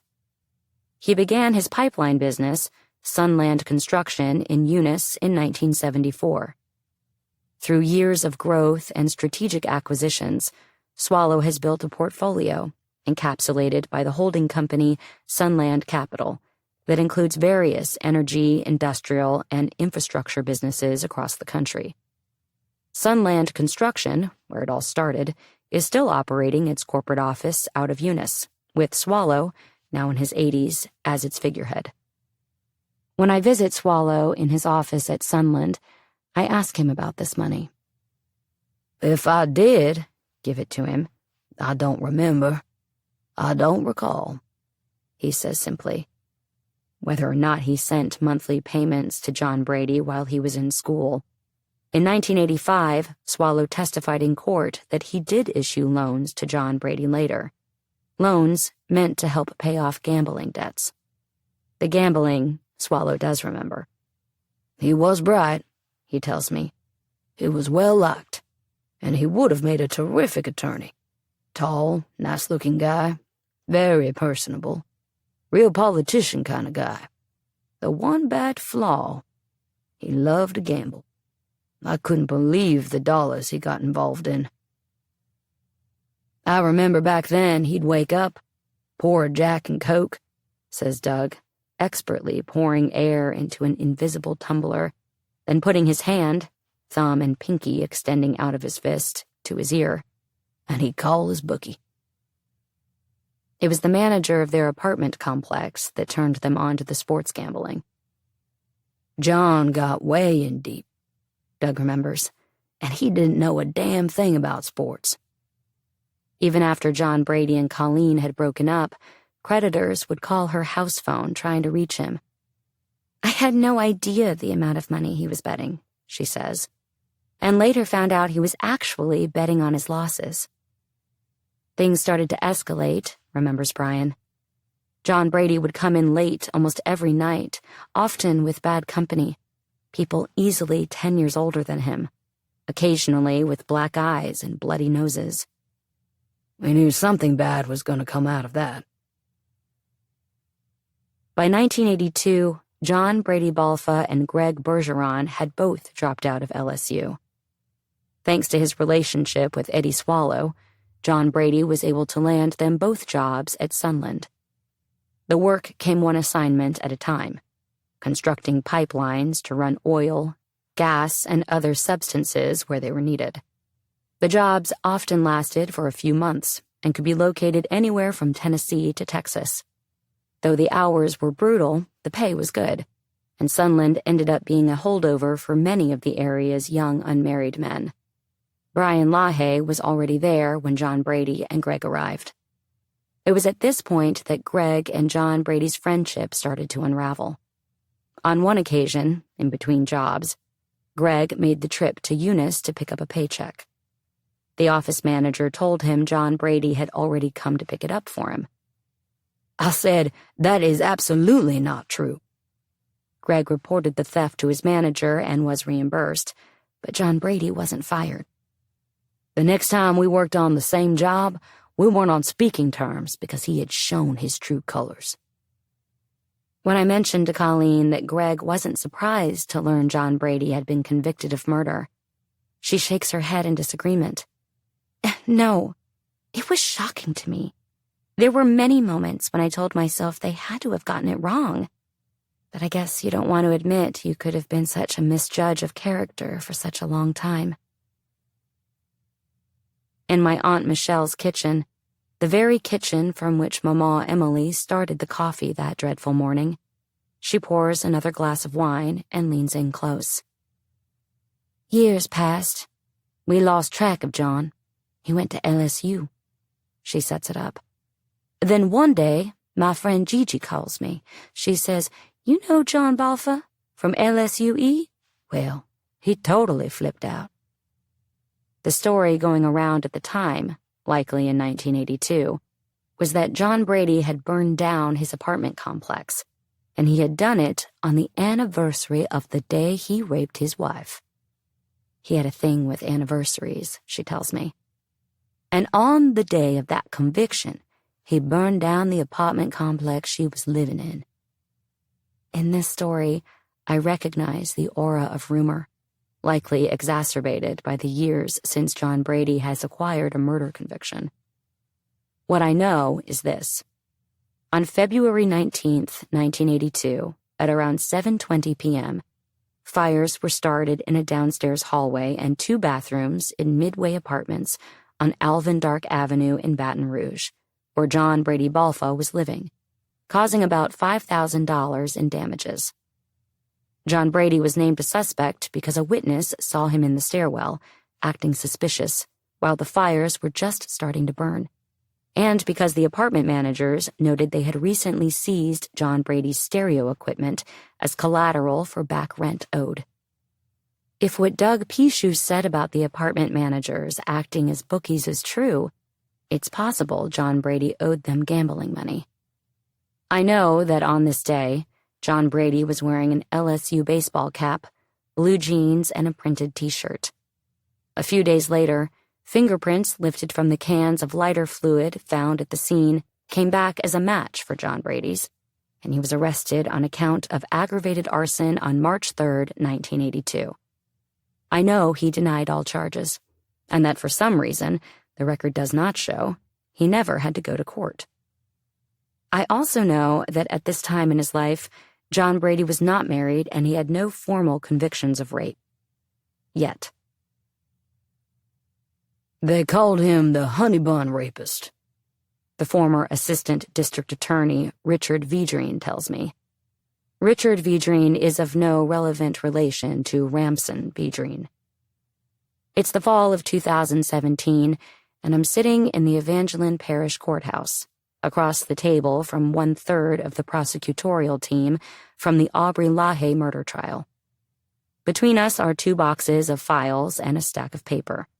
The DA file from the John Brady Balfa case. Though Vedrine is retired, he's gotten me access to all this. He declines to be recorded.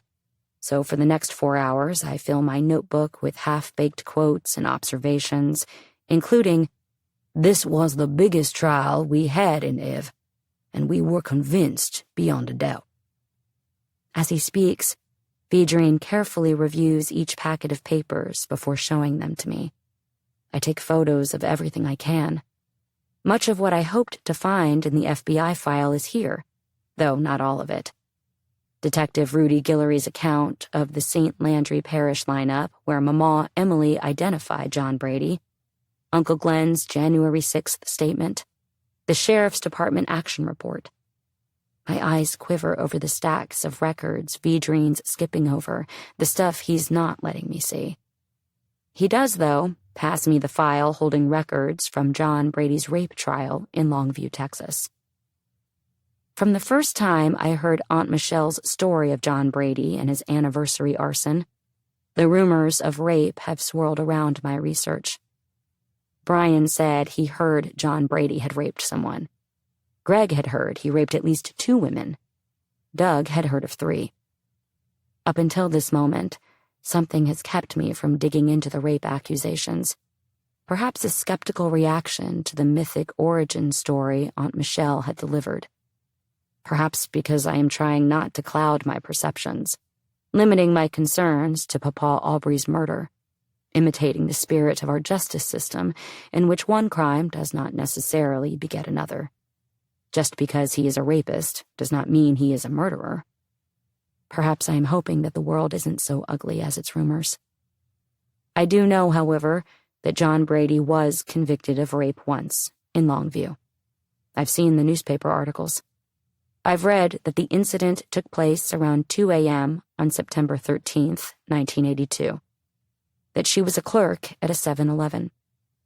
A customer came in the door, heard a noise, realized what was going on, and called the police. John Brady ran, but the cops caught up with him, identifying his truck by the Edwards 83 sticker on the back. When I get home from the courthouse, I start reading through the records from that night. The police report, the witnesses' statements, the victim's statement. It's all here, right in front of me. What he did to this woman, in her own words, in her own handwriting. The honey bun he bought from the counter. The handprint-shaped bruise he left on her neck. The way she fought and resisted the whole time. The way she told him, "My life is messed up enough. Please, let me go." The way he smiled at the other customers on his way out while she sobbed and pulled up her pants. This is monstrous, I think to myself. These are not the actions of someone damaged, the consequences of poor choices, the mistakes of youth, the illness of addiction. This is evil. Pure, unabashed evil. The disgust slithering over my skin smolders when I read about the trial, uniting with a global rage burning bright that fall of 2017, when the sexual abuse accusations against Harvey Weinstein were spurring the beginnings of the #MeToo movement. The trial, which took place in February 1983, was agonizing. A litany of praises for John Brady by members of his family, giving character witness testimony to his potential, his intelligence, his good, kind heart, to the fact that he was going through a rough patch.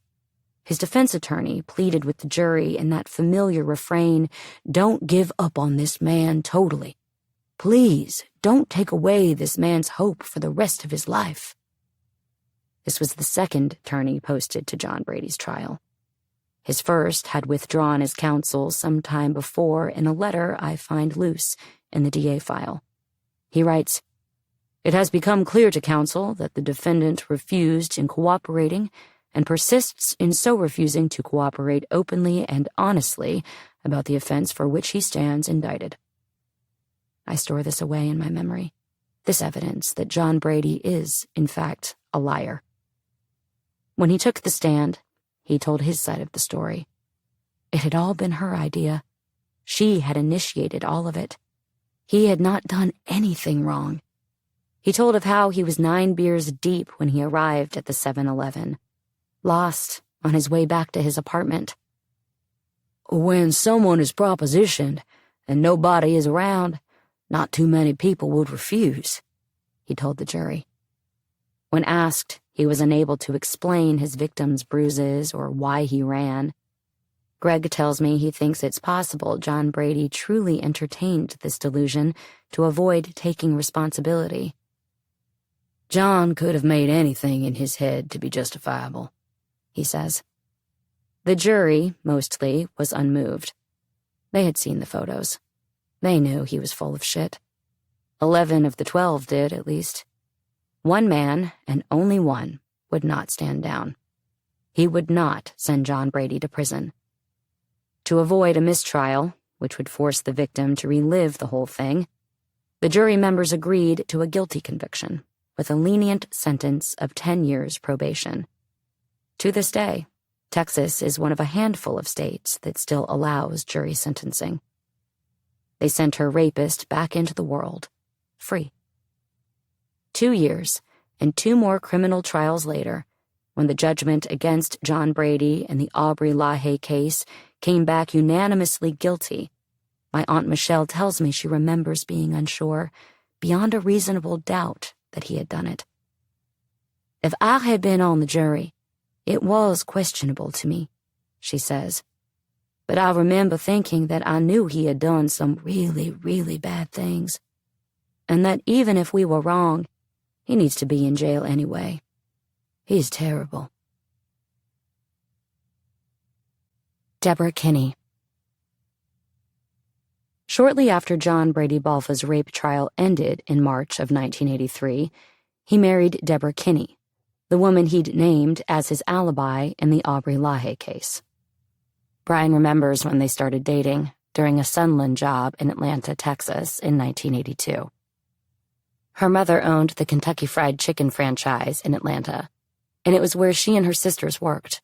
KFC, she would later testify, is where they met. John Brady and Deborah got engaged in December of 1982, imagining an October wedding. They'd later changed their minds, opting for the spring of 1983. At the time of their engagement, John Brady was out on bail, awaiting his trial for the rape case in Longview. I can't help but wonder how a woman accepts a proposal from a man awaiting trial for rape. What did she know? Could he have manipulated her into believing he was innocent? The couple married on April 17th, 1983, at John Brady's childhood home. "It was a simple little ceremony," remembers Brian. "I remember it got real emotional. John Brady started crying, and he hugged his daddy and all this. They were obviously a close family." The marriage was short-lived. By September 1984, Debbie had moved out and gone back to Texas. Their divorce was finalized by November. I think often about Debbie, about her vantage point on January 6th, 1983, and I imagine 3 parallel universes. In the first, John Brady arrives in Atlanta, Texas, a murderer, and it is imperceptible. He puts on his fiancé face and plays the part. Brushes Debbie's hair behind her ear with the same hand that bludgeoned Aubrey LaHaye to death only hours before. They talk of Tootsie, of his upcoming job assignments, of her mother, of their wedding. She notices he's acting a little off, asks him about it. He hugs her tight, tells her not to worry so much, and she buries her face in his neck. In the second, he did it, and Debbie knows. She is his confidant. She spends the day telling him to act normal, to be sure people see him all over Atlanta. Her heart sits in her throat. She's worried for him. She loves him, no matter what. He can't get caught. She squeezes his hand and barely registers the movie. He passes the popcorn to her sister. Safe inside his hotel room, he tells her everything. Maybe he cries. Maybe he's scared. She definitely cries. She's definitely scared. They hold each other tight until outside the window the sky shifts from black to blue. In the third, it is as John Brady and Debbie have always said. A normal day, a wonderful day. 2 lovers reuniting after some time apart. Pizza, cigarettes, and arms wrapped around each other. neither with any idea that 240 miles away, a body sinks into the Nezpique, neither with any idea of all that is to come. The Case of Terry de Villiers, September 18th, 1984.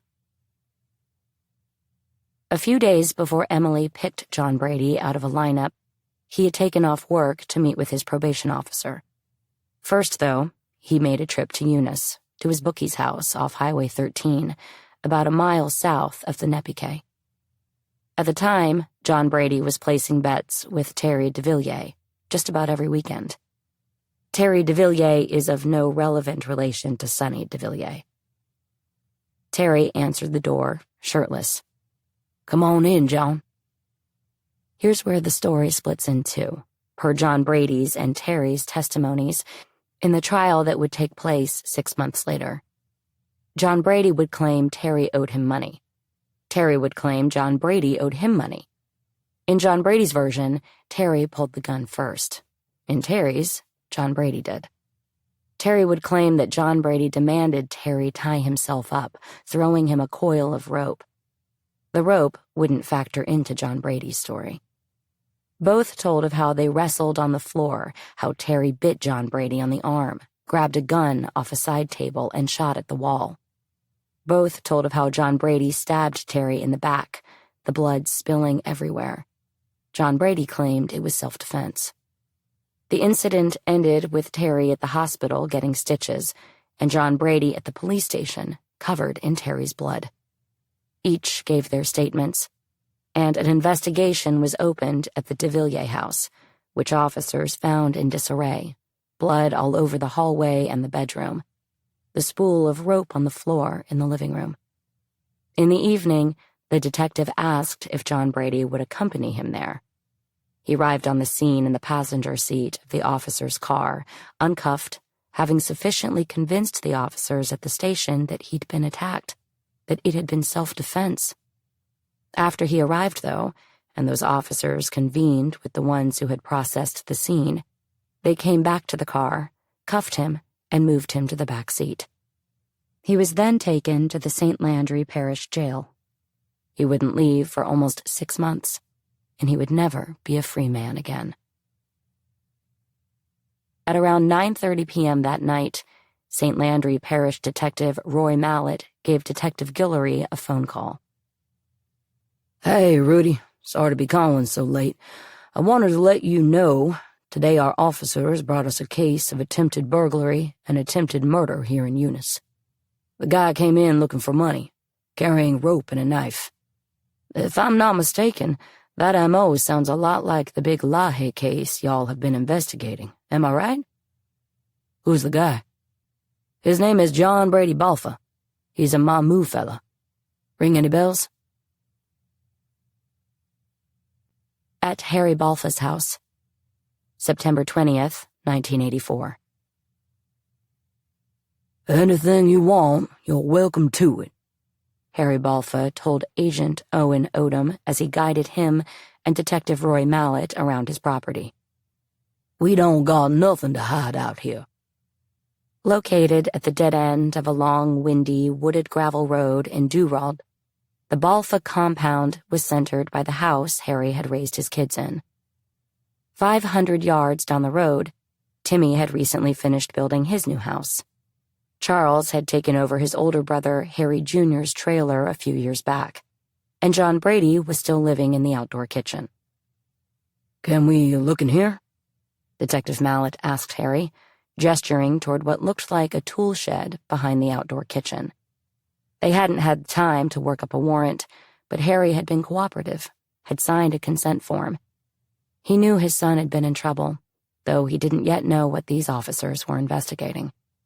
He nodded, opened the door, and switched on the single light bulb, which illuminated some dusty shelves housing tools and paint cans, a table at the center.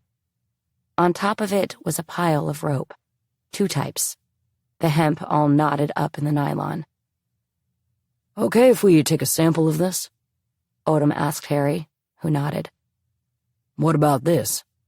Mallett picked up an open can of bright orange paint, and looking at it said, I guess we don't need the whole thing. He searched around for a swab. Harry bumbled over. Look, how about this? He pulled out a pocket knife from his jeans, wiped it on his sleeve, then sliced a sliver of the dried paint from the lid. Will that work for you?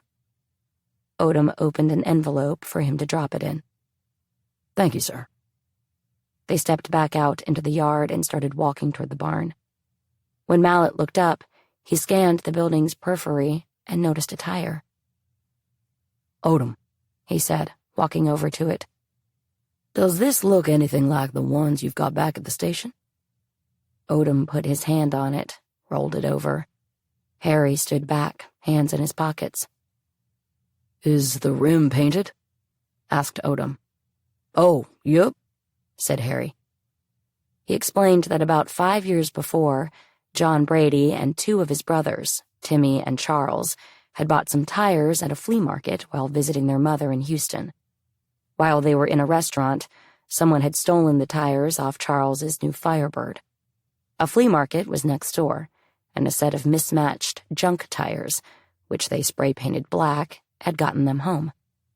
After the insurance money came through and Charles was able to replace his tires, the flea market set was tossed in the junk pile. Are all 4 tires still on the property? Odom asked. Yeah, I believe so. There should be somewhere around here, answered Harry, wary of the sudden intensity with which the agent was eyeing the tire at their feet. Can you help us find them? Mallet asked. Of course.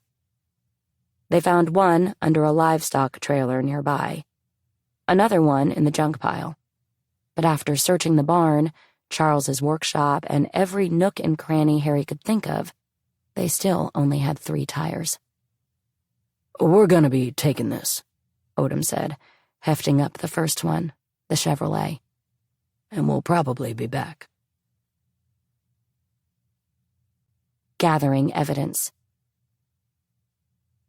On the morning of September 21st, 1984, Agent Owen Odom pulled John Brady Balfa into the sheriff's office at the St. Landry Parish Jail and handed him an advice of rights and waiver form.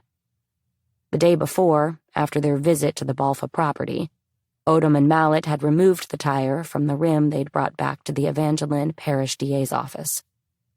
When they set it beside the Camaro rim that had been attached to Aubrey's body, they looked at each other and nodded. The rims looked alike.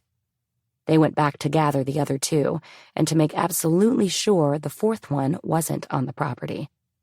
They had plans to return that afternoon for a 3rd search, but first, Odom wanted to get John Brady's side of the story. John Brady explained that he had already been interrogated about the Aubrey LaHaye murder.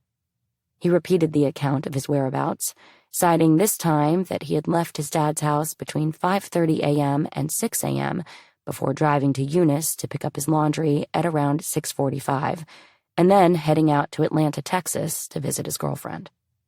He said he arrived in Atlanta around noon. The report closes with, Balfa denied having anything to do with the kidnapping and murder of Aubrey LaHaye. At the end of the interview, Odom brought out the Camaro rim that was attached to Aubrey's body and showed it to John Brady. What is that? He asked. I've never seen that before.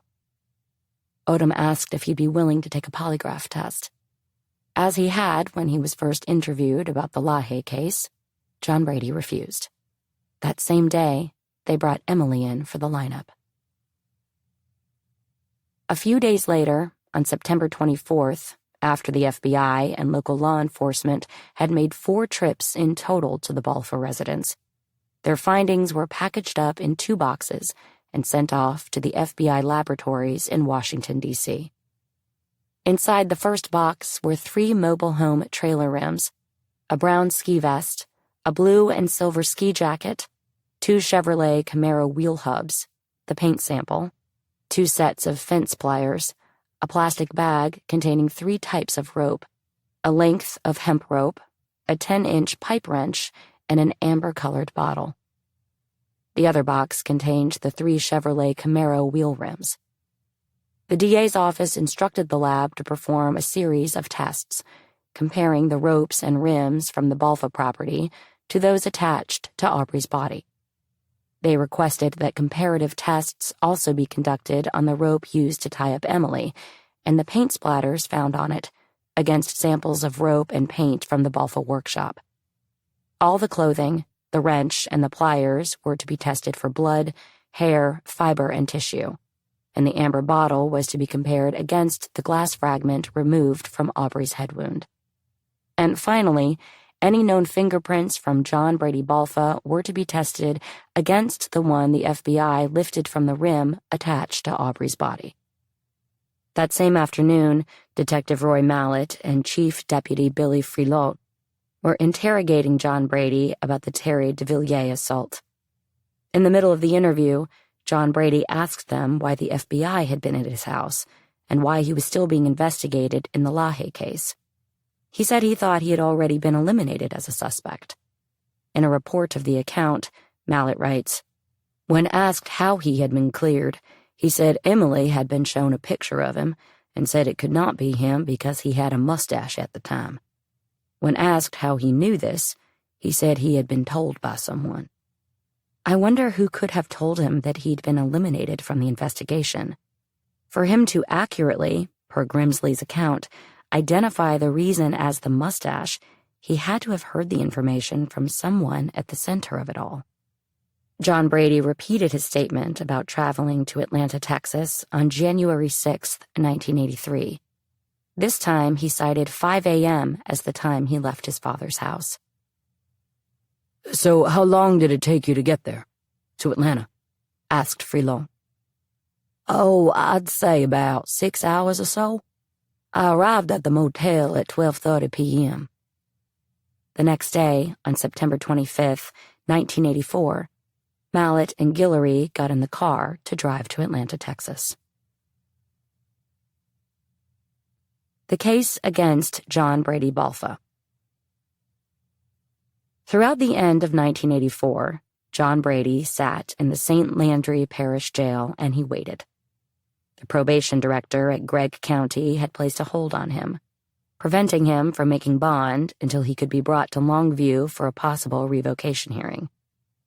In October, a grand jury indicted John Brady Balfa for attempted robbery and attempted second-degree murder in the case of Terry de Villiers. His trial was set for the following March. But these were the least of his problems. The Evangeline Parish District Attorney's Office was building a case against him for the highest-profile murder his hometown had seen in a generation. The DA, William Billy Pichu, had just been re-elected to his third 6-year term. A native of Ville Platte, Pichu was a World War II veteran about a decade older than Glenn and Wayne LaHaye. He had a handsome movie star politician face and a talent for public speaking that made him the town's frequent choice as master of ceremonies for various community events. He and Aubrey LaHaye would have crossed paths at several of the many Catholic men's gatherings Pichu organized as the parish's retreat director. He and Glenn were close friends. His wife Gay and Janie were members of the Magnolia Garden Club together. My dad dated his daughter Pam for years. His daughter-in-law, Kim, taught me 6th grade science. In 1984, Pichu's office had tried over 21,000 cases. This was more than double what had been tried in the entire history of the district attorney's office prior to his appointment, reflecting, among other things, a marked increase in not guilty pleas by defendants. Pichu had prosecuted cases on everything from card games gone wrong knifings to goat theft, LSD distribution, to out-of-season squirrel hunting. So many DWIs. He knew the grisly details of every single assault and rape and murder that had occurred in Evangeline over the past decade, all weighing upon his memory, forever tainting the lens through which he saw his hometown. But the Aubrey LaHaye kidnapping murder case, he must have known, would be at the height of his legacy. Over the last few months of 1984, he and Rudy Guillory pored over the evidence they had on John Brady Balfa. The alibi had its problems.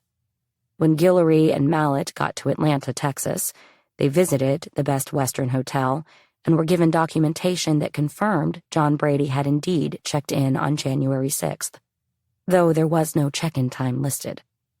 There was, however, a separate FBI report from January 1983 that confirmed John Brady had checked in between 9 a.m. and noon. Whether it is because they did not know it existed, or because it gave him just enough time for the alibi to possibly work, and therefore didn't support their case, this record never made its way into the state's official case. While they waited for the evidence from the FBI labs to come back, Guillory and Pichu started looking into John Brady's finances. What they found was a history of serious financial straits, culminating in not one but 3 attempts to secure a loan from Aubrey LaHaye at Guarantee Bank. Because of John Brady's history of dishonored checks, each application had been denied.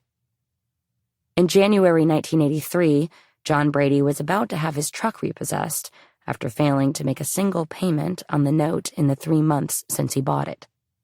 He had just received his first bill for student loan payments for a degree he never got.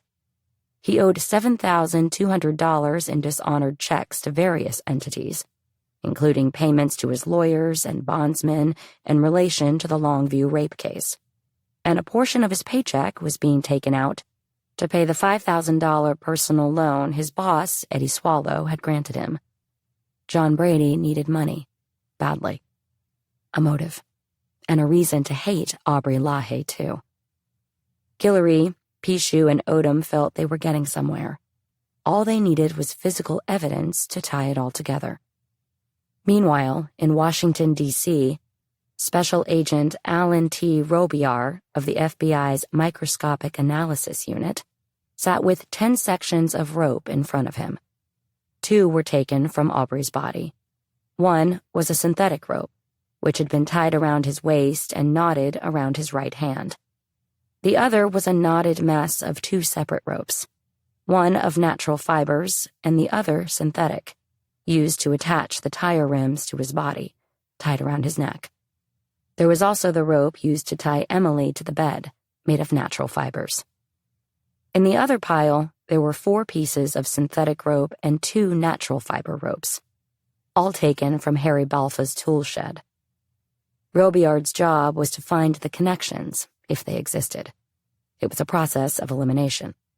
Right off the bat, by basic physical appearance alone, he could tell the 2 natural fiber ropes taken from the Balfa yard had nothing in common with the natural fiber ropes found on Aubrey's body or on Emily's bed. He pushed them aside. Now, with 4 synthetic ropes suitable for comparison, he started to investigate their construction. Which direction were the fibers twisted together? How many plies is the rope made of? How many plies are within the ply? He kept going and going until he got to the rope's very core. Using a compound microscope, he measured the diameter of the fibers, noted their shape, their chemical composition. When compared to the synthetic ropes tied to Aubrey's waist and to his neck, he found the Balfa ropes matched in physical characteristics, composition, and construction, and could have originated from the same source. What the records do not show, though, is how the analysts defined source. They could have come from the same manufacturer then, but it remains unclear whether they came from the same spool or were ever attached at all. Somewhere in the same building, the J. Edgar Hoover FBI headquarters, Special Agent David Nichols of the Instrumental Analysis Unit had the rims. Using a microscope, he studied the makeup of the paint finish on the Camaro rim that had been tied to Aubrey's body. He found 3 layers of paint: black enamel paint, blue metallic paint, and another layer of black enamel paint under that. Conducting the same tests on the 3 rims discovered on the Balfa property, Nichols found a different layer structure. These rims also had 3 layers of paint, but from the outside in, they were black enamel paint, silver color paint, and dark gray paint. He took a sample of the top layer, the black enamel, from all 4 rims. Microscopically, he could see that the color was the same in all 4 instances. When he added chemicals to the paint specimens, None had a reaction. Next, he performed an instrumental examination, using first a gas chromatograph, which burns the paint, causing gases to be released characteristic of the paint's organic nature, which the machine records via a chart for comparison. Then he performed an X-ray analysis using a scanning electron microscope. In both instances, he found the results to be consistent across all 4 rims. He concluded that while the rims themselves were not identical and the paint structures were different, the outer layer of paint on all 4 rims could have originated from the same paint source, such as spray paint. This supported the state's theory that the rim had been one of the 4 mismatched, thrifted rims that the Balfa boys had spray painted, then thrown in the family junk pile. Nichols then turned to the paint samples. Orange paint was found on the rope tied to Aubrey's neck and the rope used to tie Emily to the bed. It was also found on some segments of the synthetic rope found on the Balfa property. Using the same methodology of paint testing he conducted on the tires, Nichols compared the samples on each of the ropes to the paint samples scraped from the can in Harry Balfa's shed. He found that in all 4 cases, the paint was the same in physical, microchemical, and instrumental properties, and could have originated from the same source. All this was submitted to Billy Pichu and Rudy Guillory in a report filed on December 14, 1984. The analysts also reported that blood was found on the ski vest and jacket, though in an amount too small to be matched, or to even be certainly determined human blood. Upon learning this, Guillory called the lab and asked about the pattern of the splatter. Yes, they told him, it is consistent with someone receiving a hard blow to the head. No blood was found on the fence pliers or the pipe wrench. They found also no relationship between the glass shard found in Aubrey's head and the amber bottle taken from the Balfa house. Still, they had the rims. They had the rope. They had a financial motive. John Brady Balfa knew Aubrey LaHaye and had negative interactions with him. They had a criminal history with a similar M.O. John Brady had been in Mamou on the morning of January 6, 1983, awake before the sun rose. He had left before the day was over, putting miles and miles between him and Evangeline Parish, and his alibi, as far as the investigators could see, wasn't watertight. They scheduled the grand jury hearing for February 1985. Hindsight. I'm turning onto Highway 190, pointed east to Baton Rouge after a long weekend interviewing folks across Evangeline Parish. Normally, I'd just spend the night at my parents', but homework is calling me home. Dad still wants a recap, though, and our phone call, as it so often does, will carry me through the entire hour-and-a-half drive. Did you know Mrs. Laurie went on a date with him? With John Brady? I tell him of my most recent revelation, that my best friend's mom had spent her 19th birthday with my great-grandfather's accused killer. Laurie Parks? Yes, he laughs. Wow. Just wow. The connection is just one more in the remarkable web of intertwined worlds, emphasizing every day just how small Evangeline Parish actually is. You know, I worked in that office. Dad ponders. He's talking about the LSUE Student Body President office.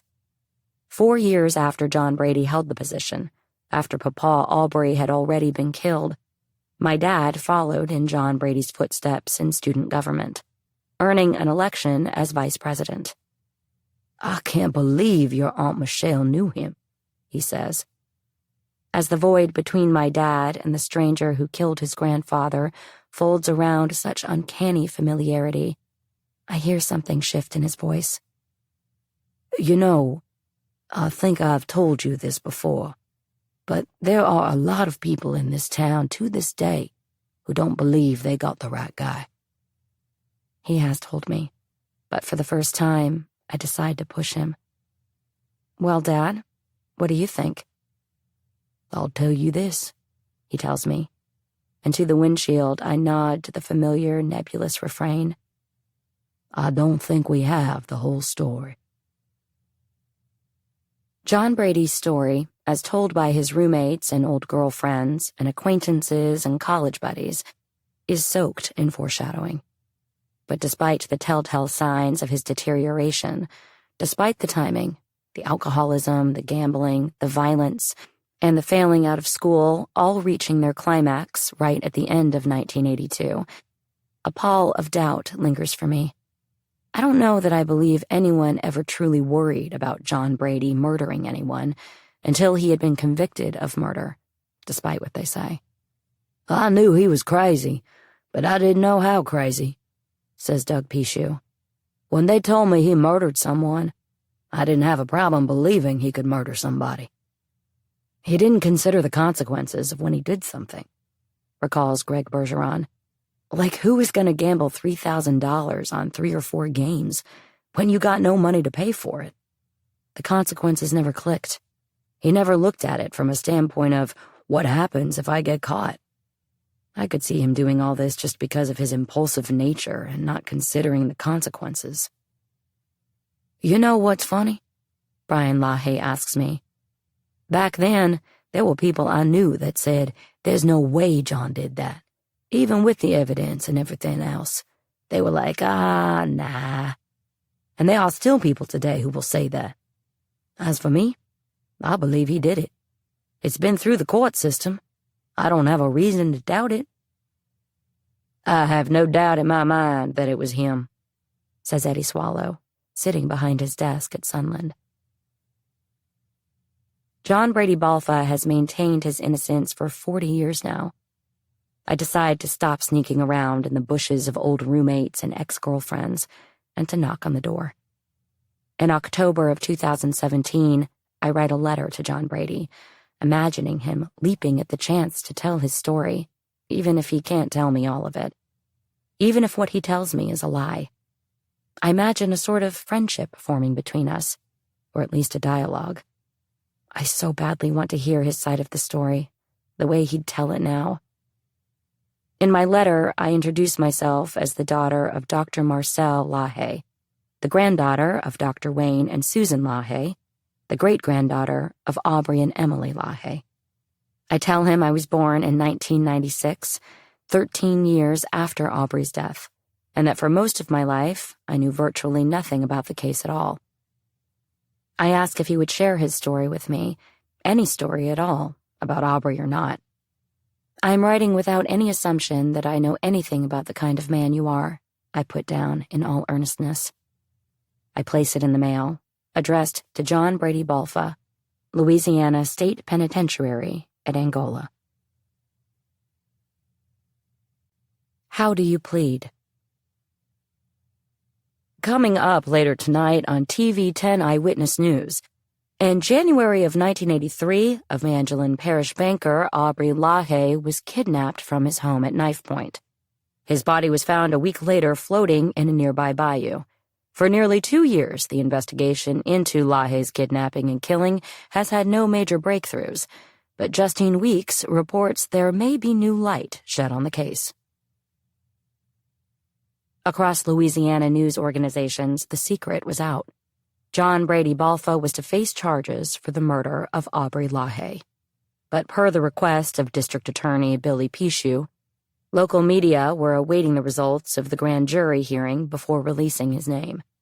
All local media, that is, except for KLFY Channel 10 in Lafayette, whose January 15, 1985 report named John Brady Balfa as the long-awaited suspect to the highly publicized case, alongside a photograph of him. Pichu was furious. In a press release issued by his office, he emphasized the issue. The reporting was done without regard to its effects on the outcome of the case and without concern for the victim's family or the defendant's rights. At this point, Pichu did reveal that a grand jury would be impaneled in February, and that, in the absence of evidence that extortion took place involving Guarantee Bank, the FBI had turned the case over to the DA's office. No federal charges would be involved. Despite the increasingly hungry audience, He refused to give the media any more details about evidence, the accused, or the case. He did answer the phone, though, when his son called. Doug Pichu, John Brady's old college buddy. He was the district attorney's son. So, you really think Brady did this, Dad? Wild, right? It's shaping up to look like it, son. Shit, I remember him hanging around the house while y'all were at I mean, Dad, if you think he's guilty, you've got to prosecute him. You've always said you don't prosecute unless you're sure they're guilty. If you think he did it, well, shit, I believe you. On February 15th, 1985, after 4 days of deliberation, the grand jury indicted John Brady Balfa for the armed robbery, aggravated kidnapping, and first-degree murder of Aubrey LaHaye, the last a crime punishable by death in Louisiana. As Pichu walked out of the courthouse, he kept his lips locked. His phone rang for a week straight, but he refused to make a single comment on the case. On February 17th, the headline, LaHaye Indictment, Grand Jurors Link Balfa to Banker's Murder, ran across the top of the Daily World's front page. And right beside it, one of the earliest stories regarding Edwin Edwards's first indictment on the charges of mail fraud, obstruction of justice, and bribery. John Brady had found himself right in step with the man he so admired. Side by side, deteriorating on the front page, their indictments in hand. Edwards would be acquitted of his charges this time. John Brady would not. On March 10th, 1985, John Brady Balfa was back on the front page of the Daily World, this time photographed. Outside of the parish jail, in between two police cars and with a cowboy-hatted officer right behind him, he is pictured looking right at the camera. He is handcuffed, wearing a white button-down shirt, blue jeans, and cowboy boots, and he has a thick, thick mustache. Though the entire town had its eyes on John Brady, in Judge Joseph Emile Coureau's courtroom the previous Friday, he was just one of 35 defendants getting arraigned. All in all, the whole thing took about 5 minutes. Be informed, Coureau recited, that John Brady Balfa at the parish of Evangeline, state of Louisiana, on or about the 6th day of January 1983, committed first-degree murder of Aubrey LaHaye. How do you plead? Not guilty. That John Brady Balfa at the parish of Evangeline, state of Louisiana, on or about the 6th day of January 1983, committed aggravated kidnapping of Aubrey LaHaye. How do you plead? Not guilty.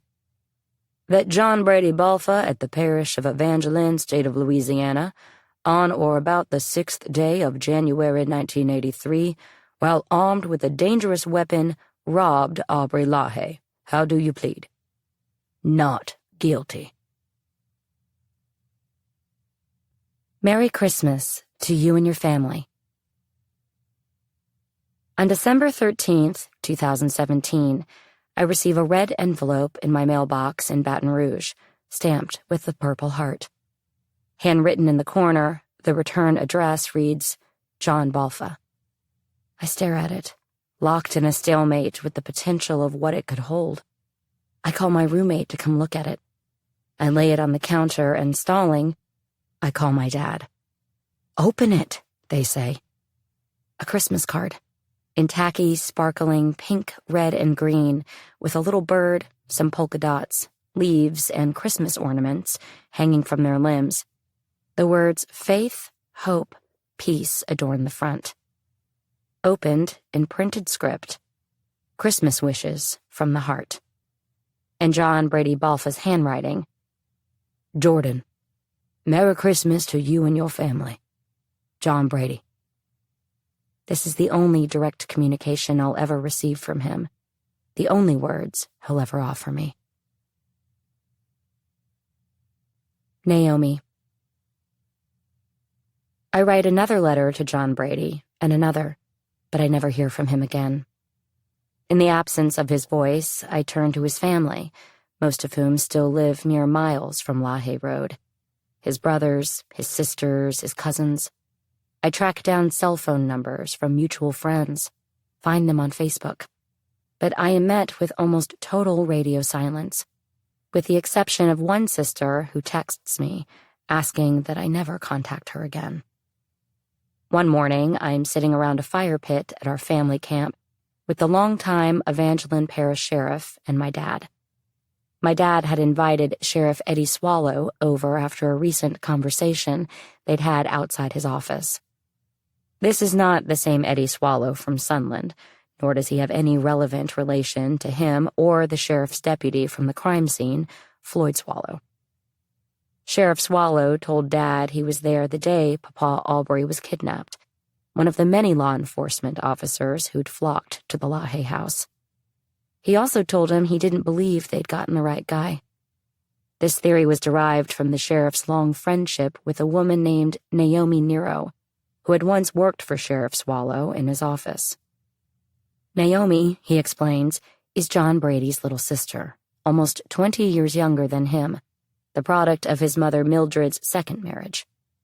As they got to know each other, Naomi began to share with Sheriff Swallow her own suspicions around the case, and she'd convinced him that John Brady was innocent. A few weeks later, I pull into Naomi's driveway and realize I've passed this house almost every single day of my life prior to leaving for college, to get anywhere at all. The charming white cottage is half a mile from my parents' house. A single pasture separates us. Naomi's partner, Mary Beth, greets me at the door, 4 miniature schnauzers yapping at her feet and their toddler sleeping in her arms. It hits me that I know these people. They have been attending the same Catholic church as my family throughout my entire childhood, watching me grow up one Sunday at a time. Come on in, Jordan. How is everybody? Naomi's coming. The house is decked out in pink balloons and posters. Their daughter celebrated her first birthday the day before. Naomi, somewhat harried, rushes into the kitchen, swiping her dark hair behind her ear. Oh, hey, Jordan. How are you? Would you like something to drink? Within minutes, we are sitting each on one end of the couch with a cup of tea in our hands, Mary Beth rocking the baby across the room. Studying Naomi, I'm struck by her beauty. Deep, dark eyes and an olive complexion. When her teenage daughter comes out from a back room, I am surprised she is old enough to have a teenage daughter. The tension dissipates as I describe my project, both women listening intently. Mr. Eddie said you weren't totally convinced John did it. Naomi jumps right in. That you weren't settled on him being the man who killed your grandfather? I'm sorry, your great-grandfather? I tell her I've heard from more than one person that John Brady might not have done it.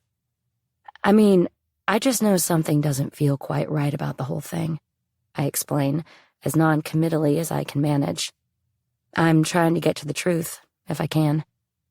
She nods, takes a deep breath. I'll tell you then, Jordan. You know our mother just died? I had heard. It had happened a few months before. I'd wondered about John Brady in his cell, unable to attend the funeral, unable to say goodbye. Yes, I'm so sorry. She turns away from me, her eyes shining. It's still fresh. That was the hardest part of all of this, you know? I'm so sorry. She takes a deep breath, presses her fingers to her eyes. Seeing my mama, what she went through with John getting sent over there. She'd have breakdowns in front of me, as much as she tried to hide them. That was her child. That was her baby. And she just had so much faith and hope because she felt, we all honestly feel, we don't know for a fact, but we feel my brother could never have done this. He could have never done this. I'm nodding, trying desperately to maintain eye contact despite all my instincts to look away. I shift gears. Naomi, can you tell me what he was like? Tell me about John as you knew him before he went to prison. This gives her the chance to gather herself. Taking another deep breath, she shakes away the glass and smiles. She was 9 years old when he was put away, she explains, and doesn't remember a whole lot. But I was always up his butt. She recalls how he'd come home from college and let her tag along wherever he went. Even as a child, she had an awareness of his gambling addiction. I remember he'd take me to the racetrack. I was this little girl, and he'd tote me around to watch the races. John Brady is now a trustee in the prison, she tells me, has a garden and a cat. This cat that showed up at his door one day, and he started feeding it, she says. It's a big thing for him, the simple stuff like that. He suffers from Bell's palsy, a symptom, she says, of the high levels of stress he's carried living in Angola. He used to be so handsome, she says. He was tall, dark, and handsome. And you know what? Now he's unrecognizable. His nerves were bad for so long. The whole side of his face has fallen, and he's vain, so he's embarrassed. Hides his face when he's talking to you. Hides his face. It's terrible. When she was young, Naomi says she and her mother would visit John Brady in prison once a week. Now it's less, but as often as she can. We email back and forth a lot, she says, but I did want to go see him last Sunday. She looks down at her hands. I wanted to know for sure how he felt about me talking with you. I couldn't do this without sitting down with him and really seeing. He gave her his blessing, she says, but she begged him to talk to me himself. I said, John, this might be your chance to get your story out there. But he wouldn't, and it was because of my last name. I'll tell you something he said numerous times, Jordan. He'll look at me, and he'll say, the LaHayes know I didn't do this. They know I didn't do this. They know. Poker-faced, I ask, but what makes him think that? She shakes her head. I wish I had more information, she says. He's so guarded. He doesn't trust the LaHayes. He doesn't trust me. Naomi says she tried to explain to him that I was born long after all of this, that I was distanced from it. He'd shake his head and say, they took enough away from me. He blames us. At this point, Naomi's eyes start to fill again. She gets quiet and almost whispers, looking at her feet.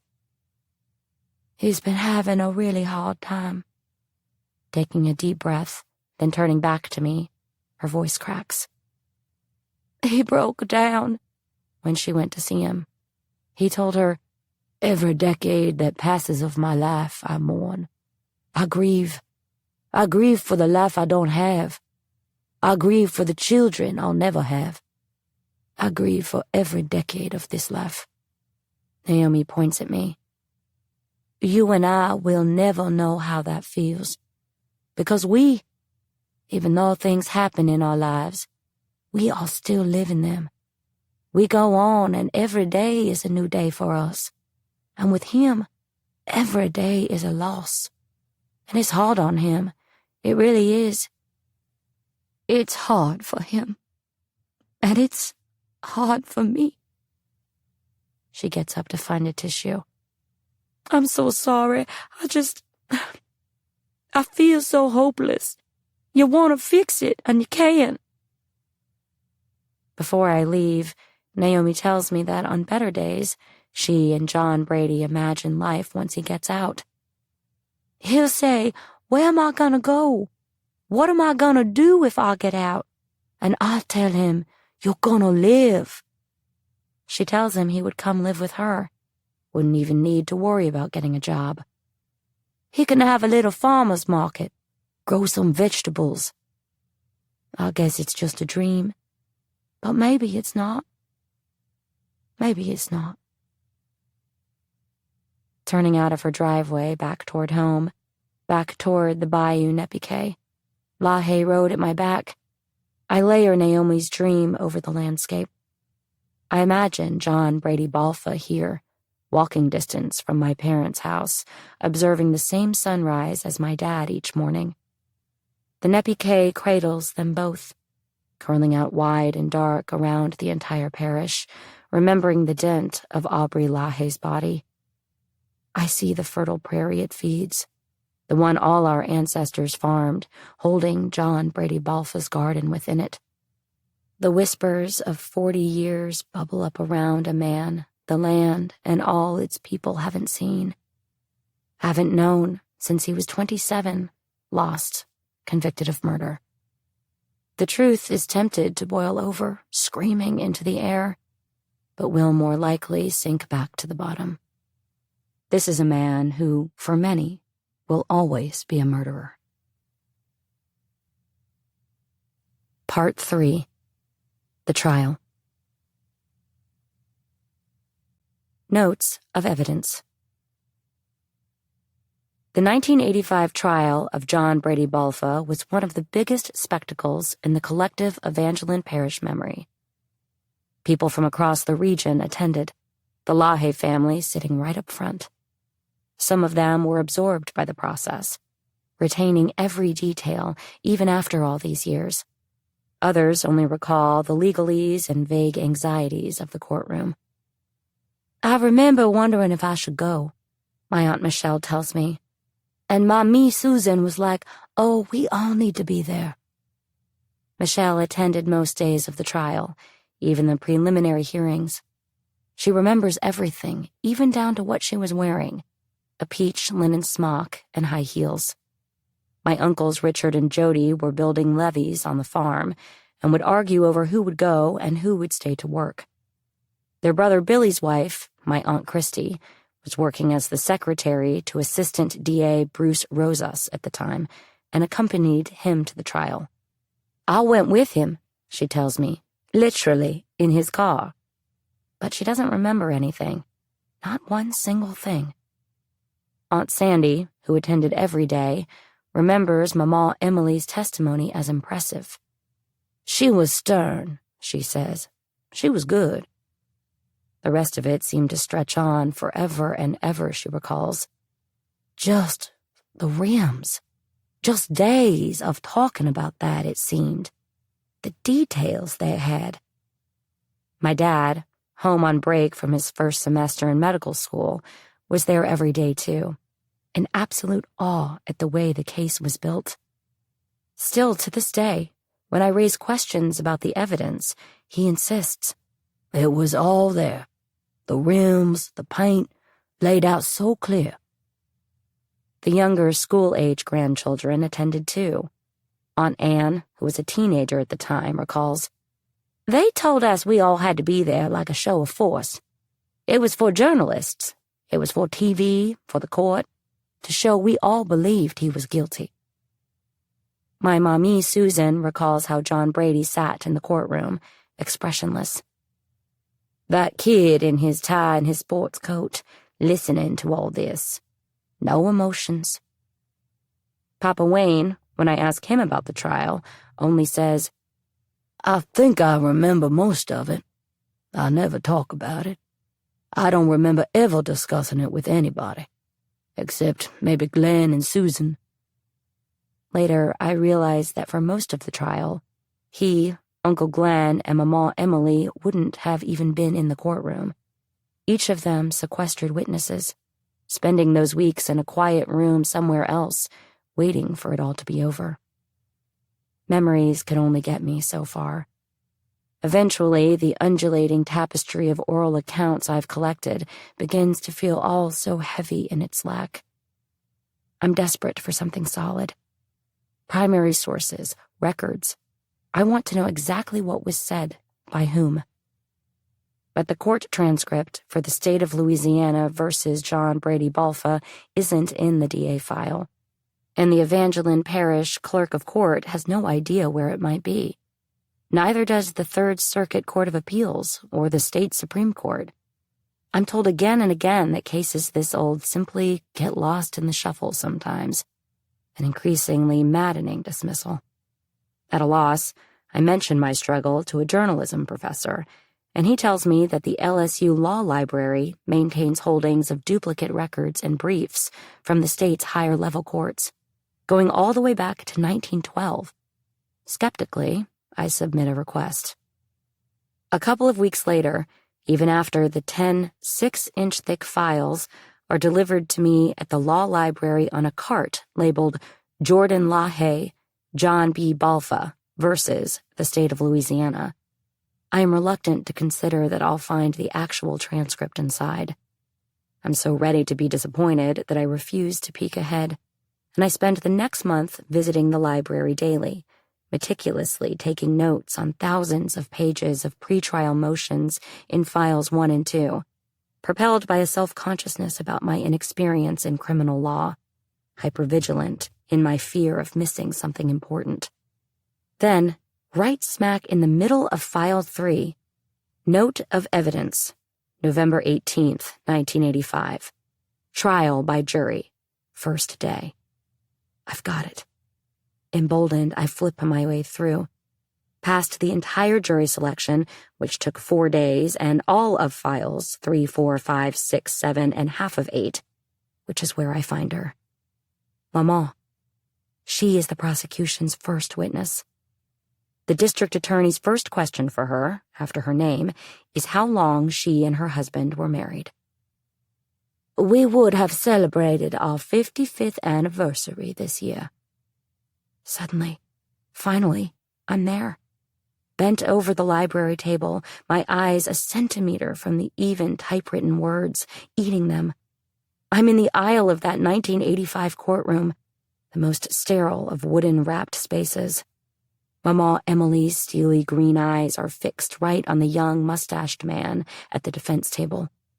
He doesn't meet them, leans back in his chair, picking at his fingernails. It's just the two of them, the rest of that crowded courtroom and the world beyond, listening invisibly. Billy Pichou's voice booming through the ether. The only time emotion betrays her, the only sob that breaks forth, is an answer to Pichou's question, "Did you ever see your husband alive again?" "No," she says. "When he turned his back in the bedroom and left me tied to the post, that's the last time I saw my husband alive." I know I'll be cleared of this. Julie Cullen, one of St. Landry Parish's first female lawyers, was announced as John Brady's attorney just before his arraignment in March 1985. She came in swinging, filing 4 motions right off the bat. The trial was originally scheduled for June 24th.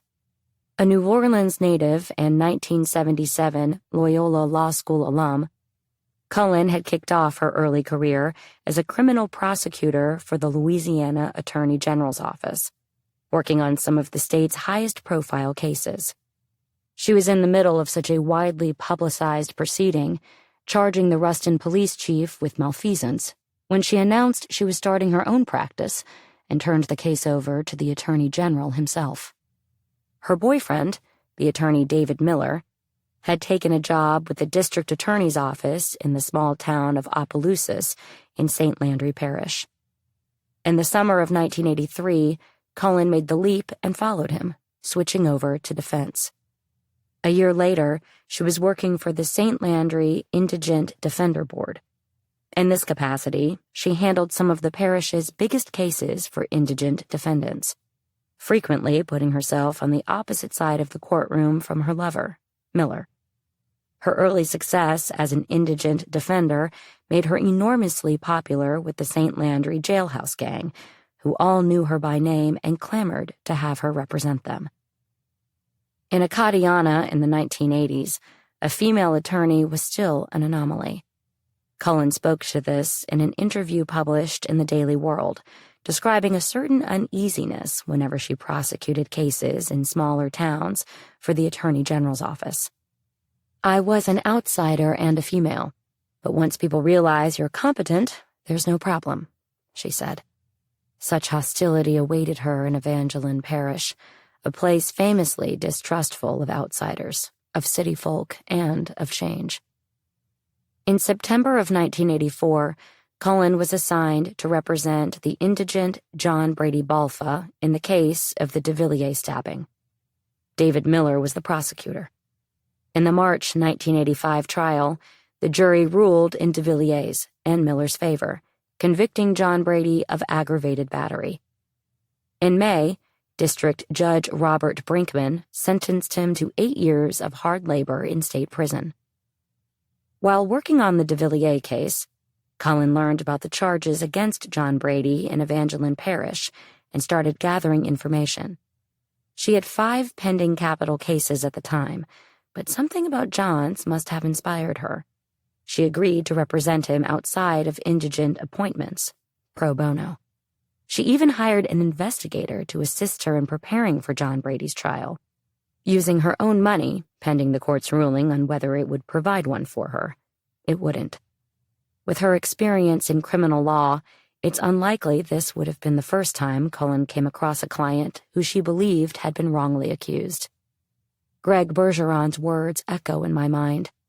The stories about John Brady's charm, how when it benefited him, he could be so damn likable, inspiring even. John Brady's Evangeline Parish trial would be heard by Judge Joseph Emile Correll, a born and bred Ville Platte politician who had served 2 terms as a state representative before becoming a city judge in 1974, then a district judge in 1977. An old-school Democrat in an ultra-conservative parish, his persona in the courtroom was no nonsense, all business. For months, he listened, long-faced and serious, as Cullen and Pichu battled it out in pretrial hearings.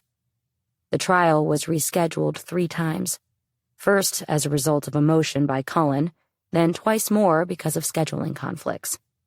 All the while, John Brady was ferried back and forth to jailhouses in St. Landry, Evangeline, and Gregg County, Texas, where his probation for the rape conviction had been revoked. From the outset, it was apparent that Pichu did not take Cullen seriously. His tone toward her was condescending, his posture dismissive. They feuded for months over various issues of discovery, that is, over each side's obligation to share copies of evidence with the other. The prosecution, especially, has a legal obligation to provide any evidence that might be considered exculpatory to the defendant. At a hearing on April 12, 1985, Cullen claimed that she had yet to receive any information whatsoever from the state. "My only knowledge about this case and the evidence that the state has is rumor, speculation, and things that may have been carried in the news media," she told Judge Correll, who ordered Pichu to deliver the information to her within 2 weeks' time. On May 3, 1985, she still hadn't seen the LaHaye autopsy report.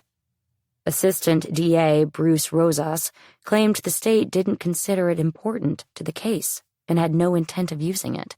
Therefore, they had no obligation to provide it to Cullen. "Obviously, cause of death is an issue in this case," she argued. "The time of death is an issue in this case. If Aubrey died mid to late morning or later on January 6, 1983, John Brady's alibi placed him on the road to or already in Texas. If he died after January 6th, John Brady, who was booked into the Gregg County Jail on January 7th, could not have been the killer."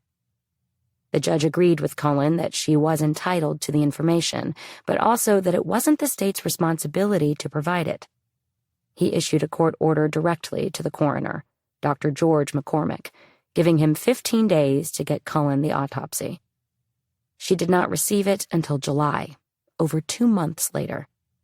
On the report, though, the blank beside date of death was filled in as unknown. Over the course of her not-quite-decade-long career, dealing with dozens of murder cases, Cullen had never handled one in which the pathologist could not offer a date of death. When she called McCormick, he told her, "I could go back and do it right now," but that the only way he'd provide an estimated date and time of death to her was if the district attorney's office requested it. So Cullen filed a motion, ordering the DA's office to make the request. Pichu protested, once again, claiming this was not his responsibility. "Miss Cullen thinks she can order me to do all kinds of things," he said in an October 1985 hearing. "I will go all the way to the Supreme Court before I bend to her whims and her pettiness, because that is not my job." Cullen turned to Judge Correll and reiterated, all she was asking of the DA was to make a phone call. "When a man's life is on the line, I think that is not too much to ask," she said. "This is crucial evidence. He is prohibiting me from being able to investigate my client's case." Judge Correll denied her motion. Cullen's difficulties in gathering information regarding John Brady's case echo my own. I think back to Richard Vedrine and the way he carefully selected certain sections of the file to share with me, how none of the courts could provide me with the public record of the trial. There's a pattern here, and it goes back to the beginning. To my read, it seems Pichu had convinced McCormick to deliberately withhold the autopsy information, a basic and fundamental piece of evidence from the defense. Why? More roadblocks plagued Cullen's path to building a case for John Brady. "The FBI will not talk to me without approval from the district attorney," she told the judge. "The district attorney will not give me the approval, and the district attorney won't ask them the questions I need." In response, Pichu said this little lady was demanding the state do all the work for her. Finally, on November 5th, 1985, just 2 weeks before the trial was to begin, Pichu provided Cullen with a report estimating time since death as 10 to 12 days prior to the examination of Aubrey's body, indicating Aubrey had to have died at latest on January 7th, 1983. The report came from Dr. William C. Rodriguez III, a forensic anthropologist working with McCormick. At the time, the field of forensic anthropology, the study of skeletal remains to aid in law enforcement efforts, was still new in courtrooms. Cullen was immediately skeptical. Besides the issues with the autopsy, Cullen was on a crusade to get the trial moved out of Evangeline Parish entirely. She argued that because of the regional prominence of both families involved, the shocking nature of the crime, and the extensive media attention given to the case over a 2-year period, John Brady Balfa could not get a fair trial in Evangeline Parish. In a 2-day hearing held on September 4th and 5th, 1985, she presented her evidence. Over the course of the proceedings, Judge Correll heard testimony from representatives of local media who brought forth, per court order, every newspaper article published and documentation of every broadcast aired in or near Evangeline Parish over the previous year that tied John Brady Balfa to the Aubrey LaHaye case. All in all, there were 29 newspaper stories and 35 television news broadcasts, many on the front page and in primetime spots. These did not include the dozens more news items covering the investigation before John Brady was named, nor the ones covering his other criminal charges. Pichu emphasized that many of these stories were repetitious follow-ups in the back of the paper, alongside several much more significant stories. He also pointed out that none of the articles or reports had shown any actual prejudice toward John Brady. He even went so far as to ask Ben Reed, the editor at the Ville Platte Gazette, "Did you ever hear any word of John Balfa being at risk of being lynched?" Reed, shocked, said he had not. Each media representative, though, did say they expected the story to continue to be high priority. Many of them would report on the results of that very day's hearing. After the media testimony, the hearing's second phase proceeded. Judge Correll subpoenaed 50 potential jurors to determine whether enough unbiased, acceptable jurors could plausibly be found to serve in John Brady's trial. Immediately, 2/3 of the group were released for health reasons. Of the remaining 19, only one said they were unfamiliar with the case.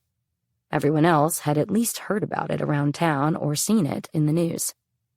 In addition, over half were connected in some way to either the Balfas or the LaHayes. Among them were schoolmates of John Brady's brothers, patients of Aubrey's son Wayne, the owner of the car lot where the LaHayes bought their vehicles. One woman said she had kept up with the case closely because her daughter was dating Calvin Ware's stepson. She had also banked with Aubrey LaHaye for years and was friendly with John Brady's dad and brothers. Her daughter had gone to school with John Brady, and she said she didn't believe he could possibly be involved because he was too much of a kind person. The body had been found 2 miles from her house. Several people spoke to the way John Brady was being discussed around the parish. "It was all over town," one man said. "You couldn't escape it." "I heard a lot of people say they didn't think he was guilty," said a woman. Another said she'd heard people go both ways. A third said the same thing, but that she'd heard more people say he didn't do it. Only one man said everyone he'd heard speak about the case believed John Brady was guilty, and that he didn't believe he could get a fair trial. At the end of the day, Judge Correll denied Julie Cullen's motion for a change of venue, stating, "It was the court's opinion that the matter did not seem to occupy a prominent place in their minds, and most remembered very little about it. Most testified that they had no fixed opinion as to the guilt or innocence of the defendant." The trial would take place in Evangeline Parish, and it would begin on November 18th, 1985. On the same day as the change of venue hearing, the Daily World published an exclusive interview with John Brady Balfa. "My feelings are mixed about a lot of things," John Brady told reporter Monte Williams while sipping on iced tea, sitting on the edge of his jail cell's twin-sized bed. A bucket of fried chicken rested on a 3-legged stool in between him and Williams, who sat in a chair provided by the guard. "But I know I'll be cleared of this." Sitting in the cell, Williams described the man before him as deliberate and pensive. John Brady wanted to discuss the nasty things his family had been hearing around town. "People are talking like I've been bad all my life. It disturbs me the way they're acting like I have to prove myself innocent." He told Williams he had no doubt a jury will find him innocent. "I didn't do it," he said, "and I believe a jury will back me up." Williams, referring to the confluence of legal troubles John Brady was facing besides this case, asked him if he had any regrets. John Brady said he was sorry for his family, for the ways this had affected them. "They're good people," he said. "They work hard." Then he added one more thing. "What I do regret in life is not having a kid. Even with all this mess, I'll miss that." Second-degree murder. November 19th, 1985. "Good morning, ladies and gentlemen," Judge Correll boomed to a room bursting with the clamoring crowd of potential jurors, journalists, curious locals, LaHaye's, and Balfas. It was the first official day of the John Brady Balfa murder trial. "Let's proceed." Immediately, District Attorney Billy Pichu announced he had a preliminary matter that needed to be taken up outside of the earshot of prospective jurors. Correll asked all 200 of them to step outside. "If Your Honor pleases, the state would like to amend the bill of indictment by changing it from first-degree murder to second-degree murder."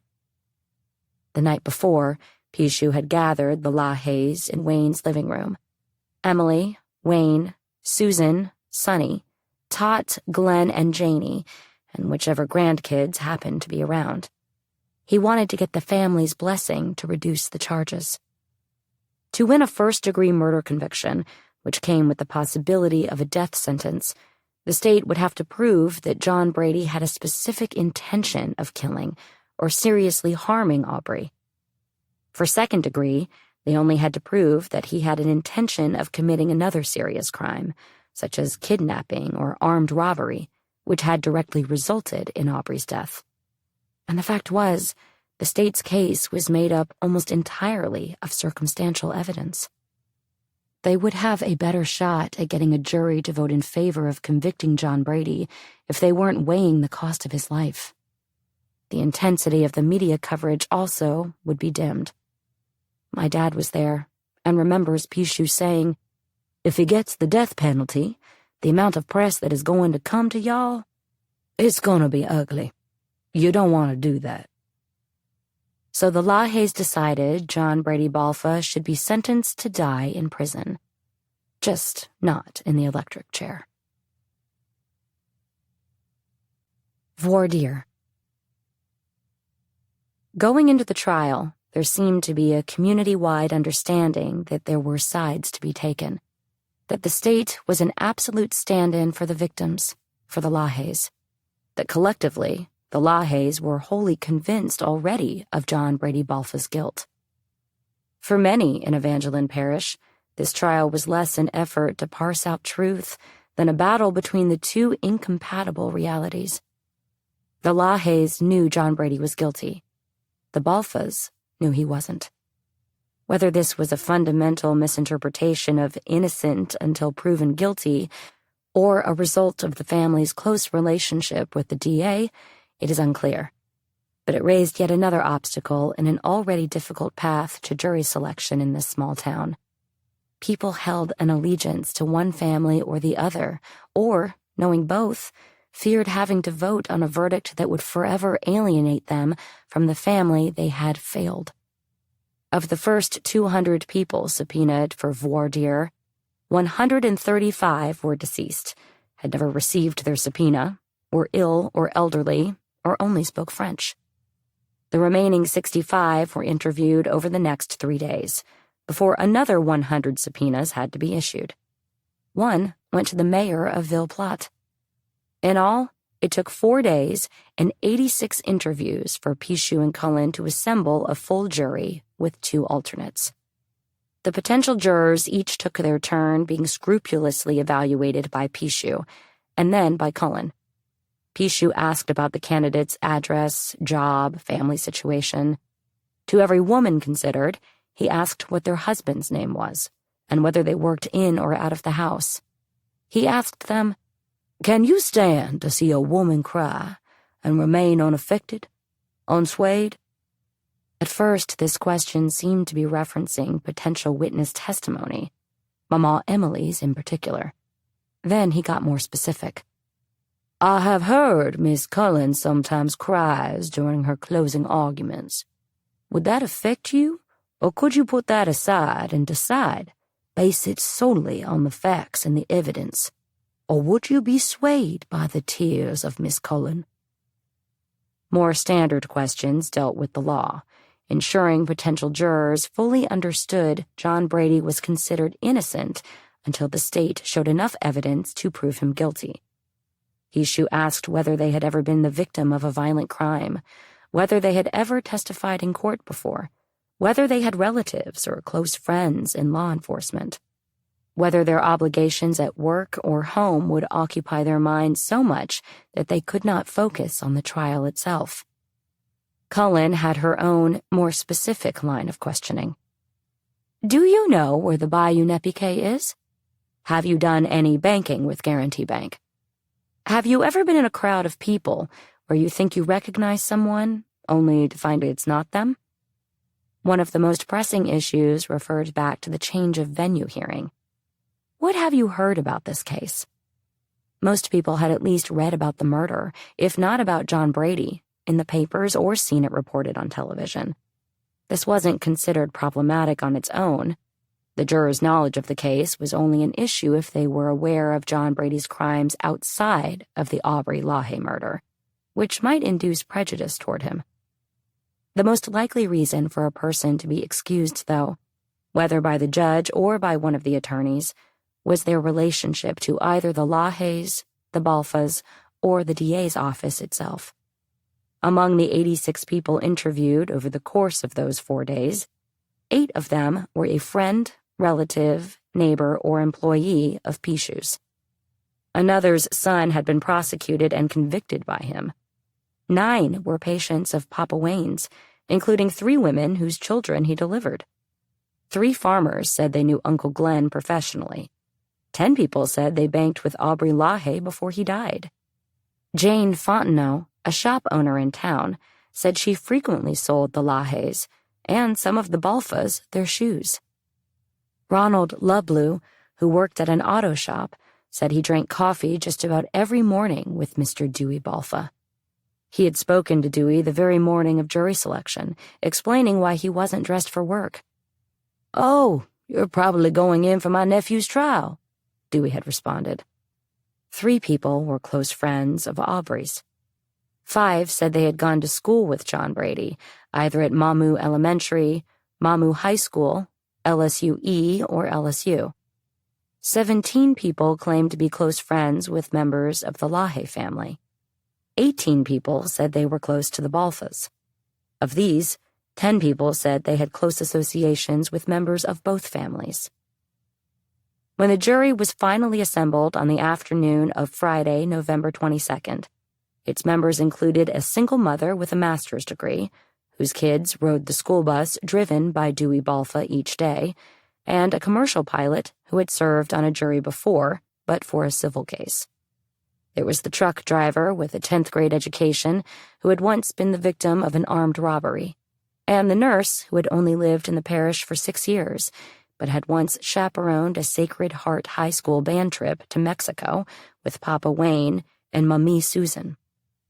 There were 2 nursing home workers, one of whom had a brother who had been convicted of rape a decade ago in Evangeline Parish. She couldn't remember if it was Billy Pichu who prosecuted or not.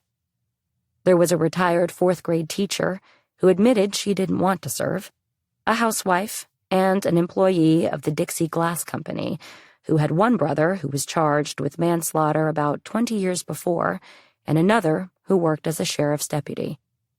The local Winn-Dixie's dairy manager was on the jury, despite admitting that he was related to the sheriff's deputy who ran the Evangeline Parish jail, and had a relative charged with rape in this parish. And there was also a fabric shop manager who said she never read or watched the news, and whose grandfather was a 3rd or 4th cousin of Aubrey LaHaye, though she'd never met any of the LaHayes before. The last juror selected was a man who used to work for Sunland and thought he might have worked on a pipeline with John Brady in March of 1983. These 12, pulled from the furthermost reaches of Evangeline Parish's tightly wound LaHaye Balfa spectrum, would decide John Brady's future. Relatively early in the selection, the pursuit of the gold standard unbiased juror was abandoned as the small town folded in on itself, the interrelations of family trees, schoolyard memories, and business dealings distilled into a question of proximity. Are you close enough to be affected by your role in this man's future? Can you step back enough to locate truth, or something resembling it, beneath the bloody mess of connective tissue? Are the bonds that connect you to this place and all its tangled roots loose enough that you might free yourself from them, just long enough to decide whether this man killed that one?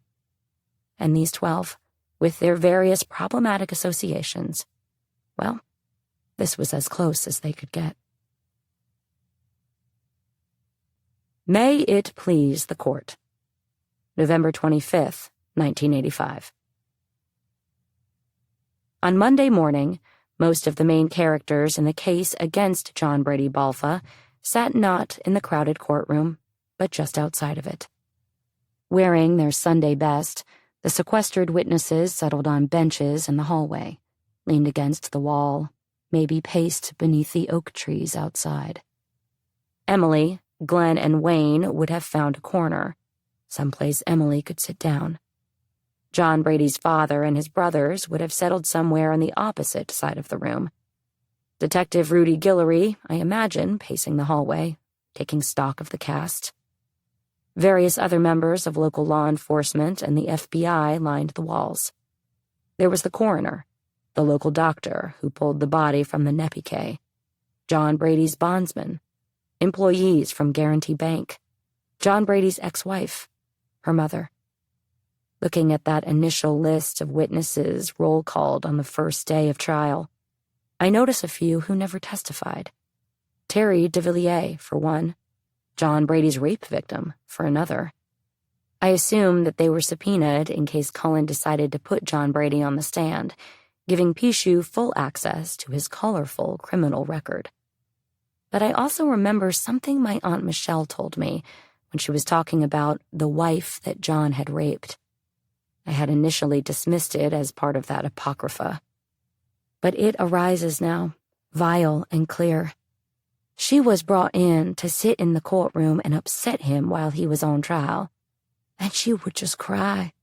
I remember watching her, and she would cry and cry and cry. On the other side of the door, Billy Pichu began his opening statements. May it please the court. Good morning. He started with boilerplate explanations of the jury's role within the American criminal justice system and gave the legal definitions of the crimes John Brady was being charged with: armed robbery, aggravated kidnapping, and second-degree murder. Then he told the jury the terrible tale of Aubrey LaHaye's kidnapping: the knock, the car trouble, the knife. His description of January 6, 1983, follows Emily's official accounts, with one subtle but significant divergence. As Pichu told it, when the stranger said his name was Vidrine, Aubrey had responded, I don't think you are Vidrine, but I know you. Whether it was a strategic edit on Pichu's part or a detail Emily had resurrected on her own at some point during their unrecorded conversations, the interaction introduces a new tension to Aubrey's relationship with the stranger in those few moments before his kidnapping. Had he said, I know you? Or, I think I know you? Had he traced that lie right away, known something wasn't right? Pichu went on to tell of the ransom call, the search, the investigation. He told the jury they'd hear from Kurt Vezinot, the man who, while target practicing with his wife and young son on the bridge at the Bayou Nezpique on a Sunday afternoon, discovered Aubrey's body. They'd hear from Dr. George McCormick, who would testify that the banker died of multiple blows to the head. Dr. McCormick will establish the time of death, which he will establish by hypothetical questions. Hypothetical questions based on what is in evidence. At this moment, Julie Cullen's head likely snapped up from her notes, her grip on her pen tightened, her brow furrowed. He will tell you, Pichu went on, that Aubrey LaHaye was killed shortly after being taken from his home at knife point that morning. He will tell you he believes Aubrey LaHaye was dead when that 7:10 phone call was made, which explains why no further 9 o'clock call came. Pichu warned the jury that much would be made about the mustache. He admitted that in almost every description Emily gave of the perpetrator's appearance, she said he had been clean-shaven. Photographic evidence would be introduced to prove John Brady had been sporting a heavy mustache at the time of the crime. That is of no significance, insisted Pichu. Even without the mustache, he pointed out, the composite created during the early investigation looked enough like John Brady that multiple people working at Guarantee Bank had recognized him in it. This sets up Pichu's transition to the motive. Yes, John Brady Balfa was a customer at Guarantee Bank, he told the jury. In fact, Aubrey had turned John Brady down for loans on 3 instances over the previous year. He knew him. So why kill him? Why, you ask? If he got him out and wanted $500,000? Why, you ask? Didn't he keep him alive? I've just told you the answer. Aubrey LaHaye knew him. He knew he could identify him. Like he said, you're not a Vidrine, but I know you. So what does he have to do? He has to kill him. This logic is faulty, to my reading, full of leaps. Pichu was essentially saying that John Brady assumed Aubrey, his banker, wouldn't recognize him or know him, didn't bother to wear a mask, and then was surprised that Aubrey did know him and thus had to kill him? Pichu closed his argument by saying that in addition to all of this, the state would prove the murder was premeditated, based on testimony that the perpetrator had gone into the house with a knife and rope, and the tires were removed from the rims. It was a planned, premeditated, cold-blooded, unjustified, heinous crime, and it is defined in our laws as being illegal. We submit that when all the evidence is in, you will be convinced, beyond any doubt, not only a reasonable doubt, but beyond any doubt, that John Brady Balfa, the man seated right here, should be found guilty of all 3 charges, and particularly murdering Aubrey LaHaye on January 6th, 1983. Thank you. Julie Cullen stood, but instead of turning to address the jury, as Pichu had done, she faced the judge. At this time, I would request the jury be excused. Once they had filed into the jury room across the hall, Cullen announced, Your Honor, at this time I would make a motion for mistrial. Pichu had just announced to the jury that Dr. McCormick's time of death estimate would be a key tenet of his arguments, that the coroner would testify that Aubrey had been killed almost immediately after he was taken from his home. This was the very information Cullen had spent months trying to get her hands on, that Pichu had outright refused to give her. This, Cullen argued, was evidence that the state had violated its discovery obligations to the defendant. Pichu responded by emphasizing that Dr. McCormick's testimony would be based on hypothetical questions rather than evidence in the record.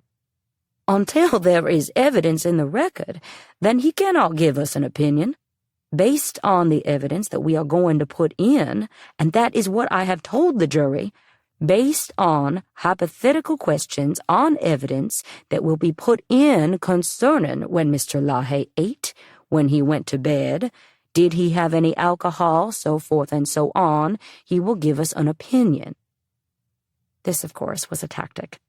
Pichu had obviously arranged with McCormick to reveal this information within parameters that legally allowed him to withhold it from Cullen, knocking her off guard right at the start of the trial. Cullen turned to the judge in exasperation. Your Honor, obviously the state is in possession of this information. Whether the hypothetical questioning has been asked on the record or not is of no moment to this motion. The question has to have been asked because the answers have already been told to the jury. The trial had hardly begun, and John Brady's case, which depended so heavily on his alibi, was already falling apart. Cullen's plan rested on placing John Brady in Texas by, at latest, the early afternoon of January 6th. This left a window of only about 2 hours during which John Brady could have possibly entered the LaHaye home, killed Aubrey, tied him to 2 tire rims, and tossed him in the Nezpique. Going in, Cullen's defensive strategy had been to discredit the state's evidence. She'd argue that Emily's identification was unreliable, would point out how the FBI analysts used the words could be a match and similar when comparing the items found at the Balfa house to those found on the body. And she'd emphasize how teeny tiny the window of time was that allowed John Brady to be the killer. The state can't prove when he died, she'd tell the jury. Tell me, out of all of those hours, what are the chances Aubrey LaHaye died exactly during the couple in which John Brady was in Evangeline Parish? Even with the forensic anthropologist's narrower time-since-death estimate of 10 to 12 days from the January 17th autopsy, the percentage was still small. And what was this newfangled field of forensic anthropology anyway? Pichu's opening statement, though, ground this theory into the dirt. If Dr. McCormick testified that Aubrey LaHaye had died immediately after the kidnapping, then the time of death lined up exactly with the window in which John Brady could have still been in Evangeline Parish. After hearing arguments from both sides, Judge Correll denied Cullen's motion.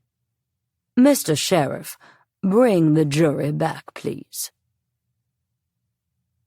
In her opening statements, Julie Cullen minced no words. I'm not going to make any attempt at this time to argue the case, because you have no evidence. You've heard statements from Mr. Pichu concerning what he expects the evidence to prove. That's not evidence. That's his hope. Yes, she said. The state can probably prove that someone came into the LaHaye house on January 6th, abducted Aubrey at knife point, and killed him. But the evidence is not going to show you that that person is John Balfa. Cullen encouraged the jury to listen carefully to the evidence as it was presented, but to listen closer to the evidence not presented. She asked them to listen for 2 words that would run throughout the forensic testimony: consistent and similar. At the conclusion of the trial, you might feel that, well, there is a lot of similarity there. Maybe so. But you advised me on jury selection that maybe was not going to be good enough for you. Possibly a little bit of suspicion is not proof. We're talking proof beyond a reasonable doubt. Yes, Emily LaHaye is going to identify John Brady as the man who entered her house, she told them. But that testimony doesn't match her original description of the perpetrator, the one she gave on January 6th. Cullen turned at this point to John Brady. When I look at this man, she said, I see someone tall and slim, about 6 feet, dark hair, rather prominent nose, mustache. And John Brady did indeed have a mustache on January 6th, 1983, she emphasized. There is a photo to prove it. Yes, John Brady was in financial straits at the time of Aubrey's murder. Who isn't? Cullen asked. People in debt don't go out and kill people. I mean, you can't take leaps. And besides, motive, she pointed out, is not evidence of a crime. I'm asking that you don't convict John Balfa because he needed money. Then she got to McCormick. I suggest if Dr. McCormick makes an estimate of the time of death, it is strictly that. And that the basics, whether even an estimate can be made, is subject to question. I ask that when Dr. McCormick testifies, you listen very carefully. The Widow. Billy Pichu started with his most compelling, most sympathetic witness, the 71-year-old widow of Aubrey LaHaye. Mama Emily took this role seriously. I imagine her kneeling before her bed the night before, the same bed she'd been tied to the last time she'd seen her husband. The same gesture, hands and fists clasped together. She prayed that whatever else God might give her in this life, He might infuse her bones, her voice, her demeanor with strength upon the stand, that she might play her part in the execution of justice. Aubrey, she knew, would be standing right behind her, gently grasping her elbow like he used to. "Ma, Emily, tell them your story." She was well prepared. It is obvious in reading the transcript that she and Pichu had rehearsed. Many of her responses to his questions echoing, almost word for word, the descriptions he used in his opening statements, which she had not been in the room for. Nevertheless, she commanded the room. The LaHayes, except for Wayne and Glenn, sequestered as they were a force united, each projecting confidence toward their matriarch, holding back tears as they listened to her recount that terrible day. Journalists and the local curious leaned forward in their seats, absorbing every yet unheard detail of a story they'd heard so many different versions of. The tragedy of it all now embodied in this little old woman. "I woke up at 5 o'clock, Emily began, then walked Pichu and the jury through the details of the knock on the door, the man standing behind it. When she got to the question of Vidrine, her account mirrored something closer to the original than Pichu's earlier description of the interaction. "I'm a Vidrine, Mr. LaHaye," he says. "I live around the corner." And Aubrey said, "Oh, yeah, Surely I know you. Come right in." He came in. Emily told of how, while she was flipping through the phone book, she'd heard her husband say, "Oh, no, no." When I turned around, I saw the knife blade. He was holding the knife blade against him.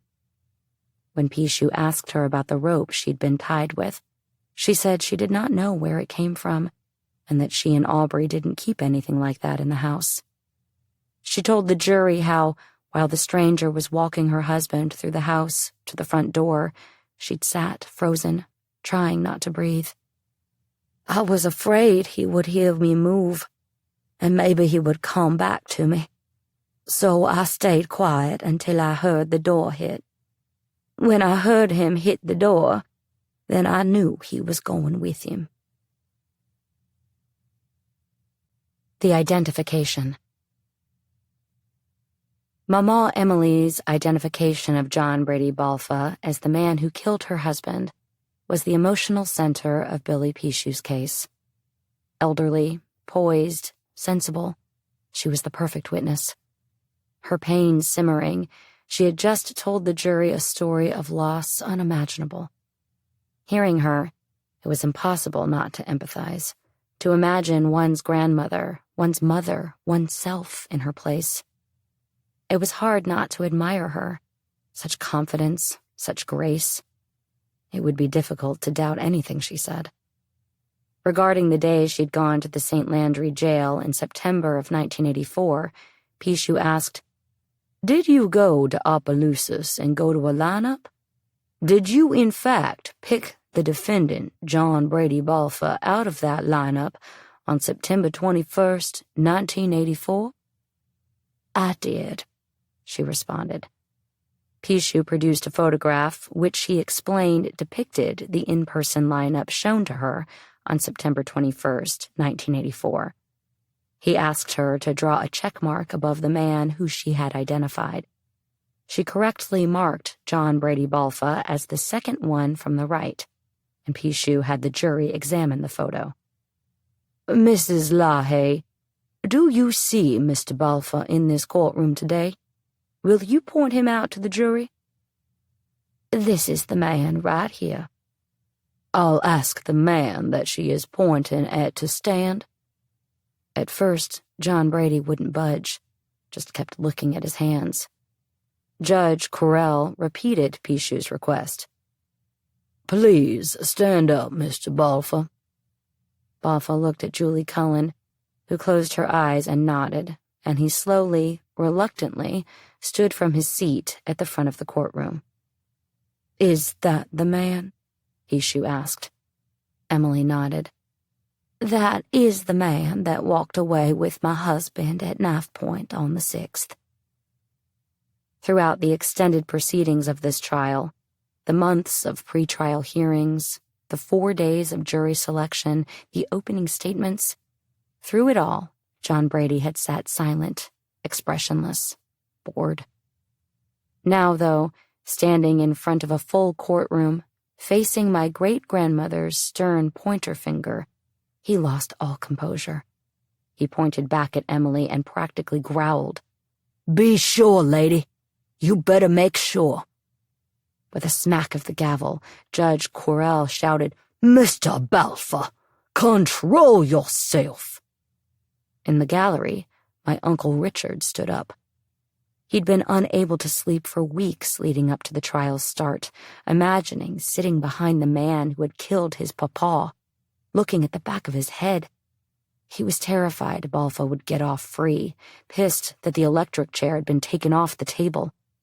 On his way out the door that first day of testimony, he grabbed his pistol, stuffed it in his back pocket. Coming in with the crowds, he'd managed to avoid attention from security, who easily recognized him as one of Uncle Glenn's boys. If things started to go south, he was going to kill that motherfucker himself. Now, 40 years later, he remembers how he'd thought he was ready, had reacted the instant Balfa yelled at his mama, put his hand to his pocket. "And I couldn't do it," he tells me. "I sat back down, and thank God I didn't do it." but I was just so full of fury. Relaying the moment in the local paper, a journalist wrote that members of the Balfa family, overcome, ran out of the courtroom, sobbing. In 1985, research on the reliability of eyewitness testimony was only just creeping its way into the American judicial system. Once considered the gold standard of evidence, for their ability to convince as well as their perceived proximity to truth, eyewitness accounts were now being poked and prodded by psychologists, whose studies were revealing a far frailer psyche than we imagined for ourselves. How dependable is the memory, really? How tightly does it hold on to a scene, an image, a face? Is it susceptible to influence, to bending, to breaking? How much can we depend on it to maintain law and order? While a certain dedicated few, mainly defense attorneys, started shouting about reform, day-to-day courtrooms proceeded as usual. In 1982, when advocates began fighting to bring psychologists before juries to testify to the scientific unreliability of eyewitness testimony, the Louisiana Supreme Court responded with 2 decisions barring such testimony from all criminal trials, citing other courts' claims that the prejudicial effect of such testimony outweighed its value. That precedent was overruled only as recently as 2019. While Louisiana clung to the primacy of eyewitness testimony, though, new technologies emerged. 2 years after John Brady's trial came the first convictions using DNA profiling. The lights turned on. Trillions of once invisible traces ignited, glowing bright. Troves of exonerations followed. Of the first 250 people exonerated in the United States from crimes using DNA evidence, 190 had been convicted using eyewitness testimony. It was there, plain as day, our very genes, the whistleblower. The memory can lie. If an eyewitness expert were to have been allowed in that Evangeline Parish courtroom in 1985, they would have likely explained that eyewitness accounts like Emily's should be included and heard when considering a case like this one. But they would also explain to the jury how to effectively evaluate the accuracy of those accounts. They might have suggested the jurors considered the high levels of stress Emily was under during the 20 or so minutes the stranger was in her home, holding a knife to her husband. They might have spoken about the studies that show victims are overwhelmingly likely to forget details, even big ones, about a traumatic event when a weapon is involved. Emily's age would have undoubtedly been raised as a factor, as well as the state of shock and exhaustion she sustained over the next several days, during which she was subject to countless interrogations, repeating the same story over and over with small adjustments here and there. The expert would ask questions about the extensive amount of information she had absorbed around the investigation, with the FBI headquarters in her backyard and many of the key investigators being close family friends.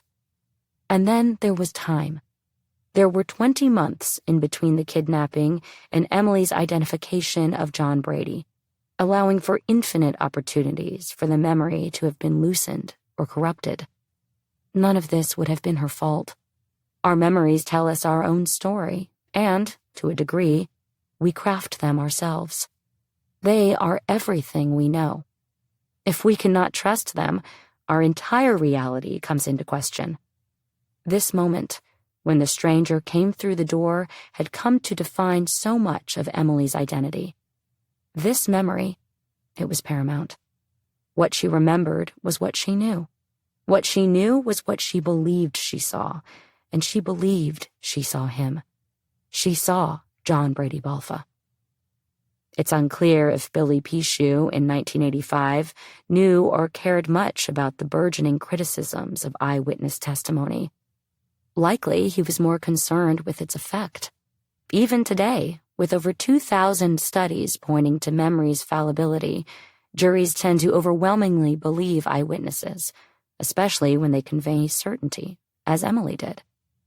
Julie Cullen knew all this.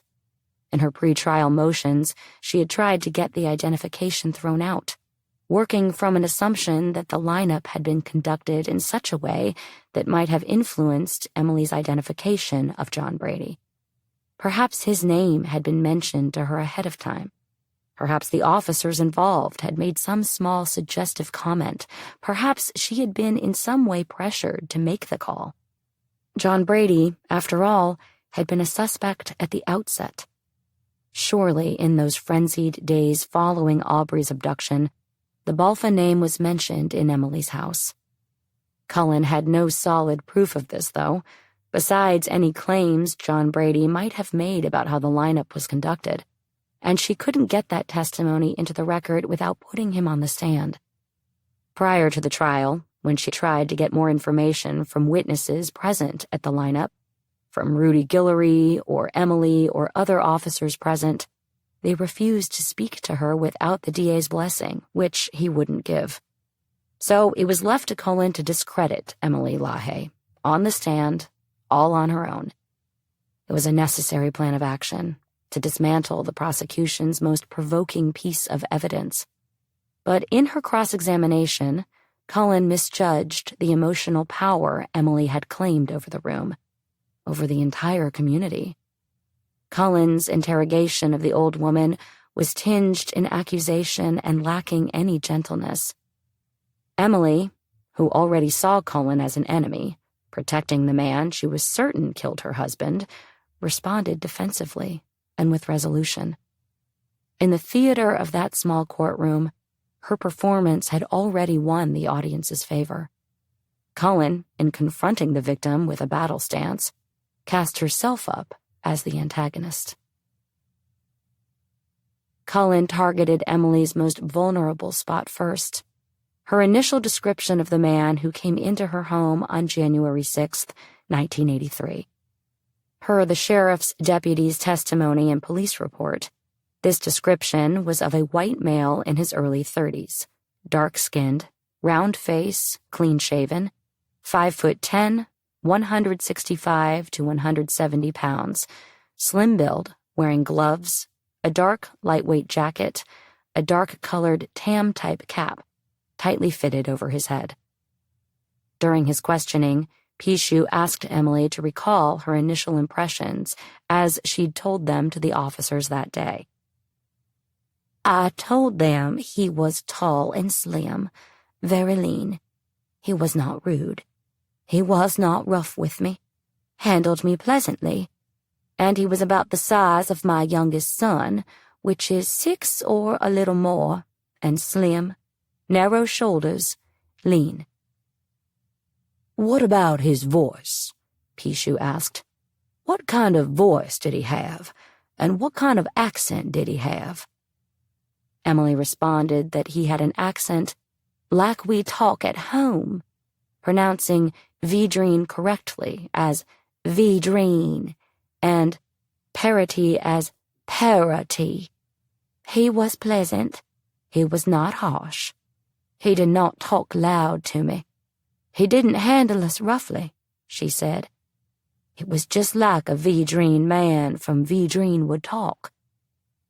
When Cullen got her turn, she scrutinized this testimony, pointing out the subtle ways the description differed from the one she'd given on January 6, 1983. For instance, Emily originally said the man was 5'10", and now she was saying he was 6 feet or taller. And every time Cullen asked Emily to repeat her original description of the abductor, she just pointed at John Brady. The description was exactly like this man sitting down. Cullen pressed on. Do you remember telling the police officers that the man was about 30 years old? I think he was younger than that, Emily replied, haltingly. Though it's difficult to know if the jury was picking up on it, Cullen was unveiling a troubling symptom embedded in Emily's testimony. On the stand, she wasn't trying to describe the man who entered her home. She was trying to describe John Brady, the man sitting right in front of her. She wasn't even entertaining any distinction, legal or otherwise, between the perpetrator and the defendant. To her, they were already one and the same. Now, Cullen asked her, it is your testimony that you described the person as being tall and slim from the very beginning. This is what you are testifying today in court, that you told the police officers that the man was tall and slim. Is that right? Right, said Emily. If that is not reflected in any of the information or description the police officers took down, it would be a mistake on the police officer's report. Is that correct? Is he not tall and slim? Mrs. LaHaye, that is not my question. My question was, I want to know why you are saying it could be the police's mistake if I say he is tall and slim, and they say he is not tall and slim. Is he not tall and slim? She pointed at John Brady. Cullen drew out shades of this same problem during Glenn's and Wayne's testimonies, relaying the details of the ransom call. She challenged new adjectives being used to describe the abductor's voice, adjectives that especially applied to John Brady, words like educated. On the stand, Wayne elaborated on what he meant. He spoke very clearly, and he seemed somewhat eloquent on the phone. He was not troubled for words. He didn't initially seem to be speaking from a prepared statement. But, argued Cullen, the whole conversation took 3 minutes, and the gist of the conversation was a person telling you there were 4 people and that he was in charge, and he was going to tell you what to do. You didn't have a lengthy, detailed discussion about anything, did you? No, we did not. Besides all this, the detail from Emily's initial description that Julie Cullen was most interested in was the description clean-shaven. The first piece of evidence Cullen introduced for the defense was the photograph taken on January 12, 1983, at the Gregg County Jail. In it, John Brady wears what Rudy Guillory, in testimony, described as a 2-week mustache. A good mustache. My Aunt Michelle tells me the mustache issue has always bothered her. Emily didn't like whiskers. Everyone knew how much she didn't like whiskers. Aubrey, Glenn, and Wayne never wore facial hair. For her to say he was very clean-shaven, that was something she would have noticed. That was weird. When Pichu questioned her about the issue, Emily, in a manner that reads a little rehearsed, responded by saying, I always said he was a pleasant-looking man, and he was a clean-shaved man. So I don't deny that he could have had a mustache, but he did not have a beard. In cross-examination, Cullen addressed the tidy statement directly, asking if Emily had discussed the testimony with Pichu before coming to court. She replied that she had, many times, as recently as the previous Friday.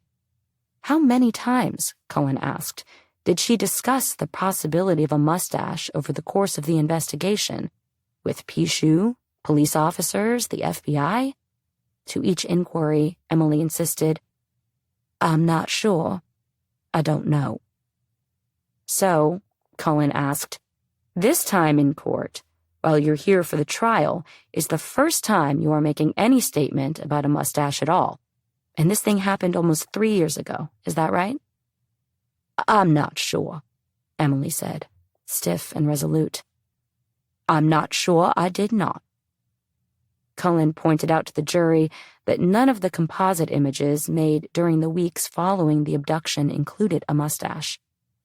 When one of the composite artists, a state trooper, was called to the stand, he testified that Emily had never given any description of facial hair whatsoever, only using the words clean-shaven. He added the caveat, too, that in his experience, it is not uncommon for these composite images to be unsuccessful in depicting an unknown subject. A composite, he said, is only as good as what the witness can do. As in any process, there are possible breakdowns between what the person remembers and what they can tell you. What I hear from them and what I put down. Billy Pichu asked him if it was unusual for someone to forget some more outstanding feature, such as a mustache. "No, sir," he said. "It's not." Sitting with the DA file, I hold these original composites in my hands, the carbon smearing across the page, staining my fingers. The 4 composites shown to the jury were labeled A through D. A is the state trooper's. It features a rectangular face with small eyebrows and wide eyes, a beanie sort of hat obscuring the hairline. Emily told the officers the hat was too big, so in B, they removed it. This character appears gruffer, thicker, meaner than the first, his lips thinner and his chin broader. C appears to be a version of A with a different hairline, a floppy, somewhat goofy-looking middle part. And D, the one most widely used, was Johnny Donnells's piece. I also find among these a copy of A, upon which someone drew, in ballpoint pen, a thick mustache over the subject's face. When Pichu questioned Emily about whether she found the composites satisfactory, she told him, "I did the best I could. I said he had a pleasant face, but I was never satisfied. I never told the man that made the composite I was positive and happy with his work. I always said, well, you do have a little resemblance, but it is not like him." When Cullen held each composite, A through D, up to Emily, asking her to explain to the jury which parts specifically resembled John Brady, she admitted, "There are no similarities.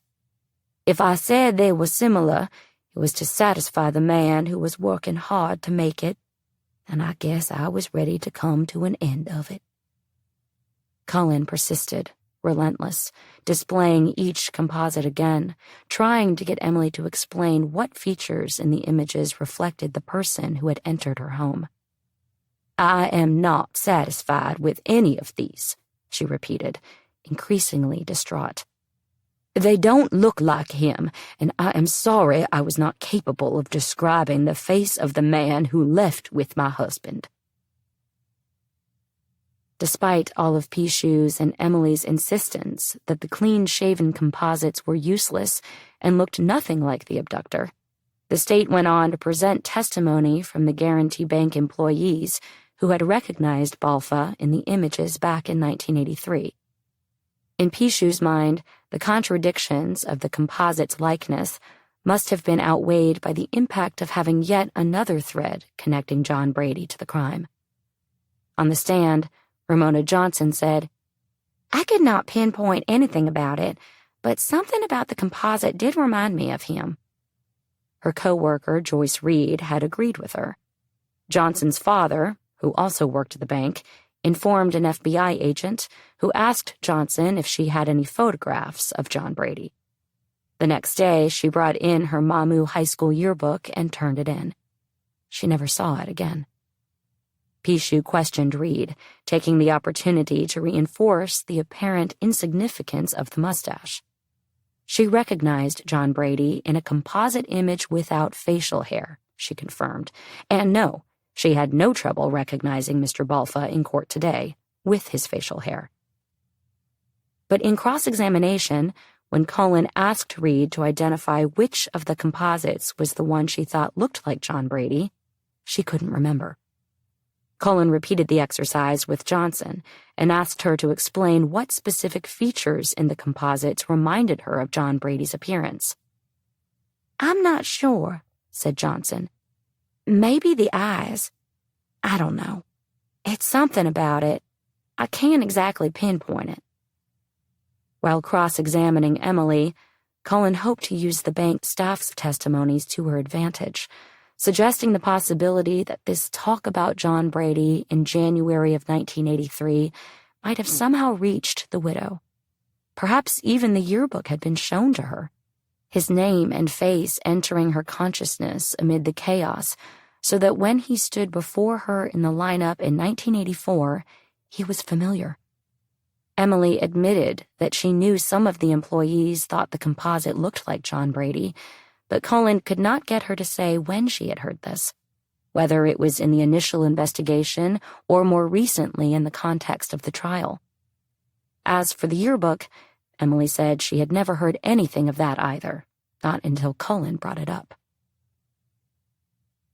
But what about the January 12, 1983 photograph of John Brady Balfa at Gregg County Jail? After his interrogation of John Brady, Agent Keeney had sent the photo, along with 6 photographs of other Texas inmates, to the FBI office in New Orleans. Agent Owen Odom testified that he came into possession of these photos shortly after they were taken. "They were never shown to Mrs. LaHaye," he told the jury. But why wouldn't the photograph have been shown to Emily? Wasn't that precisely why it had been taken? During his 2-day testimony, Detective Rudy Guillory responded to Pichou's questions regarding other photo lineups Emily had been shown. I don't catch it the first time I read through the transcript, but later I'll come back to this testimony again and again. The simple, "No, sir, she did not," Guillory utters in response to Pichou's question regarding a January 19th, 1983 lineup. "Did she, in fact, pick out anyone in that lineup as the suspect?" What he says is not true. It directly contradicts the FBI correspondence records in my possession, which refer to a January 20th, 1983 telecall between the New Orleans Bureau and Houston's, stating that a white male, age 35, has been tentatively identified by Emily via photographic and physical lineup. The record reads, Emily LaHaye stated she thinks Taylor Struther is the individual who entered her home and kidnapped victim. Guillory's claim that Emily made no identification of any suspect prior to John Brady Balfa was either a mistake or a lie. In fact, she had already identified someone, and investigators had deemed the evidence not significant enough to charge him with the crime. But without access to the FBI files, Cullen had no way of knowing this or arguing it in court. Finally granted access to witnesses of the September 21st, 1984 lineup, here was Cullen's chance to unveil any mistakes that might have been made, any improper protocol that may have occurred to contaminate Emily's identification of John Brady. Reading through the transcript, though, it seems as though she was going in blind, untethered to any specific incident, just hoping to snag something. Guillory, Odom, and Emily each recounted how the 2 investigators went to the LaHaye home on the morning of September 21st, 1984. Odom had a photographic lineup prepared in his briefcase. All 3 testified that Emily requested an in-person lineup instead of a photo lineup. Guillory had made the arrangements with Detective Roy Mallett in St. Landry Parish, where John Brady was being held. Cullen drilled down into the scene that followed.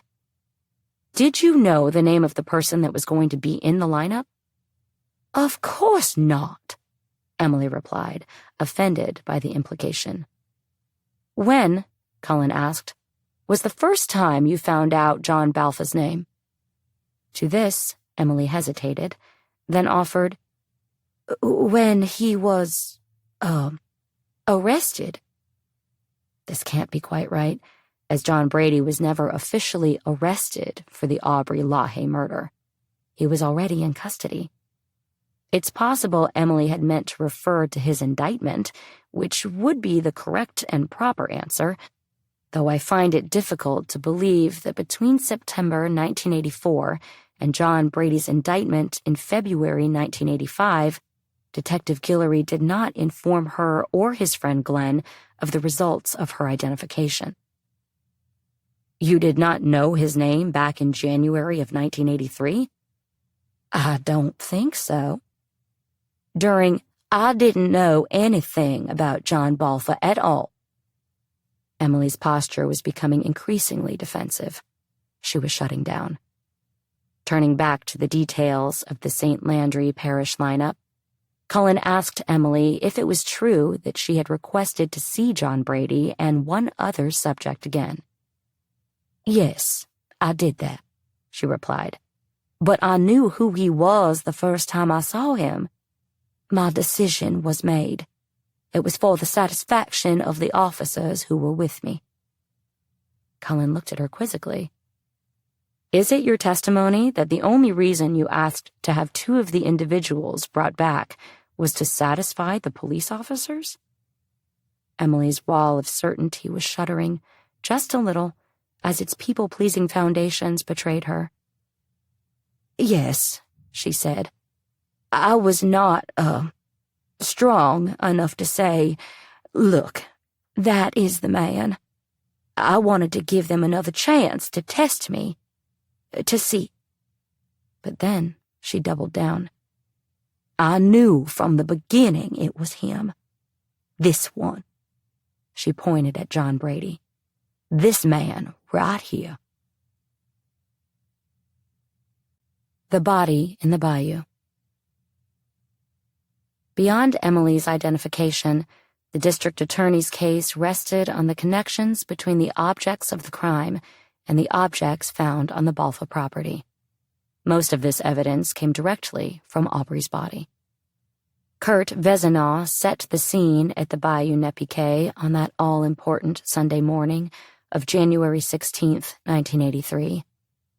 A slight, simple man with a thick Cajun accent, he wrung his hat in his hands and spoke almost too quietly for the jury to hear. He told of how he and his family had been driving out in the country, sightseeing. I brought my rifle so we could shoot in the water, he said. They arrived at the Bayou Nezpique Bridge around 11:30 a.m. He told of how they started shooting bullets at the Curiosity in the water. Noticing a taut rope tied to one end, Kurt aimed, shot, and snapped it. A precise shot. And that's when I saw the backside of the left arm, and the backside of her head, and the body come up. Kurt told of how he instructed his wife, Buela, to go with their son to the police station in Mamou, then waited, alone with the body. When they returned, they came with Agent Ellis Blount, Detective Guillory, and the police chief. At one point, there were about 15 officers at the scene, who collected as evidence some 2,000 empty rifle shells from the bridge, left behind by dozens of other leisurely sharpshooters like Vezinaw. In cross-examination, Julie Cullen asked him if he had been aware that Aubrey LaHaye was missing at the time. Yes, ma'am, he told her.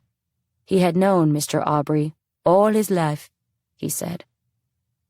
While law enforcement started investigating the scene, Dr. B.J. Manuel was watching football at his camp a couple 100 yards away. Aubrey's body had technically been discovered within the confines of his property. When Sheriff Vidrine came knocking on his door, Manuel not only volunteered his boat for the body's recovery, but got in the vessel to help. During his witness testimony, Manuel affirmed that he was able to identify the body while it was still in the bayou. There was no question about it. When the body was pulled on the bank, it was Mr. Aubrey, he said. In fact, before we got it up to the bank, when he was floating in the water, when I saw the back of his neck and shoulders, I felt it was him, even at that point. One by one, Pichu exhibited a series of photographs, entering each into evidence as Manuel confirmed. Yes, that is what the bayou looked like that day. Yes, that is me in the boat. Yes, that is Aubrey LaHaye's body as it looked when we pulled it from the bayou. The photos, a square of smooth brown water laced over by the forest's shadows, glimmering with sunlight, disrupted by a barely distinguishable bloody bundle. Dr. B.J. Manuel, Sheriff Vidrine, and 2 other men climbing into the boat. A pair of glasses, resting pristine beneath a cypress tree. 3 men on the bank, pulling on ropes, something dark and fleshy emerging from the Nezpique. A banker's body lying on the dirt, blue pajamas clinging, rope tied around the neck and waist, attached at the end to the 2 metal rims. his head obscured by a yellow towel, his feet bare. The body again, this time lying on its side, a close-up of the rims, the Chevrolet emblem grinning. While the sheriff and Dr. Manuel worked to retrieve the body, Detective Guillory and Agent Blount searched the area, walking the entire bank, on top of the bridge, beneath the bridge. They walked 50 yards on each side of the road. Guillory testified that he returned several times over the next few weeks to search, walking farther and farther down the road each time. The only piece of evidence they found, besides all that was connected to the body, were Aubrey's glasses on the bank. These were brought out in court, as well as the pajamas and the yellow, blood-stained towel, which had been wrapped around his head. Guillory told of how he accompanied the body, muddy and still tied up, to Bossier City on January 17th for analysis, and he observed as Dr. George McCormick removed the ropes and conducted the autopsy. Each time a new item of evidence was introduced, the courtroom went quiet, the 12 members of the jury each taking their turn to hold these relics, encased in plastic, in their hands. They could feel the ridges of the rope, see the paint flecks in its fibers. They could, if only it weren't for the entire courtroom's eyes upon them, hold Aubrey's glasses up to their face, imagine the things he had seen, scenes now obscured by the blur of the labeled plastic. They could see the dirt and something darker encrusted over the pajamas. Expensive pajamas. As my Aunt Michelle once described them, the most beautiful old man pajamas you had ever seen. The rims were too heavy to pass around. The jury walked to the front of the courtroom to see them up close, each taking their turn standing before those two ungainly halos, resting so conspicuously against the wall. February 5th, 2021. "This is the first time this box has been opened since the trial," says Patrice, the member of the Evangeline Parish Clerk of Court's office assigned to chaperone me to the warehouse, where the parish's oldest records are stored. The space is discombobulating, reeking of dust, mountainous with towers of cardboard storage. The information contained here is overwhelming in its abundance and its loneliness. Most of these boxes will never be opened again. I follow Patrice to a back corner, and I see the box I'm looking for long before she points it out. Coffin size, hammered plywood, an altar in a room of white banker's boxes. My dad had heard the rims remained at the courthouse, in a box people had walked past for years and spoken about in whispers. The rims they sank Aubrey LaHaye with. The clerk of court confirms the rumor years later, when I ask if any of the evidence from the trial has been preserved. "This is it," he says. "This is all he inherited. No one knows where the rest of it ended up. The pajamas, the rope, the glasses, the paint, the yellow towel that had been wrapped around Papa Aubrey's head, the piece of glass found in his wound. All gone, along with any potential remnants of DNA that may have clung on through the decades. The previous clerk of court had his own way of doing things," Patrice tells me. "It was a total mess, but no one comes back for cases this old anyway." It hasn't even been 40 years yet, I think to myself, imagining John Brady Balfa, still locked in his cell, just a little older than my father. It's not as though an entire lifetime has even passed. There's a nonchalance about the whole thing that rings strange to me, as though it were par for the course to simply misplace items of such consequential weight. But here are the rims, stored in this house of secrets across the street from the courthouse. "No one has ever tried to look at these since then?" I ask. "Nope. You would be the first." She's brought a screwdriver and takes her time working on the lid. While I wait, my eyes focus in on a mummified rat curled in the corner. Once she gets the box open, I follow her lead, and we work together to lift out each metal ring. We're in the middle of it before I wonder if we should be wearing gloves. There are 8 rims in total.